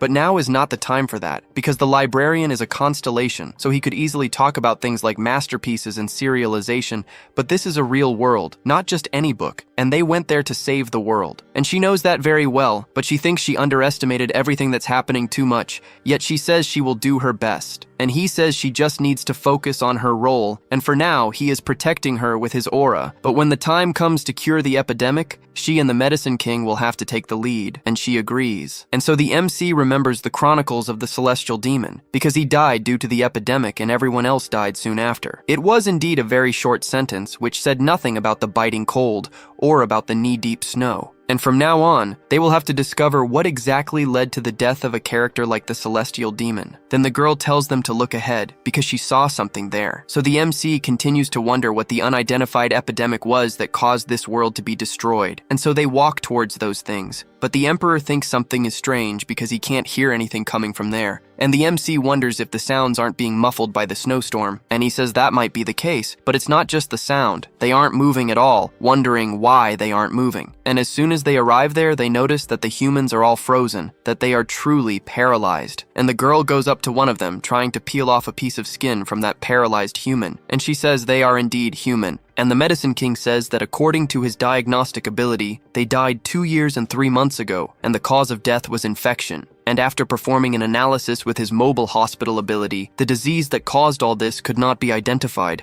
and he finds that strange. Then he notices that the causes of death are all the same, but it wasn't hypothermia. They died from some disease, so they should all be lying on the ground, but they are all standing, and he thinks it's very strange. However, the girl says that it's very likely someone brought them there on purpose. And even though the causes of death are all the same, the dates of death are different, with some dying 2 years ago and others 3 years ago. He can only imagine that someone moved the bodies on purpose, and the MC wonders if this is some kind of cemetery, but Viper doesn't agree with that, because from a distance it looks like the Terracotta Army, Qin Shi Huang's army, who famously created an army of clay soldiers. And the MC then opens the character window of one of them, but there's nothing written there because in the dead person's thoughts is the word light. And the MC is surprised that this is a dead person's character window, thinking that perhaps light was the last thing he thought before dying. But they think that if this is a cemetery, why was it built this way? Because all those people have weapons hanging from their waists, and the MC ends up noticing something, seeing 2 other people talking nearby. And one of them says that the Celestial Demon sect ends today, and the other says that even a dog would laugh if it were passing by and saw this. As long as she is alive, the Celestial Demon sect will also live, speaking to Bo Wosung, saying that he should be the one bidding farewell to the Murim world. But he tells her that the bloodthirsty ghost squad that her sect is so proud of already had their heads severed by the blade of his axe. And even those damn demonic elders had their heads severed and are now all dead. And he says he has 500 Murim martial artists following him, asking what kind of magic she could use to stop him. But she retorts that he's talking about magic to an old man, and tells him that the bloodthirsty ghosts are only absent for a while because they received a secret order from her, and the MC tells them to approach in silence. And she continues arguing with Bo Wosung, asking where are all the pillars he's so proud of, because the group that was once recognized as the leading faction of Murim is now nothing. And he says that's none of her business, because they scattered across the world after receiving his secret orders. Then she continues saying that they had 6 secret orders, and he gets furious. So they continue arguing, and no one understands anything until they start preparing to fight and draw their weapons. In reality, their weapons are 2 wooden sticks. Then she speaks to Bo Wosung, asking where that jade axe he's so proud of is. She asked why he was holding that small piece of wood when its only real purpose was to firmly grip that axe. The old man became flustered, telling her to shut up and asking where she had thrown her blood-full demonic sword to now be fighting with a mere wand like that. She replied that was harsh, stating that this was a wooden sword she had carved herself and the 1,000-year essence of the demonic sect was contained within it. She had personally named it the Heavenly Demon Blade. But the old man asked if she had given that small piece of wood the name Heavenly Demon, and she questioned why she wouldn't, leaving both of them feeling awkward. The old man then said that, even so, Heavenly Demon Blade was a bit much, asking why she didn't use something more appropriate, like Piontai. She questioned if that didn't literally mean wand, but he retorted that it was indeed what she had in her hand, speaking to that crazy woman. She then said that since he insisted, demonic wand sounded good enough. But the old man freaked out, noting that everything for her had to have demon in it, asking why they put demon in the name of everything. He listed that there was already the bloodthirsty demon, the demonic sword, the flame ghost demon, the moon shadow demon lord, and even the name of those guys' group was the 4 Demon Lords. But she questioned if that wasn't somewhat elegant, to which he replied he couldn't believe they were once considered the strongest. But then they noticed something approaching, and he asked her if she hadn't been confident that the weather would be clear today. But she replied that divination sometimes fails, asking how she could see beyond the heavens. The two continued arguing, but other things arrived nearby and she told him to shut up, ordering him to prepare for a fight, as she was already losing all the energy she didn't even have. Just then, the alchemist questioned what was happening so suddenly, and Gongja said he wasn't sure. But as they watched, she felt a chill down her spine and fear, and when they looked back, someone appeared. At that moment, the MC thought of the Murim,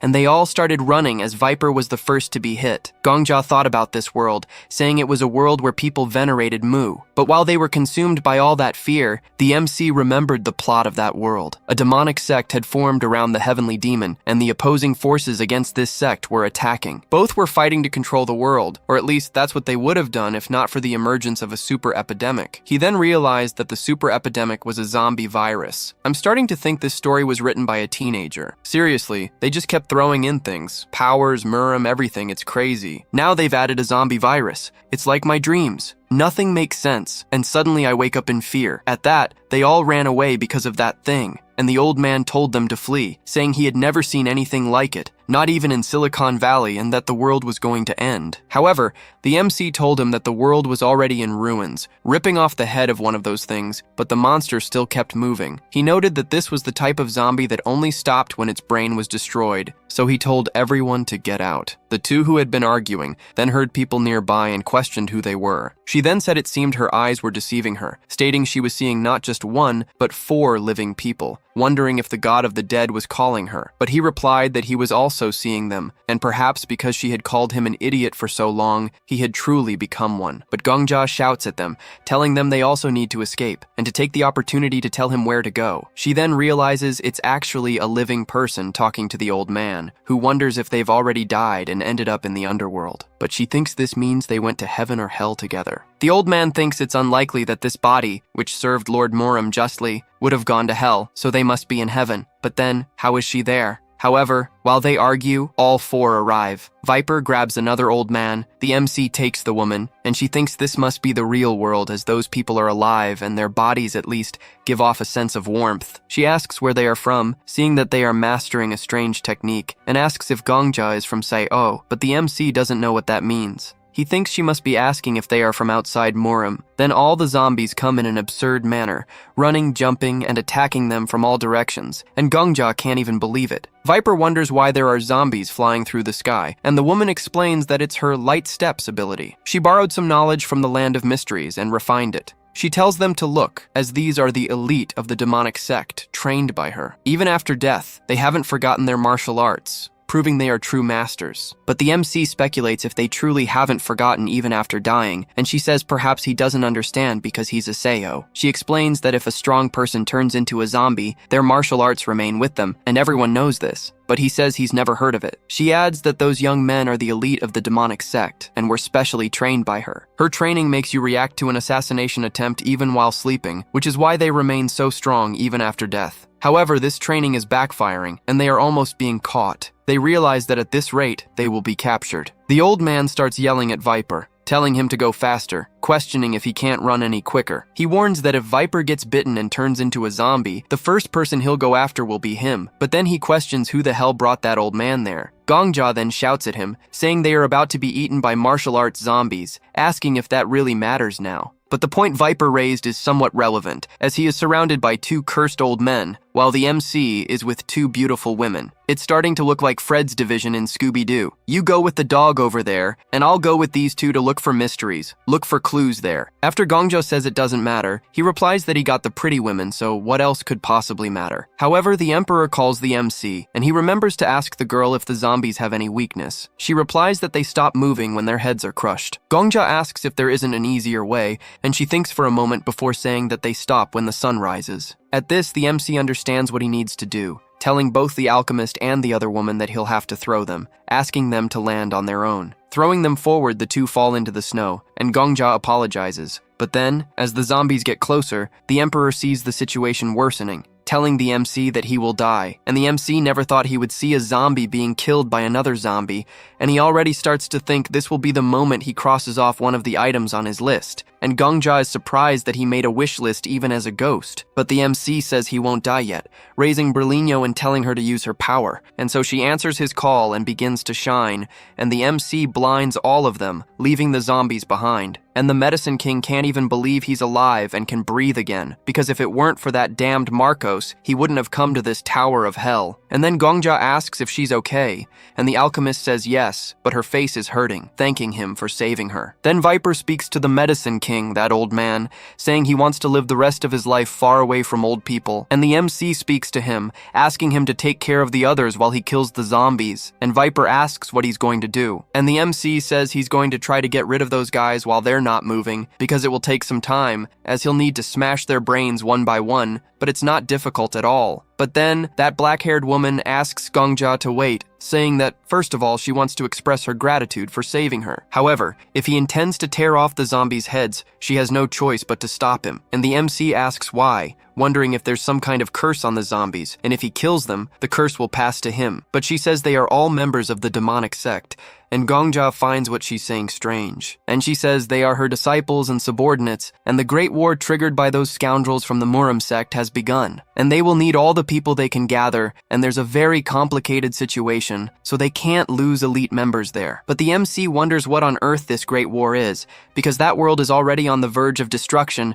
and there shouldn't be any forces to start a war. But then he remembers that constellation, saying that when they open their eyes, they will be in the world 10 days before the discontinuation of the Heavenly Demon Chronicles series. And Gongja remembers that they only have 10 days until the end of that world. Then that woman speaks to the old man, but he says that he, the Murim Lord, master of the Murim sect, is named Namgung-un. And the woman says she has been in the Great War against that old man for 3 years, and 989 days have passed since the war was declared. And that old man and she swore on their names that they would only leave when one of them declared defeat. And even if all the disciples of the demonic sect have turned into zombies, they are still members of the sect. And if they continue to use martial arts, they are the servants she has to take care of. So the MC must not kill them. She says that if he wants to kill someone, he should choose those wearing monk's robes. But the old man says he can't believe this, asking how she can speak like that about the servants of the Murim sect, asking if she didn't make a promise, saying they would end that great war of good and evil without laying a finger on the zombies. But she says that promises were made to be broken. Then the two start to argue, and Gongja says that the world is destroyed,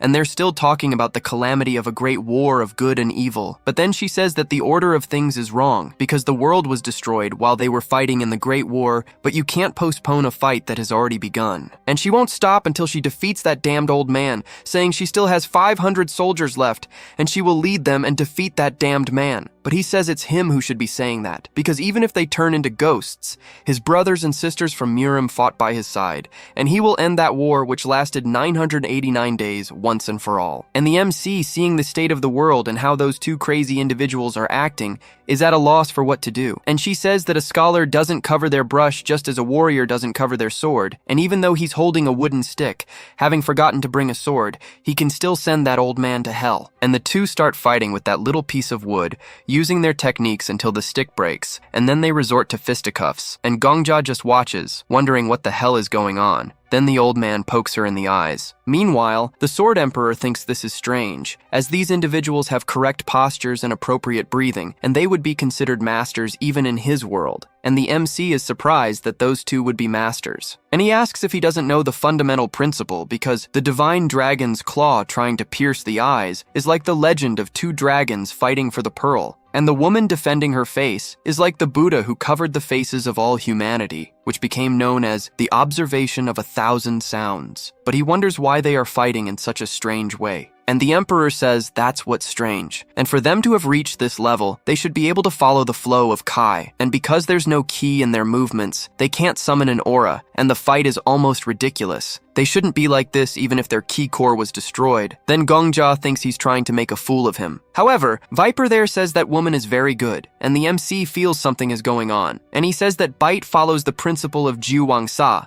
and that arm strike follows the principle of Wun Liang. And the Sword Emperor says this guy is legitimate, a true warrior, and tells Gongja that unlike him, he has eyes that can see everything. But the MC tells him to open the character window. Then Viper thinks that if he were to analyze it with his unbeatable skill over the heavens, he would say it's correct. And the explanation for those movements could be described as, it's good to be born, from the quanta or whatever, along with a bunch of other things. And he continues to say a lot of strange things, treating them as if they were characters or even teenagers in a show. Even Gongja is disappointed, and the Alchemist questions if that's really the case, as they just look like two children fighting. And Viper says that if everyone could see the grandeur of it, what would be the difference between being a master and a disciple? But Viper continues to think to himself, wondering how many skills those two possess, because at this rate, they will end up surpassing the Sword Saint. And he feels he will evolve just by watching them, and he will have new things to teach his disciples when he returns. And the MC thinks there are many paths to reach the same answer, as Viper was thinking, and that is the essence of martial arts. Then the Emperor thanks him. But the old man there says he's going to freeze to death, calling out to the two, asking how long they're going to keep fighting, questioning if they don't see them there. And the old man says it's been a while since they've had visitors,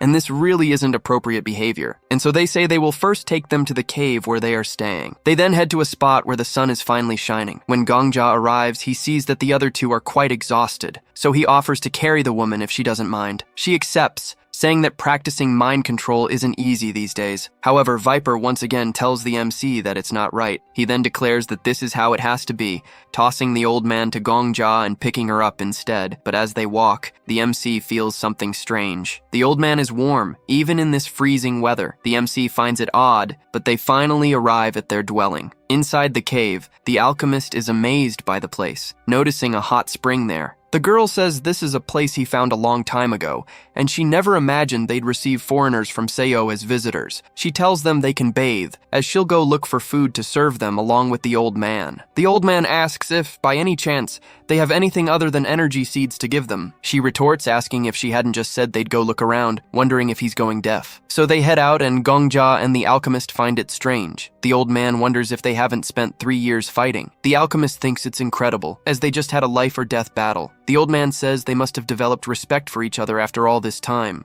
But he starts talking about how warm the place is, saying he was very embarrassed to have clung to a man like that when he first arrived in this world. He tells Viper to leave him alone now, but Viper keeps questioning how the Sword Saint could become friends with someone like him. The old man gets annoyed. Then they bring some food for them, apologizing that they have nothing else to serve. These are energy seeds, and they tell them to eat as much as they want. In the past, they used to go hunting frequently, but now there are hardly any beasts left. The MC says it's no problem, thanking them for their hospitality, but as soon as they put that stuff in their mouths, the two of them almost freak out. The alchemist asks if they've been surviving solely on this. The woman replies that it's almost true, so she asks how long they've been doing this, and the woman says it's been over 2 years that they've only eaten seeds. The alchemist thinks this is ridiculous, as one can't get the necessary nutrients to survive on just that. But the woman says she doesn't know what the alchemist means, but the seeds are still edible. But then the old man says he can't take it anymore, stating that they don't even have the energy to cross the snowy fields after only eating this. He adds that they aren't thinking about their bodies. And just like when he was younger, he starts making real food, saying there's nothing exceptional about it, but they should eat. He tells them they need to eat while they're still young, preparing a feast. But Nam Gung-un tells him that he's already over 1,000 years old, and the old man is surprised, asking if they've eaten some kind of youth elixir. He then says that since they are so old, they should eat as much as their age, and that way their bodies will get stronger. Gongja gulps down the soup, tasting each dish and finding it wonderful. The alchemist says it's delicious, and the girl also says it's truly the most delicious thing in the world, asking if he's by any chance the imperial family's chef. As for Nam Gung-un, he says he's eaten many dishes in his life, but it's the first time he's tasted something like this. The old man explains that it's because he earned 3 Michelin stars as the owner-chef of his restaurant when he was in his 50s. He adds that if he had a decent stove instead of what they have, he would have made something that would make their stomachs explode. But Viper asks why a great man like him came to the tower. The old man retorts, asking if it should be forbidden for someone like him to go there, saying that damn Marcos is there too. Michelin asks if he knew the sword saint in the outside world. The old man replies that Marcos was just a damn son of a magnate family. Compared to him, a poor loner who made his own name in Silicon Valley, it's too much. That old man ran out of luck in recent years and came to the tower with a sword. After eating, the woman remarks that the strange-looking dishes and the sheer abundance make her wonder where these children are from and why they came here. She asks if they, by any chance, have found a cure for the zombie disease. The MC looks at the alchemist, who replies that they haven't, as they are also searching for one, and thus she loses hope. She explains that all the doctors in the region tried to cure it in a hurry, but it was in vain. Even the masters of the Tang sect, experts in poisons, were infected, but nothing would be different even if they were here now. But the MC asks if she truly believes there's no cure, and she apparently has already lost hope. But the MC says that he doesn't mean to boast, but she just saw the result of their cooking,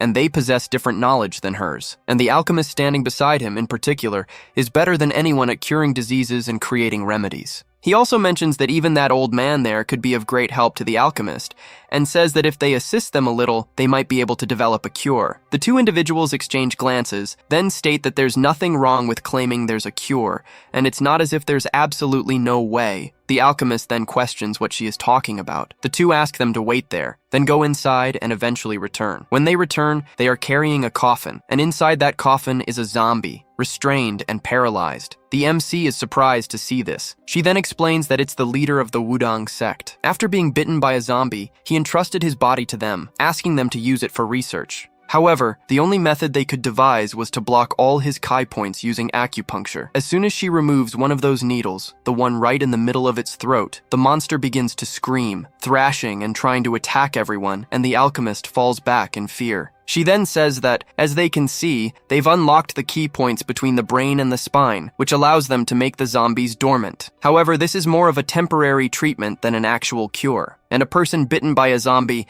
is destined to have their Kai points and vessels filled with corrupted energy. This corrupted energy cannot be repelled, no matter how much Kai meditation one performs, whether it's a cultist with demonic ki or a monk with pure Kai. Once someone is bitten, it's over. Their entire body becomes hot, as if burning. Soon after, you turn into a zombie. The old man says he believes that Shaolin monk lasted the longest, as he managed to retain his mind for a year after his arm was bitten, but that was a major exception. Even the best martial arts masters barely managed to last more than 2 weeks. She then speaks to the foreign youths, asking if they truly believe they can find a cure. Both the alchemist and the medicine king aren't entirely sure if they can. She then says it's all right, as it was already a blessing from her mother that she managed to find other living people, when she thought they were the only 2 left in the entire world. The old man says he will prepare a place for them to sleep so they can rest for now, as they can discuss this tomorrow morning. So as they head to sleep, the old man talks about Marcos, saying that if he leaves like this, he will be eternally furious. Everyone then falls asleep, while the old man continues to speak. But the MC is awake, and so the emperor asks why he isn't sleeping. Gongja replies that there's something he needs to see, and the emperor simply watches. And so, during the night, the MC pretends to be asleep, and the two approach. Nam Gung-un says it seems they can now seize the opportunity. The MC instantly opens his eyes and sees that the two are in the water. Nam Gung-un then questions what he's looking at, as he thought the MC was sleeping, and the girl already seemed to know this. She says he has sharp eyes, asking when the MC realized. He replies that he thought something was off since the first time he saw them. Even though it was extremely cold, they were wearing thin clothes, and it was so cold that one could freeze to death if they didn't envelop themselves in aura, or rather, in kai. This means they had been enveloping themselves in kai to protect against the cold. But how could people so talented in kai control end up exhausted from fighting like children? The only explanation is that they were concentrating their ki on something else. He discovers that the two were bitten, and as the leaders of each faction, they managed to suppress the corrupted energy with their immense ki, asking if he's wrong. The girl then stands up. Namgung-un tells her she can't do that. She replies that it's fine, as they've already been discovered, telling the boy that he's right. She and the old man were bitten 3 years ago. But to make things clear, there's one thing he didn't quite understand. She says they aren't suppressing the corrupted energy. They are blocking their spinal ki points with their own ki, completely blocking the corrupted energy. The emperor then questions, "What do you mean?" as they are using ki telekinesis. He asks Gongjia if he has ever heard of the flying ki sword technique. He replies yes, asking if it isn't a technique where one can make a sword fly by enveloping it in ki. He explains that blocking their spinal ki points with ki means they are paralyzed from the neck down, and now they are moving their own bodies with ki, just like using the flying sword technique. From their heartbeats to their breathing process, and the movement of every joint and muscle, they are controlling each of these things with kai. Essentially, they are using the flying ki sword technique 24 hours a day, and it's no surprise they get exhausted after taking just a few steps. And these guys are truly insane, my friend. The guys from Nanomachine were surprised that the MC could control about 80 or 100 swords. Imagine controlling every process of your body to stay alive for 3 years without stopping for a single moment. Simply put, these two are completely absurd. The girl then says this is how they've been stalling the great war between the sects, and it has been like this for all these 3 long years. The heavenly demon remembers people from her sect speaking to her, saying that things cannot continue like this, as half of the Blood Guard has been destroyed, and the elders have already scattered everywhere after learning they would enter the Murim world. And now is not the time for them to fight with the leader of the enemy faction, saying that this might be the greatest crisis their sect,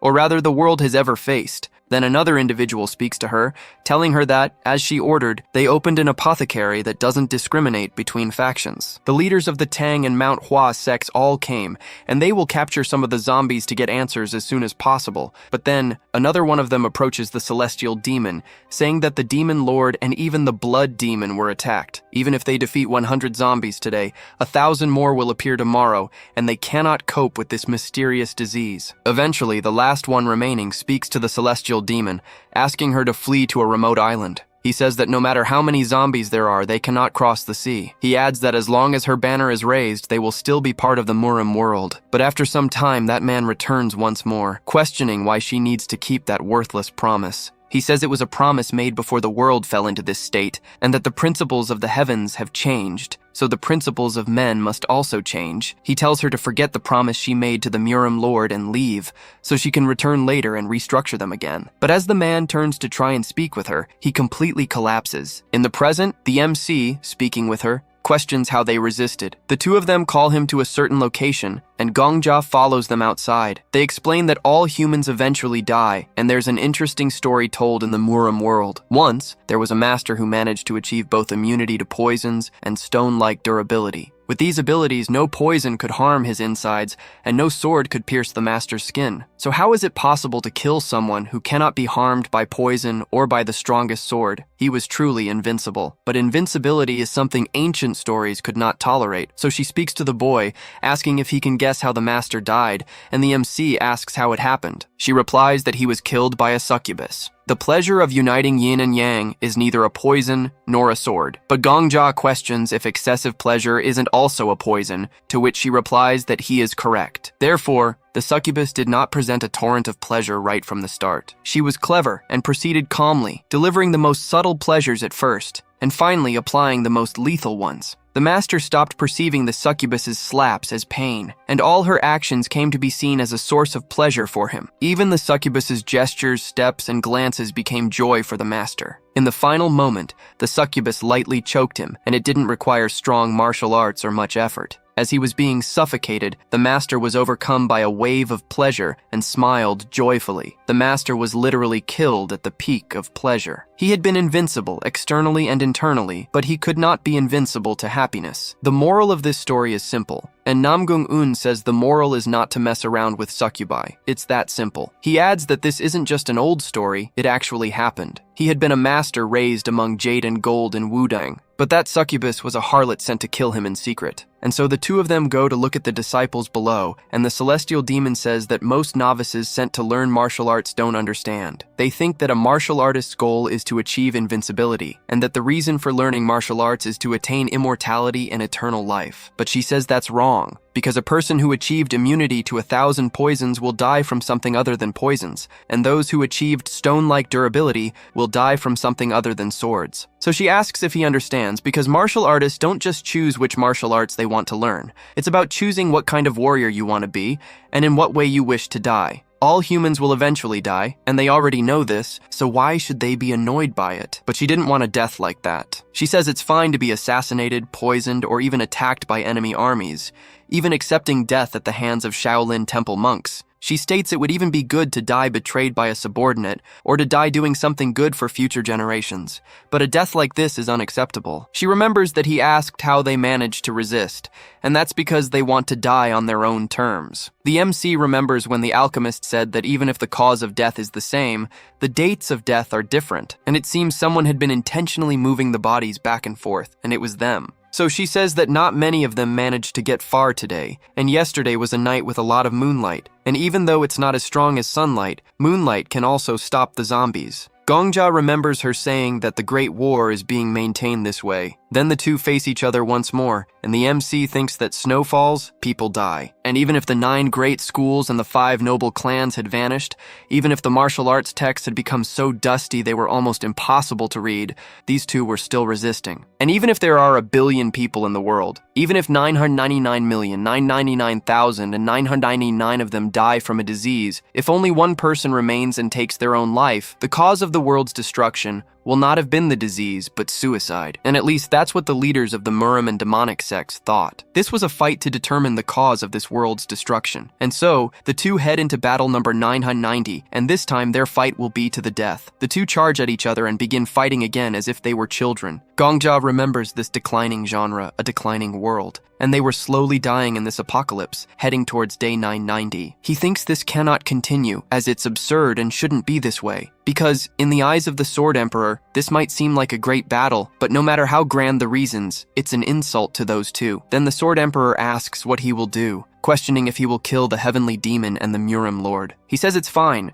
as this could be a gift of mercy, but he shouldn't forget that those two are just strangers, and the MC says he knows this because that's not what the two of them want, and if they have to die, they would wish to die at each other's hands, and he says he will end this world in his own way. And so, as evening begins, they return there, and Gongja follows them. And Viper asks where they were, and the alchemist says they were observing the patient that day, and yesterday was a very busy day. The MC asks if they've made any progress, and the medicine king says not yet. Then the heavenly demon says they will rest for a bit, telling them they can make themselves at home too, and Gongja agrees. So he speaks to the alchemist, asking her to be honest, inquiring how long she thinks it would take to find a cure. She says that honestly it would take at least 120 days, but the old man says it will actually take 2 or 3 times longer than that, because the schedule for this kind of thing needs to be generous, and even then they will never have enough time. The MC says yes, that's true, and that's the worst case scenario. So he realizes it's about 100 days at best, and around 300 at worst. And she says that in reality, even with all that time, they might not achieve anything. The facilities and environment there are poor, and she's very sorry. She says he trusted her and brought her there. But Gongja remembers when Bangu said they would only have 10 days. She says it's impossible to achieve a cure within the predetermined time. However, the MC says that's enough, telling her not to worry because he will resolve the time issue, instructing her to continue researching non-stop. He asks if she remembers the words he spoke when they fell into this world. He says this isn't an ordinary book, it's a real world, and they are there to save it. He states that his words are still the same as yesterday, and the time limit is before them. If they don't break through this stage, they might never escape the apocalypse. He asks her to please set aside any thoughts of doubt, saying he will do his best in his role. She then asks him to please show her his best as well. She is surprised by his resolve, asking him to set aside his doubts, The MC then promises her that all other problems will be resolved, asking her to trust him and just keep working. She then tells Gongja that if it weren't for him, she would be doing odd jobs in the slums, all her equipment stolen, and honestly, she doesn't know what she would have done. She says she wants to repay him for what he did, and that's why she will focus solely on developing the cure. However, when she's focused on work, she can't pay attention to her surroundings and probably won't be very polite. Still, the MC says that's not a problem, telling her to please show him her skills to the fullest, and she agrees. She asks the old man to help her with all his strength from now on, and he is surprised by this. He says there's order even in cold waters, superior and inferior, asking how a beginner dares to ask the king of medicine for help. But then she opens her skill card. He then questions if she's trying to show off her skills to him, saying that younger people think skills are everything. He says she doesn't know what true skills are, but she tells him he can look at what her skills are. He is surprised, asking if she's going to reveal her skills to a rival, then asks if she's gone crazy. But she asks if he prefers her not to show them, saying this skill is called ambulatory hospital, and everything from blood tests to electroencephalograms can be done in real time, and she can also use the medicines she stored beforehand. However, there's a 2% chance of diagnostic failure, and that is the life diagnosis, which shows the patient's conditions at a genetic level. By combining the two skills, she can minimize diagnostic failures. But then he asks her to wait, questioning why she's showing him her skills, and says that if she exposes this to the alchemy castle or her business partners, she's lost. But she says he can do whatever he wants. However, he must help her until she can put together a treatment. But he keeps asking why she's asking him for help. But she says it's because she needs him to speed up the development time, even if it's just by 1 day. She asks if he doesn't hate looking at her, assuming he's thinking this young woman knows nothing, and it must be irritating to see someone as talented as her. She says that the days she will live in the future are longer than his, and knowing that, and also knowing she will be admired for longer than him, must drive him crazy. And if he helps her this time, she will give him all the medicine recipes she has made so far, and she won't go around saying the recipes are hers and he can use them. But then he slaps the girl's face, knocking her glasses away and curses at her. But she merely says she will analyze the zombie virus. He then says she will discover that there is a heaven above heaven. But then she tells him to please do what she's asking. He then says the day will come when her pride will be crushed, and she will be just another rotten corpse. But she doesn't care about that, telling him to just do what she's asking. She says she will write down everything she needs and give him the list. After much discussion, the two finally agree, and they sit near the body. As they focus, she tells Gongja to leave. She says the sound of his breathing distracts her, and it's very, very unsettling. The old man then tells him to go and get 6 more zombies while he's out, saying he needs more samples. A child, a young person, and an elder, each of 2 different genders. And if there are any medicinal herbs, he needs him to collect those too. So the MC tells them to leave it to him, as he will do it, and they all leave. From outside, the two of them reflect on the difficulty they're having with that body, wondering how many zombies have spread, and so time passes, as the MC goes after the zombies, catching several of them and bringing them back. Gongja says that a week has passed since they arrived in the apocalypse, until one day the strongest blizzard they had seen so far arrived. The celestial demon says they cannot go out today, explaining that it's normal to see days like this. In fact, they were lucky that the past few days were sunny, and in the worst cases, snow fell for 30 consecutive days without a single ray of sunlight, so they couldn't go out. The MC then assumes that the zombies will continue to move, realizing that if they go too far, they won't be able to rescue them. She says that in that case, there's nothing they can do. They've lost them. And 3 years ago, her school's power reached 1,000 men, which is almost the same number of men the old man took to his sect. But as time passes, the zombies go so far that they cannot be found. And Gongja thinks that must be the scariest thing, but she doesn't quite understand. He talks about waking up, going to the fields, and discovering that the zombies have vanished somewhere. However, she asks him if he really thinks she would be scared, and he says yes. He thinks so. She says that indeed the world has been turned upside down, because in the past, a man who spoke like that wouldn't keep his head. She tells him he should consider himself lucky that the world is destroyed. But he says that the celestial demon and the Murim lord are masters, and they are so good at martial arts that it would be ridiculous to compare them to him. However, no matter how skilled they are, their ki is not infinite. He questions what she will do when her ki runs out, as they are blocking their spines with Kai and their heartbeats, breathing, and general movements are also controlled by Kai. No matter how strong they are, it will be impossible to continue this forever. He says he will ask again, questioning what will happen when their ki runs out. She doesn't even answer, saying he is truly wise, and so he assumes she doesn't have many days left. She says she will correct what he said, telling him he perceives things very quickly. At this, The MC wonders why the world of the Celestial Demon Chronicles was destroyed, because if you stop to think about it, you'll see that it was something incredibly simple. Gongja assumes that when their ki runs out, it will be impossible to keep moving. And she says yes, only 3 parts will remain. The heart, lungs, and upper limbs, and everything else will rot. So the MC says she must already know. She says the Shaolin monk lasted for another year. He hid in his own quarters, sitting cross-legged, and shortly before the end, his entire body, with the exception of his face, was black and rotten, just like the zombies, and a single word was left as his testament, Amitabha. She says he asked if she was afraid, and she admits she is very afraid. She's afraid of running out of Kai, afraid of becoming exhausted,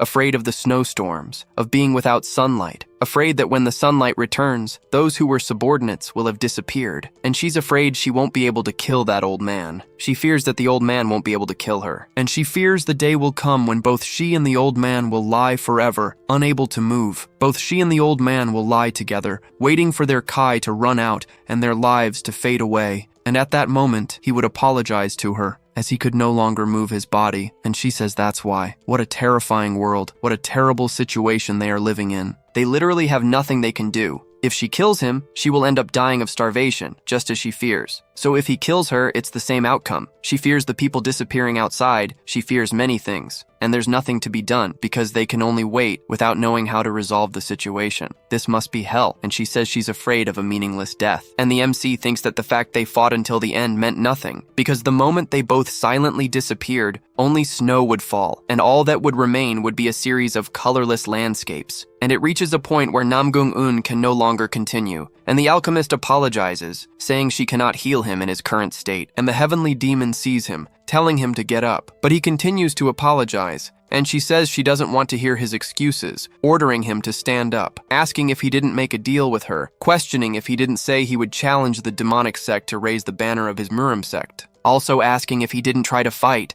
gathering the 9 great schools and 5 noble clans, saying that he cannot die in a hospital bed like this, telling him she forbids it, ordering him to get up and grab his weapon, getting angry, saying it doesn't have to be his damned axe. And so the MC is surprised, both of them actually. Then she tells him to pick up anything, even a piece of wood, and fight her. However, he continues to apologize, but she says she already told him to get up. However, he apologizes to her for being weaker than her, saying he has already tried to resist for another day, but it's already difficult, saying that she must have felt it too, and he was already running out of internal energy. And he tells her that his ki has run out, and she can still survive for another year, but this is his end, saying he was weaker than her, asking her to kill him, saying he doesn't want to end up like the leader of the Shaolin monks, telling her to kill him before his body rots. Because when you become a zombie, you don't truly see, even if your eyes are open, and you don't truly live, even if you're still moving. So he doesn't want that, but she questions if he wants her to kill him while he's lying in a bed, asking if that's what he's saying, questioning if this is the end of the great war he promised her, for they had sworn to defeat each other before, asking for what glory he resisted until now, and she says they should have ordered their sect subordinates to die together, asking for what brilliant future he lived until now. And he even tries to speak, but she talks about Namgung-un, the target of everyone's desire and envy because he was born with the constitution of a celestial body, having even reached the peak of his power at 20 years old. And even before 30, he became the leader of the Namgung family, and when the demonic world gained power, he was promoted to leader of Murim. The essence of the Murim sect rests upon him, and the resentments of the paths of justice weigh on his shoulders. And yet, he is offering his neck to her, an evil person. He has nothing to say. And so she says it's fine, saying she will kill him, but he won't have a good death. Then they all feel that aggressive ki emanating from her, and she pulls out a massive axe. Speaking to the old man of the Namgung, she says, this is the ancient halberd he loved so much, questioning if he hasn't forgotten it yet. He notices it's Sobaekyang. She tells him to speak, commanding him to utter a phrase. War has forgotten honor, and honor has forgotten war. She states that if he says that, she will kill him however he wishes. This marked the end of the Murim sect, a demand that meant the destruction of the sect itself. Only by acknowledging this could he die however he wished, but he remained silent. Then she asks why he can't speak, and he replies that he can't. He says he cannot say it, apologizing to Baek Hyang as he cries. But she becomes enraged and attacks him, saying he once claimed that becoming a zombie wouldn't be the same as truly living. She states that it doesn't matter, because even if he dies now, he won't truly die. Even as she attacks, she doesn't kill him, asking what the difference is between a life that isn't a life and a death that isn't a death. She says she can't tell the difference. She declares it's useless, and the entire world has become empty. On the dawn of the 9th day since their arrival in the apocalypse, Namgung-un, the Murim lord, died. The alchemist says she obtained a valuable sample because there's a limit to analyzing the virus in people who were transformed years ago. Thanks to this sample, they were able to analyze the infection's progression in real time, and they don't turn into zombies immediately after death, but rather after a short interval. Perhaps it takes some time for the infection to reach the brain. She says she has compiled the research results there and hands them to Gongjia to see. The old man says this girl might be very skilled at creating remedies, but she's terrible at explaining things to others, and states that's why proud people are like that. She says she did her best in the research, but as expected, she couldn't develop a cure. The MC asks if she didn't have enough time. She replies yes, saying she needed at least 90 days, and preferably around 120. But then the old man starts freaking out, screaming beside her, and they all get scared. But then the demon lord arrives, saying he's pathetic because in the end, this is what a person is on the inside, and there's no difference between a human and a beast. She tells him to eat, eat, and eat, until his body can no longer move and is utterly consumed, and so she offers her hand to him, telling him to eat. Then Viper asks what she's doing, because she'll end up turning into a zombie like this. But Gongjia tells him not to approach, saying it's already over. And with that, she uses her ki to make him disappear, completely obliterating him. And seeing that blood on her hand, she starts laughing diabolically, freaking out in front of everyone. Then the Emperor tells the MC to be careful, because she's gone mad. Then she looks at them, completely deranged, asking if they are servants of the Murim sect who came to kill her. She says that's great, telling them to come, because they'll clash their swords. And Gongjia then tells them all to flee, but she quickly lunges at them, ripping off the old man's head first, and then going for Viper. And the Sword Emperor realizes she has gone insane. Not even exorcisms would work on her now, because she has exhausted all her internal energy and will. But at this moment, she is in a temporary state between life and death. And even if he faced her at her peak, he would lose to her 4 out of 10 times. And she says that Mount Song is overflowing with the world's grief, and resentments from heaven and earth burn Mount Wudang. And she declares that the demonic sect is the strongest in the Murim world, and she is the strongest in the sect, asking if they truly believe they are good enough to face the goddess among goddesses. Viper then tells the MC to grab the alchemist and flee together. She then tells them not to even think about escaping, charging at them, still wondering where Namgung-un is, stating that no matter how dense the forests or how vast the heavens, there is only one person in this world who will receive her sword, speaking to the 4 demonic lords, ordering them to bring Namgung-un before her now. But then, the alchemist speaks to the MC, saying she believes in him, and so, the two die silently, leaving no trace, not even a scent behind. The world that had burned its people, the people who were burned by their world, were now buried beneath the white snowfields. But destruction did not mean the end for the MC, and he begins to return 24 hours in time, and so, the time comes to save his world. And in the past, the young demon lord is in the snow, looking at a person, calling her mother. But her mother simply abandons her and leaves, and she is left behind. And it is said that young Sobaekyang did not know, and the MC wonders if her mother had abandoned her, wondering if her mother had intentionally separated from her using the snowstorm as an excuse, or if her mother had accidentally lost her. And Sobaekyang did not know. And the MC, after dying, appears once more in that parallel world, and he speaks to the Sword Emperor, asking if he memorized the whole thing. And he says yes, to a certain extent, stating that if they combine what he memorized and what the MC himself also memorized, the pieces will fit together. But he has to do it soon, before he forgets. And the MC then says they will choose a skill first. And with that, he asks, how about that heavenly and infernal demonic art, rank A? And it is said that the more one curses the world, the more one overwhelms the heavens, and the one who has mastered the heavenly and infernal demonic arts will be responsible for bringing down the heavens. However, it will be difficult to maintain one's sense of identity when using this skill. And the MC thinks about this, noting that this must be the martial art they saw her use before. And he says it's a typical demonic art, and ultimately it's about how one deals with the world, whether with strength or strategy. And the MC doesn't quite understand. So he explains, saying that if one tries to embrace the world with humility, they usually end up on the righteous path of the Murim sect. And if one harbors hatred against the world, they will end up in the demonic cult. And that is why the people of the Murim sect transformed their own bodies into vessels for the world. And the people of the demonic cult transformed themselves into claws that scratch the world. And he says he will give the boy a simpler example,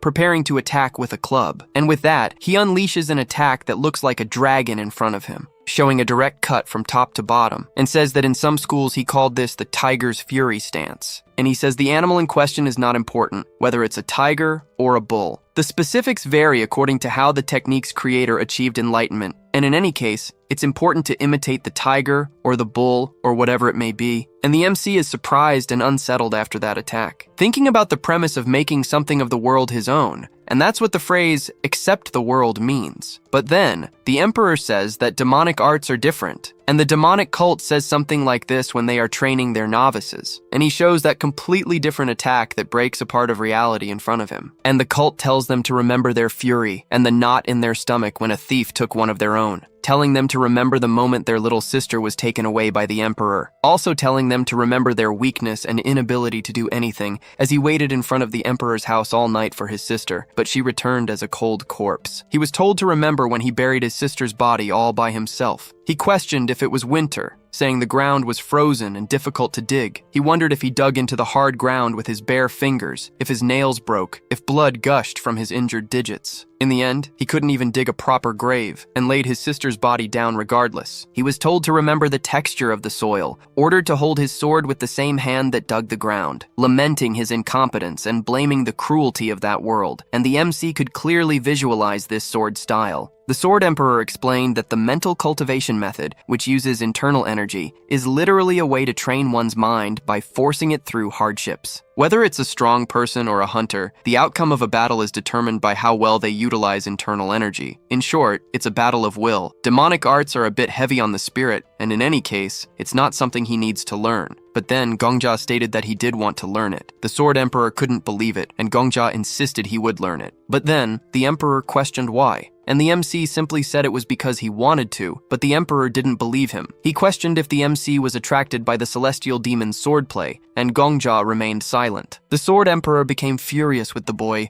saying he would go crazy, because it only looks impressive like that when one is in a life or death state, and it literally drains your energy. He told the MC that a warrior cannot become intoxicated by power and have their energy drained like that. He added that compared to his martial arts, these demonic arts were garbage. But then, Gongjia questioned if the Emperor was jealous that he was learning martial arts from someone else. The Emperor became enraged with the boy, and the MC told him not to worry. After all, his martial arts were the best in the entire universe. He asked if the MC thought he was trying to learn the celestial and infernal demonic arts without realizing it, so the Emperor admitted he was indeed the strongest, but then questioned the boy's motivation for learning the demonic arts, and the MC replied that it was so he could clear that floor. For example, if a cure is developed, everything will be over once he saves 2 people, as the others have all been dead for over 2 years, and the treatment won't bring them back. So he questioned how this would end. He asked if the Murim Lord and the celestial demon would become Adam and Eve. He asked the Emperor if that seemed like a good ending to him, but the Emperor said no, stating that just imagining the 2 of them together made him nauseous, and the MC explained that creating a cure was only the first condition for achieving a good ending. Ultimately, a good ending depends on whether these characters can be satisfied. He wanted to present a completely satisfactory ending for both the celestial demon and the Murim Lord, and so he copied the skill. Currently, he was a rank D hunter, and a penalty was applied because of his skill, and the MC thought that of course it wasn't over yet, because the celestial demon's grudges were another hell he would need to face. Thus, the trauma of his killer was recreated, and he said there would be an opportunity to talk about it calmly, and that was a mild purgatory. Viper then stopped, and they returned to the moment they had arrived there. At that, Gongjia used his aura to warm the girl, and she thanked him. But the MC said it was nothing. He told Viper to take care of the Medicine King, and so he began to guide all of them as needed. Then they saw the zombies and were startled, but Gongjia said they appeared to be zombies. He told them to look, pointing out that there were many pieces of flesh between their teeth. It was as if they were biting beasts. At this, the Alchemist confirmed it was true, and the detailed pieces of flesh between their teeth were incompatible and completely different from each other. She states that this body died 3 years ago, and the owner of this flesh died 2 years ago. It's hard to imagine, but that body seems to have been moving for a year. At this, the old man begins to complain that he hates monsters and everything about horror movies,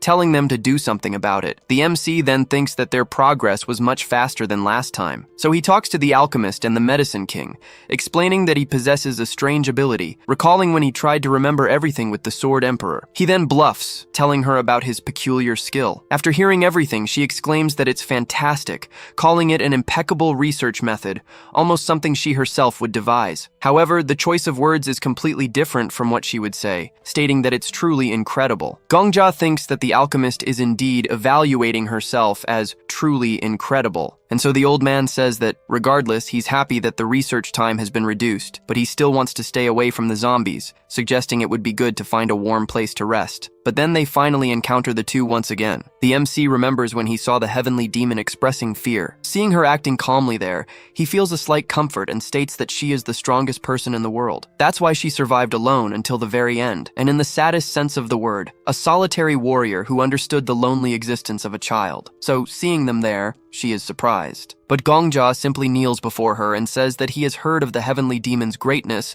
and has come from a distant land to see her. He adds that he has long admired the stories of the greatest person of all time. He states that he doesn't know how long it will take from now on, but still, he speaks to her, asking her to accept him as her disciple. My friend, I'm telling you, this guy knows how to cook up a good strategy, and I can't wait to see how this training will go. For those wondering why he went back all 10 days this time, obviously he was killing himself off screen. We're not going to show him stabbing himself every single time, what's the point? So he just reset everything at once, and it's all good. Still in her childhood, the young heavenly demon is in the middle of the snow, realizing she can't hear anything, see anything, or smell anything, and it's as if her stomach is filled with ice. She keeps thinking about her mother, as that place is extremely cold, until a ray of light emerges from the sky, and she sees someone descending towards her. She remarks that it's strange because it stopped snowing there 10 days ago, and the snow reached over 1.5 meters in height. So how is this child still alive and breathing? And so she goes to the girl, pulling her up. She states that the girl must not be an ordinary child,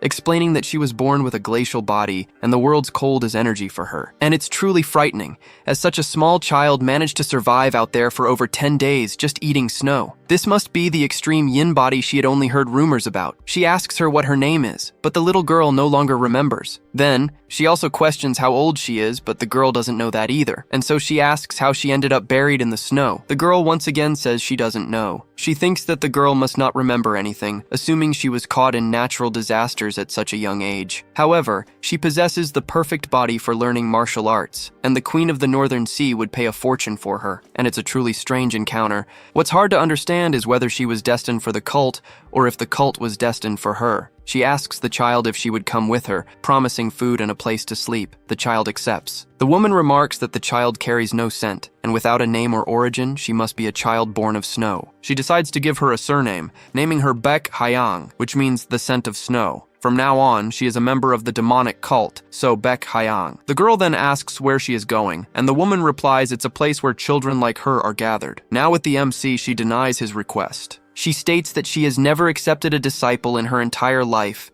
and even if the world crumbles, she will not change her ways. She questions him becoming her disciple, declaring it will never happen. But then the Lord questions why she is acting this way, as he is proud that the boy from foreign lands managed to survive. Not only that, but he endured the harsh martial realm to learn from her. He asks why she doesn't treat him with kindness. He questions why she needs to be as cold as before. She replies that she is proud they made it this far. However, the master-disciple law must be strictly upheld, and her cult does not accept people so easily. Only children abandoned by their parents and the world can join the demonic cult. The Lord then remarks that they always call him an old boar, yet they are still so demanding. He tells the MC that he must have heard, suggesting that since they've reached this point, what if he accepted him as a master instead of the stupid demonic cult? He states his name is Namgung, and he is the head of the grand and noble Namgung clan, and leader of the martial artists alliance of the Murim sect, and if he becomes his disciple. But the MC doesn't even care what he's saying. He questions why the heavenly demon won't accept him. The old man laughs at being ignored. She questions if she hasn't already told him, stating that only children abandoned by the world can join her cult. She explains that the world has changed. People have turned into zombies due to an unknown disease, and the sects and clans of the martial realm have collapsed. The MC replies that since the heavens have forgotten humanity, they have all been abandoned by the world now, whether they like it or not. More importantly, he thinks he is a hunter who entered the tower because he was an orphan, and questions if he hasn't naturally met the requirements to join the cult. She is left speechless, unable to retort. He thinks she is ashamed to say that he was abandoned by the world, but he believes he is in a position to say that he abandoned the world first. She then agrees, stating that if he is so confident, he must at least perform the 3 sword techniques. She will judge with her own eyes whether he is worthy of joining the clan. Although she is certain he talks a lot and does nothing, he thanks her for the chance, activating his skill and drawing his sword. The first skill is the infernal heavenly demonic arts. He then begins to learn rapidly, everything flashing through his mind. He says he can see the path of the sword. Countless movements are forming in his head, but so far they are only visible, and he hasn't fully understood this skill yet. And if he were to attempt to perform this technique, it would be like a pigeon imitating a pelican. But he remembers what the Sword Emperor told him, instructing him to lament his incompetence and blame the cruelty of that world. But he thinks that since he's going to be ridiculed anyway, he wants it to be for real. And he remembers what the Sword Emperor told him, that if he tries to challenge the world, he becomes part of the demonic cult. That's why the cult members train their bodies to become nails that will scratch the world. But while performing the demonic arts, his thoughts changed, and the essence of the demonic cult isn't nails, but rather screams, and he remembers all the screams he had heard and experienced throughout his life. The laws of yin-yang might be incredible, but the world born from them is full of flaws, and no matter how wise the writings of Confucianism are, they cannot silence a human's scream. Namgung is surprised by the technique the boy is performing, and Gongjia thinks that this is a sword dance of disgust, and it's more precise than the yin-yang sword techniques. And a sword wielded with a scream of despair is stronger than a sword that moves according to wisdom. But then the celestial demon tells the boy to stop, and the MC thinks that the greater the despair and the louder the scream, the stronger the sword becomes. And that's why they are strong, the survival of the fittest. And this is the doctrine of the demonic cult. And he says that's why the sword path of the celestial demon, the cult regent, must always be a scream directed at the world. But then she orders him to stop. But the boy continues performing the sword art, and he starts to think that even the regent herself screamed in despair in her final moments. But then she questions if she hadn't already told him to stop, yelling at Gongjia and ordering him to halt, attacking the boy. Then she questions how he stole and learned her cult's supreme technique, saying that he cannot deceive her eyes, and his form might have been careless and unrefined, but what he just performed was certainly the celestial and infernal demonic arts, and the only ones capable of learning these arts are the cult members, but they have never met before. So she asks him to tell her how he managed to steal it. But then he gets straight to the point, asking her if it's worthy or not, and she becomes somewhat flustered while the boy falls to the ground. She turns away, and then they rush towards the MC, saying he used too much aura, and the alchemist says she will apply serum to his vein. Meanwhile, the Sword Emperor is disappointed, as he must be on the verge of death for having performed a martial art far beyond his level, and he says that's why he always tells him to practice and slowly refine the basics. But he says it wasn't so bad, telling the boy that he is proud of him. And in the past, once again, she is with that lady arriving at the cult, and she says that this is where the girl will stay from now on. She can eat when she wants, sleep when she wants, and play when she wants, telling Bai Qiang that she can simply live however she wants. Then, with the children, they start saying that all the adults there are very nice and don't force them to do anything. While they think that maybe they will raise them to be servants, the girl calls him an idiot because it's been over a year since she arrived there, and nothing like that exists. By the way, she asks if he has already said hello to the children who arrived today, and the boy says he only said hello because several children arrived that day, and they think that overall, many children have been arriving lately. And the other one says it's because this year was bad for harvests, resulting in more orphans. And in any case, everyone was smart to come here because they would have starved to death if they had stayed in the villages where they were born. But then Bai Qiang questions how they all ended up there. Then everyone is surprised by what she's saying, and they all start complaining, with one of them saying that his father said the harvest was bad, and his mother worked in the red light district, and they say they don't want to tell her, questioning why they should, saying that men with swords attacked their village one night, and the people in their town started getting sick and died. Another child said his father used to beat him constantly, so he ran away. This made the MC remember the concentrated poison jar. It's a jar where all sorts of poisonous animals and insects are placed before it's sealed. The creatures trapped inside then kill each other, and the last one remaining alive possesses the most concentrated and lethal poison, and the poison seemed to flow with every word the children spoke. So, how could there be so many types of poison in that world? The MC then asks if they are happy now, and everyone agrees. And she realizes that this place is not a paradise, but rather a jar designed to produce a single, concentrated poison. One of them says he doesn't need to earn money in his mother's absence. He just likes it there because no one beats him anymore. The MC then begins to ponder the true nature of this place. Sometime later, a man comes to call everyone for breakfast, but notices the MC is not there. The MC remembers that they are supposed to sleep when they want, eat when they want, and play when they want. However, she starts to work. They think the MC is very strange, noticing that she is always interacting with the farmers and doesn't even eat food. The MC remembers that the lady said she can simply live however she wants. At that moment, the lady approaches the MC and says it's been a while, adding that she came because she needed to ask a question. She heard that the MC was helping the farmers and harvesting her own food, and the MC confirms this. The lady also says she heard that the MC is making her own clothes and blankets, and the MC confirms. The lady then asks why, because as long as she wants, she can live a life of abundance, even if it's not luxurious. She says this is Spring Peak, a place where adults cultivate the land and harvest fruits for the children, and since the MC is also a child, she asks why she is working so hard. The MC then says that Mr. Mo, who cultivates at the foot of the mountain, lost 2 daughters to the county magistrate, and the lady finds that strange. The MC also says that Mr. Choi, who works in the orchard, lost his 2nd son, who was taken to build the castle walls. He reported this to the local office, but his word was questioned, and his 1st son also ended up dying. After burying both sons in the village where they were born, Mr. Choi and his wife moved here. And all the adults who plant food and make clothes for them, the orphans, were hurt by the world. There is no exception. This place is not paradise, and they are not feeding them and giving them clothes for free because they are stupid. The lady then asks why the MC believes they do this. The MC says it's because they want those children to avenge them, because they feel the world is very unfair, and they cannot forgive the local officials who ruined their lives. They want revenge, but they don't have the power to do it personally. She heard that martial arts are something one can only become truly good at if they start learning from a young age. The adult farmers, who are too old to learn martial arts deeply, can, however, produce for the children who can learn. And this was the true identity of Spring Peak. They are not eating and sleeping there for free. That is the headquarters of the demonic cult.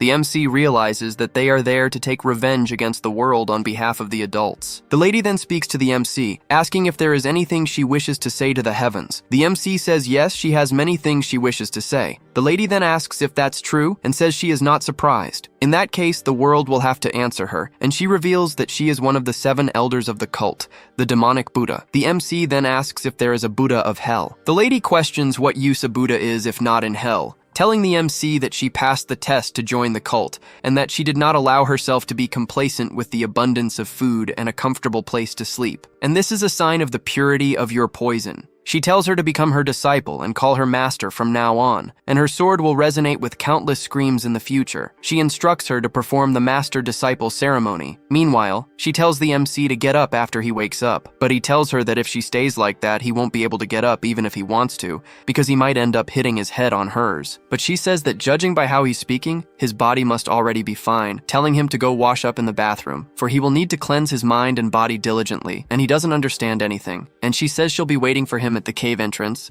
so Gongja actually goes to do that. But he notices everyone sleeping around, and he wonders what everyone is dreaming about, opening his character window. The old medicine king is dreaming of his 100th victory over Marcos, saying that, as a bonus, he's just 1 victory away from completing 1,000,000 victories against that pharmacist girl. As for her, she says she's right, questioning why she needs to explain something so simple to people. She says they won't understand even if she explains, because they are as stupid as flies. She apologizes, thinking that if they just used their heads a little more, everything would be fine, living a dream of humiliating others. And as for that other crazy guy, he's laughing like a villain, and the MC thinks it's better not to wake them up, especially that last guy. Then, outside, the celestial demon asks if he washed every corner of his body, and he says yes, stating that he feels even his heart has been cleansed. But she tells him that she's not a fan of people who are good at talking, and he's too good with his words, and she worries that he has more artistic talents than those of a commander, and he is surprised by this. Then he reads her thoughts, thinking that even though he has a sharp tongue, he has a foolish and innocent face. He's the perfect candidate to lead the lower sect, and he wonders what that means, but she just tells him to follow her, saying that, normally, to earn the cult's uniform, you need to pass several tests where he might have proven himself worthy, but that doesn't mean he passed the test. The cult's first test is the comfort test. She explains that it provides free food, clothes, and a place to sleep. And the children who are satisfied with this become part of the outer sect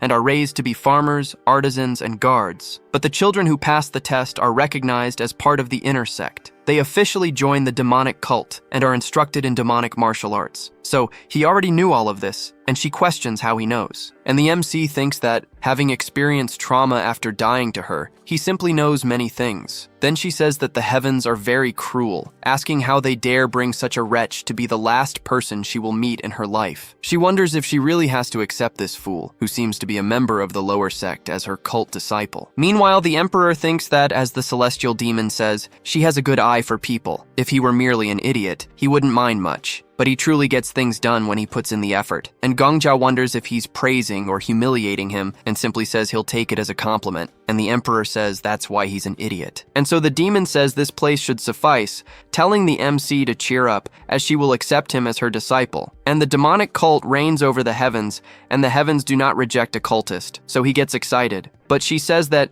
however, she still cannot officially accept him as a disciple. But the MC questions if she isn't being too harsh, as he came from afar just to receive her teachings. And he even showed he is worthy, asking why he can't be an official disciple. And she says that first of all, she has many suspicions about his words, from having come from distant lands to having deep respect for her. And she doubts the veracity of everything, and her senses tell her that it's all a lie. She says that he doesn't seem to have an evil nature, so she'll let it pass. And to tell the truth, he seems to have a good heart, which is strange. And she still can't tell if he was destined for her, or if she was destined for him. And the MC then asks what the test is. And she points downwards, saying she placed a zombie soldier there, and he was a potential star of the cult, a clever martial artist quite famous in the martial realm.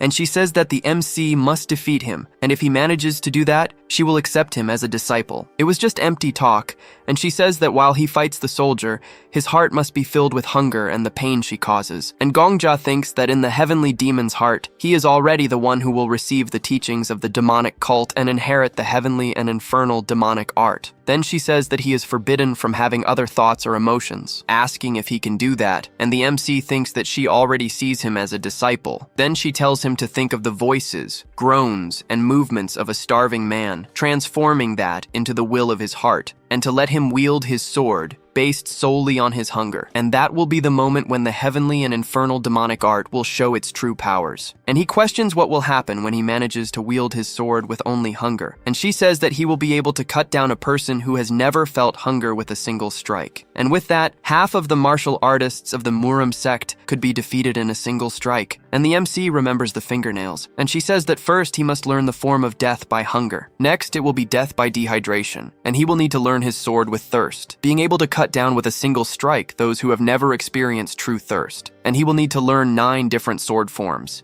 and the 9 paths of these 9 sword forms that will bring down the heavens. And he thinks that sounds good. And she then questions what he is waiting for, telling him to throw himself into hell. And Gongja agrees immediately, jumping onto the zombie.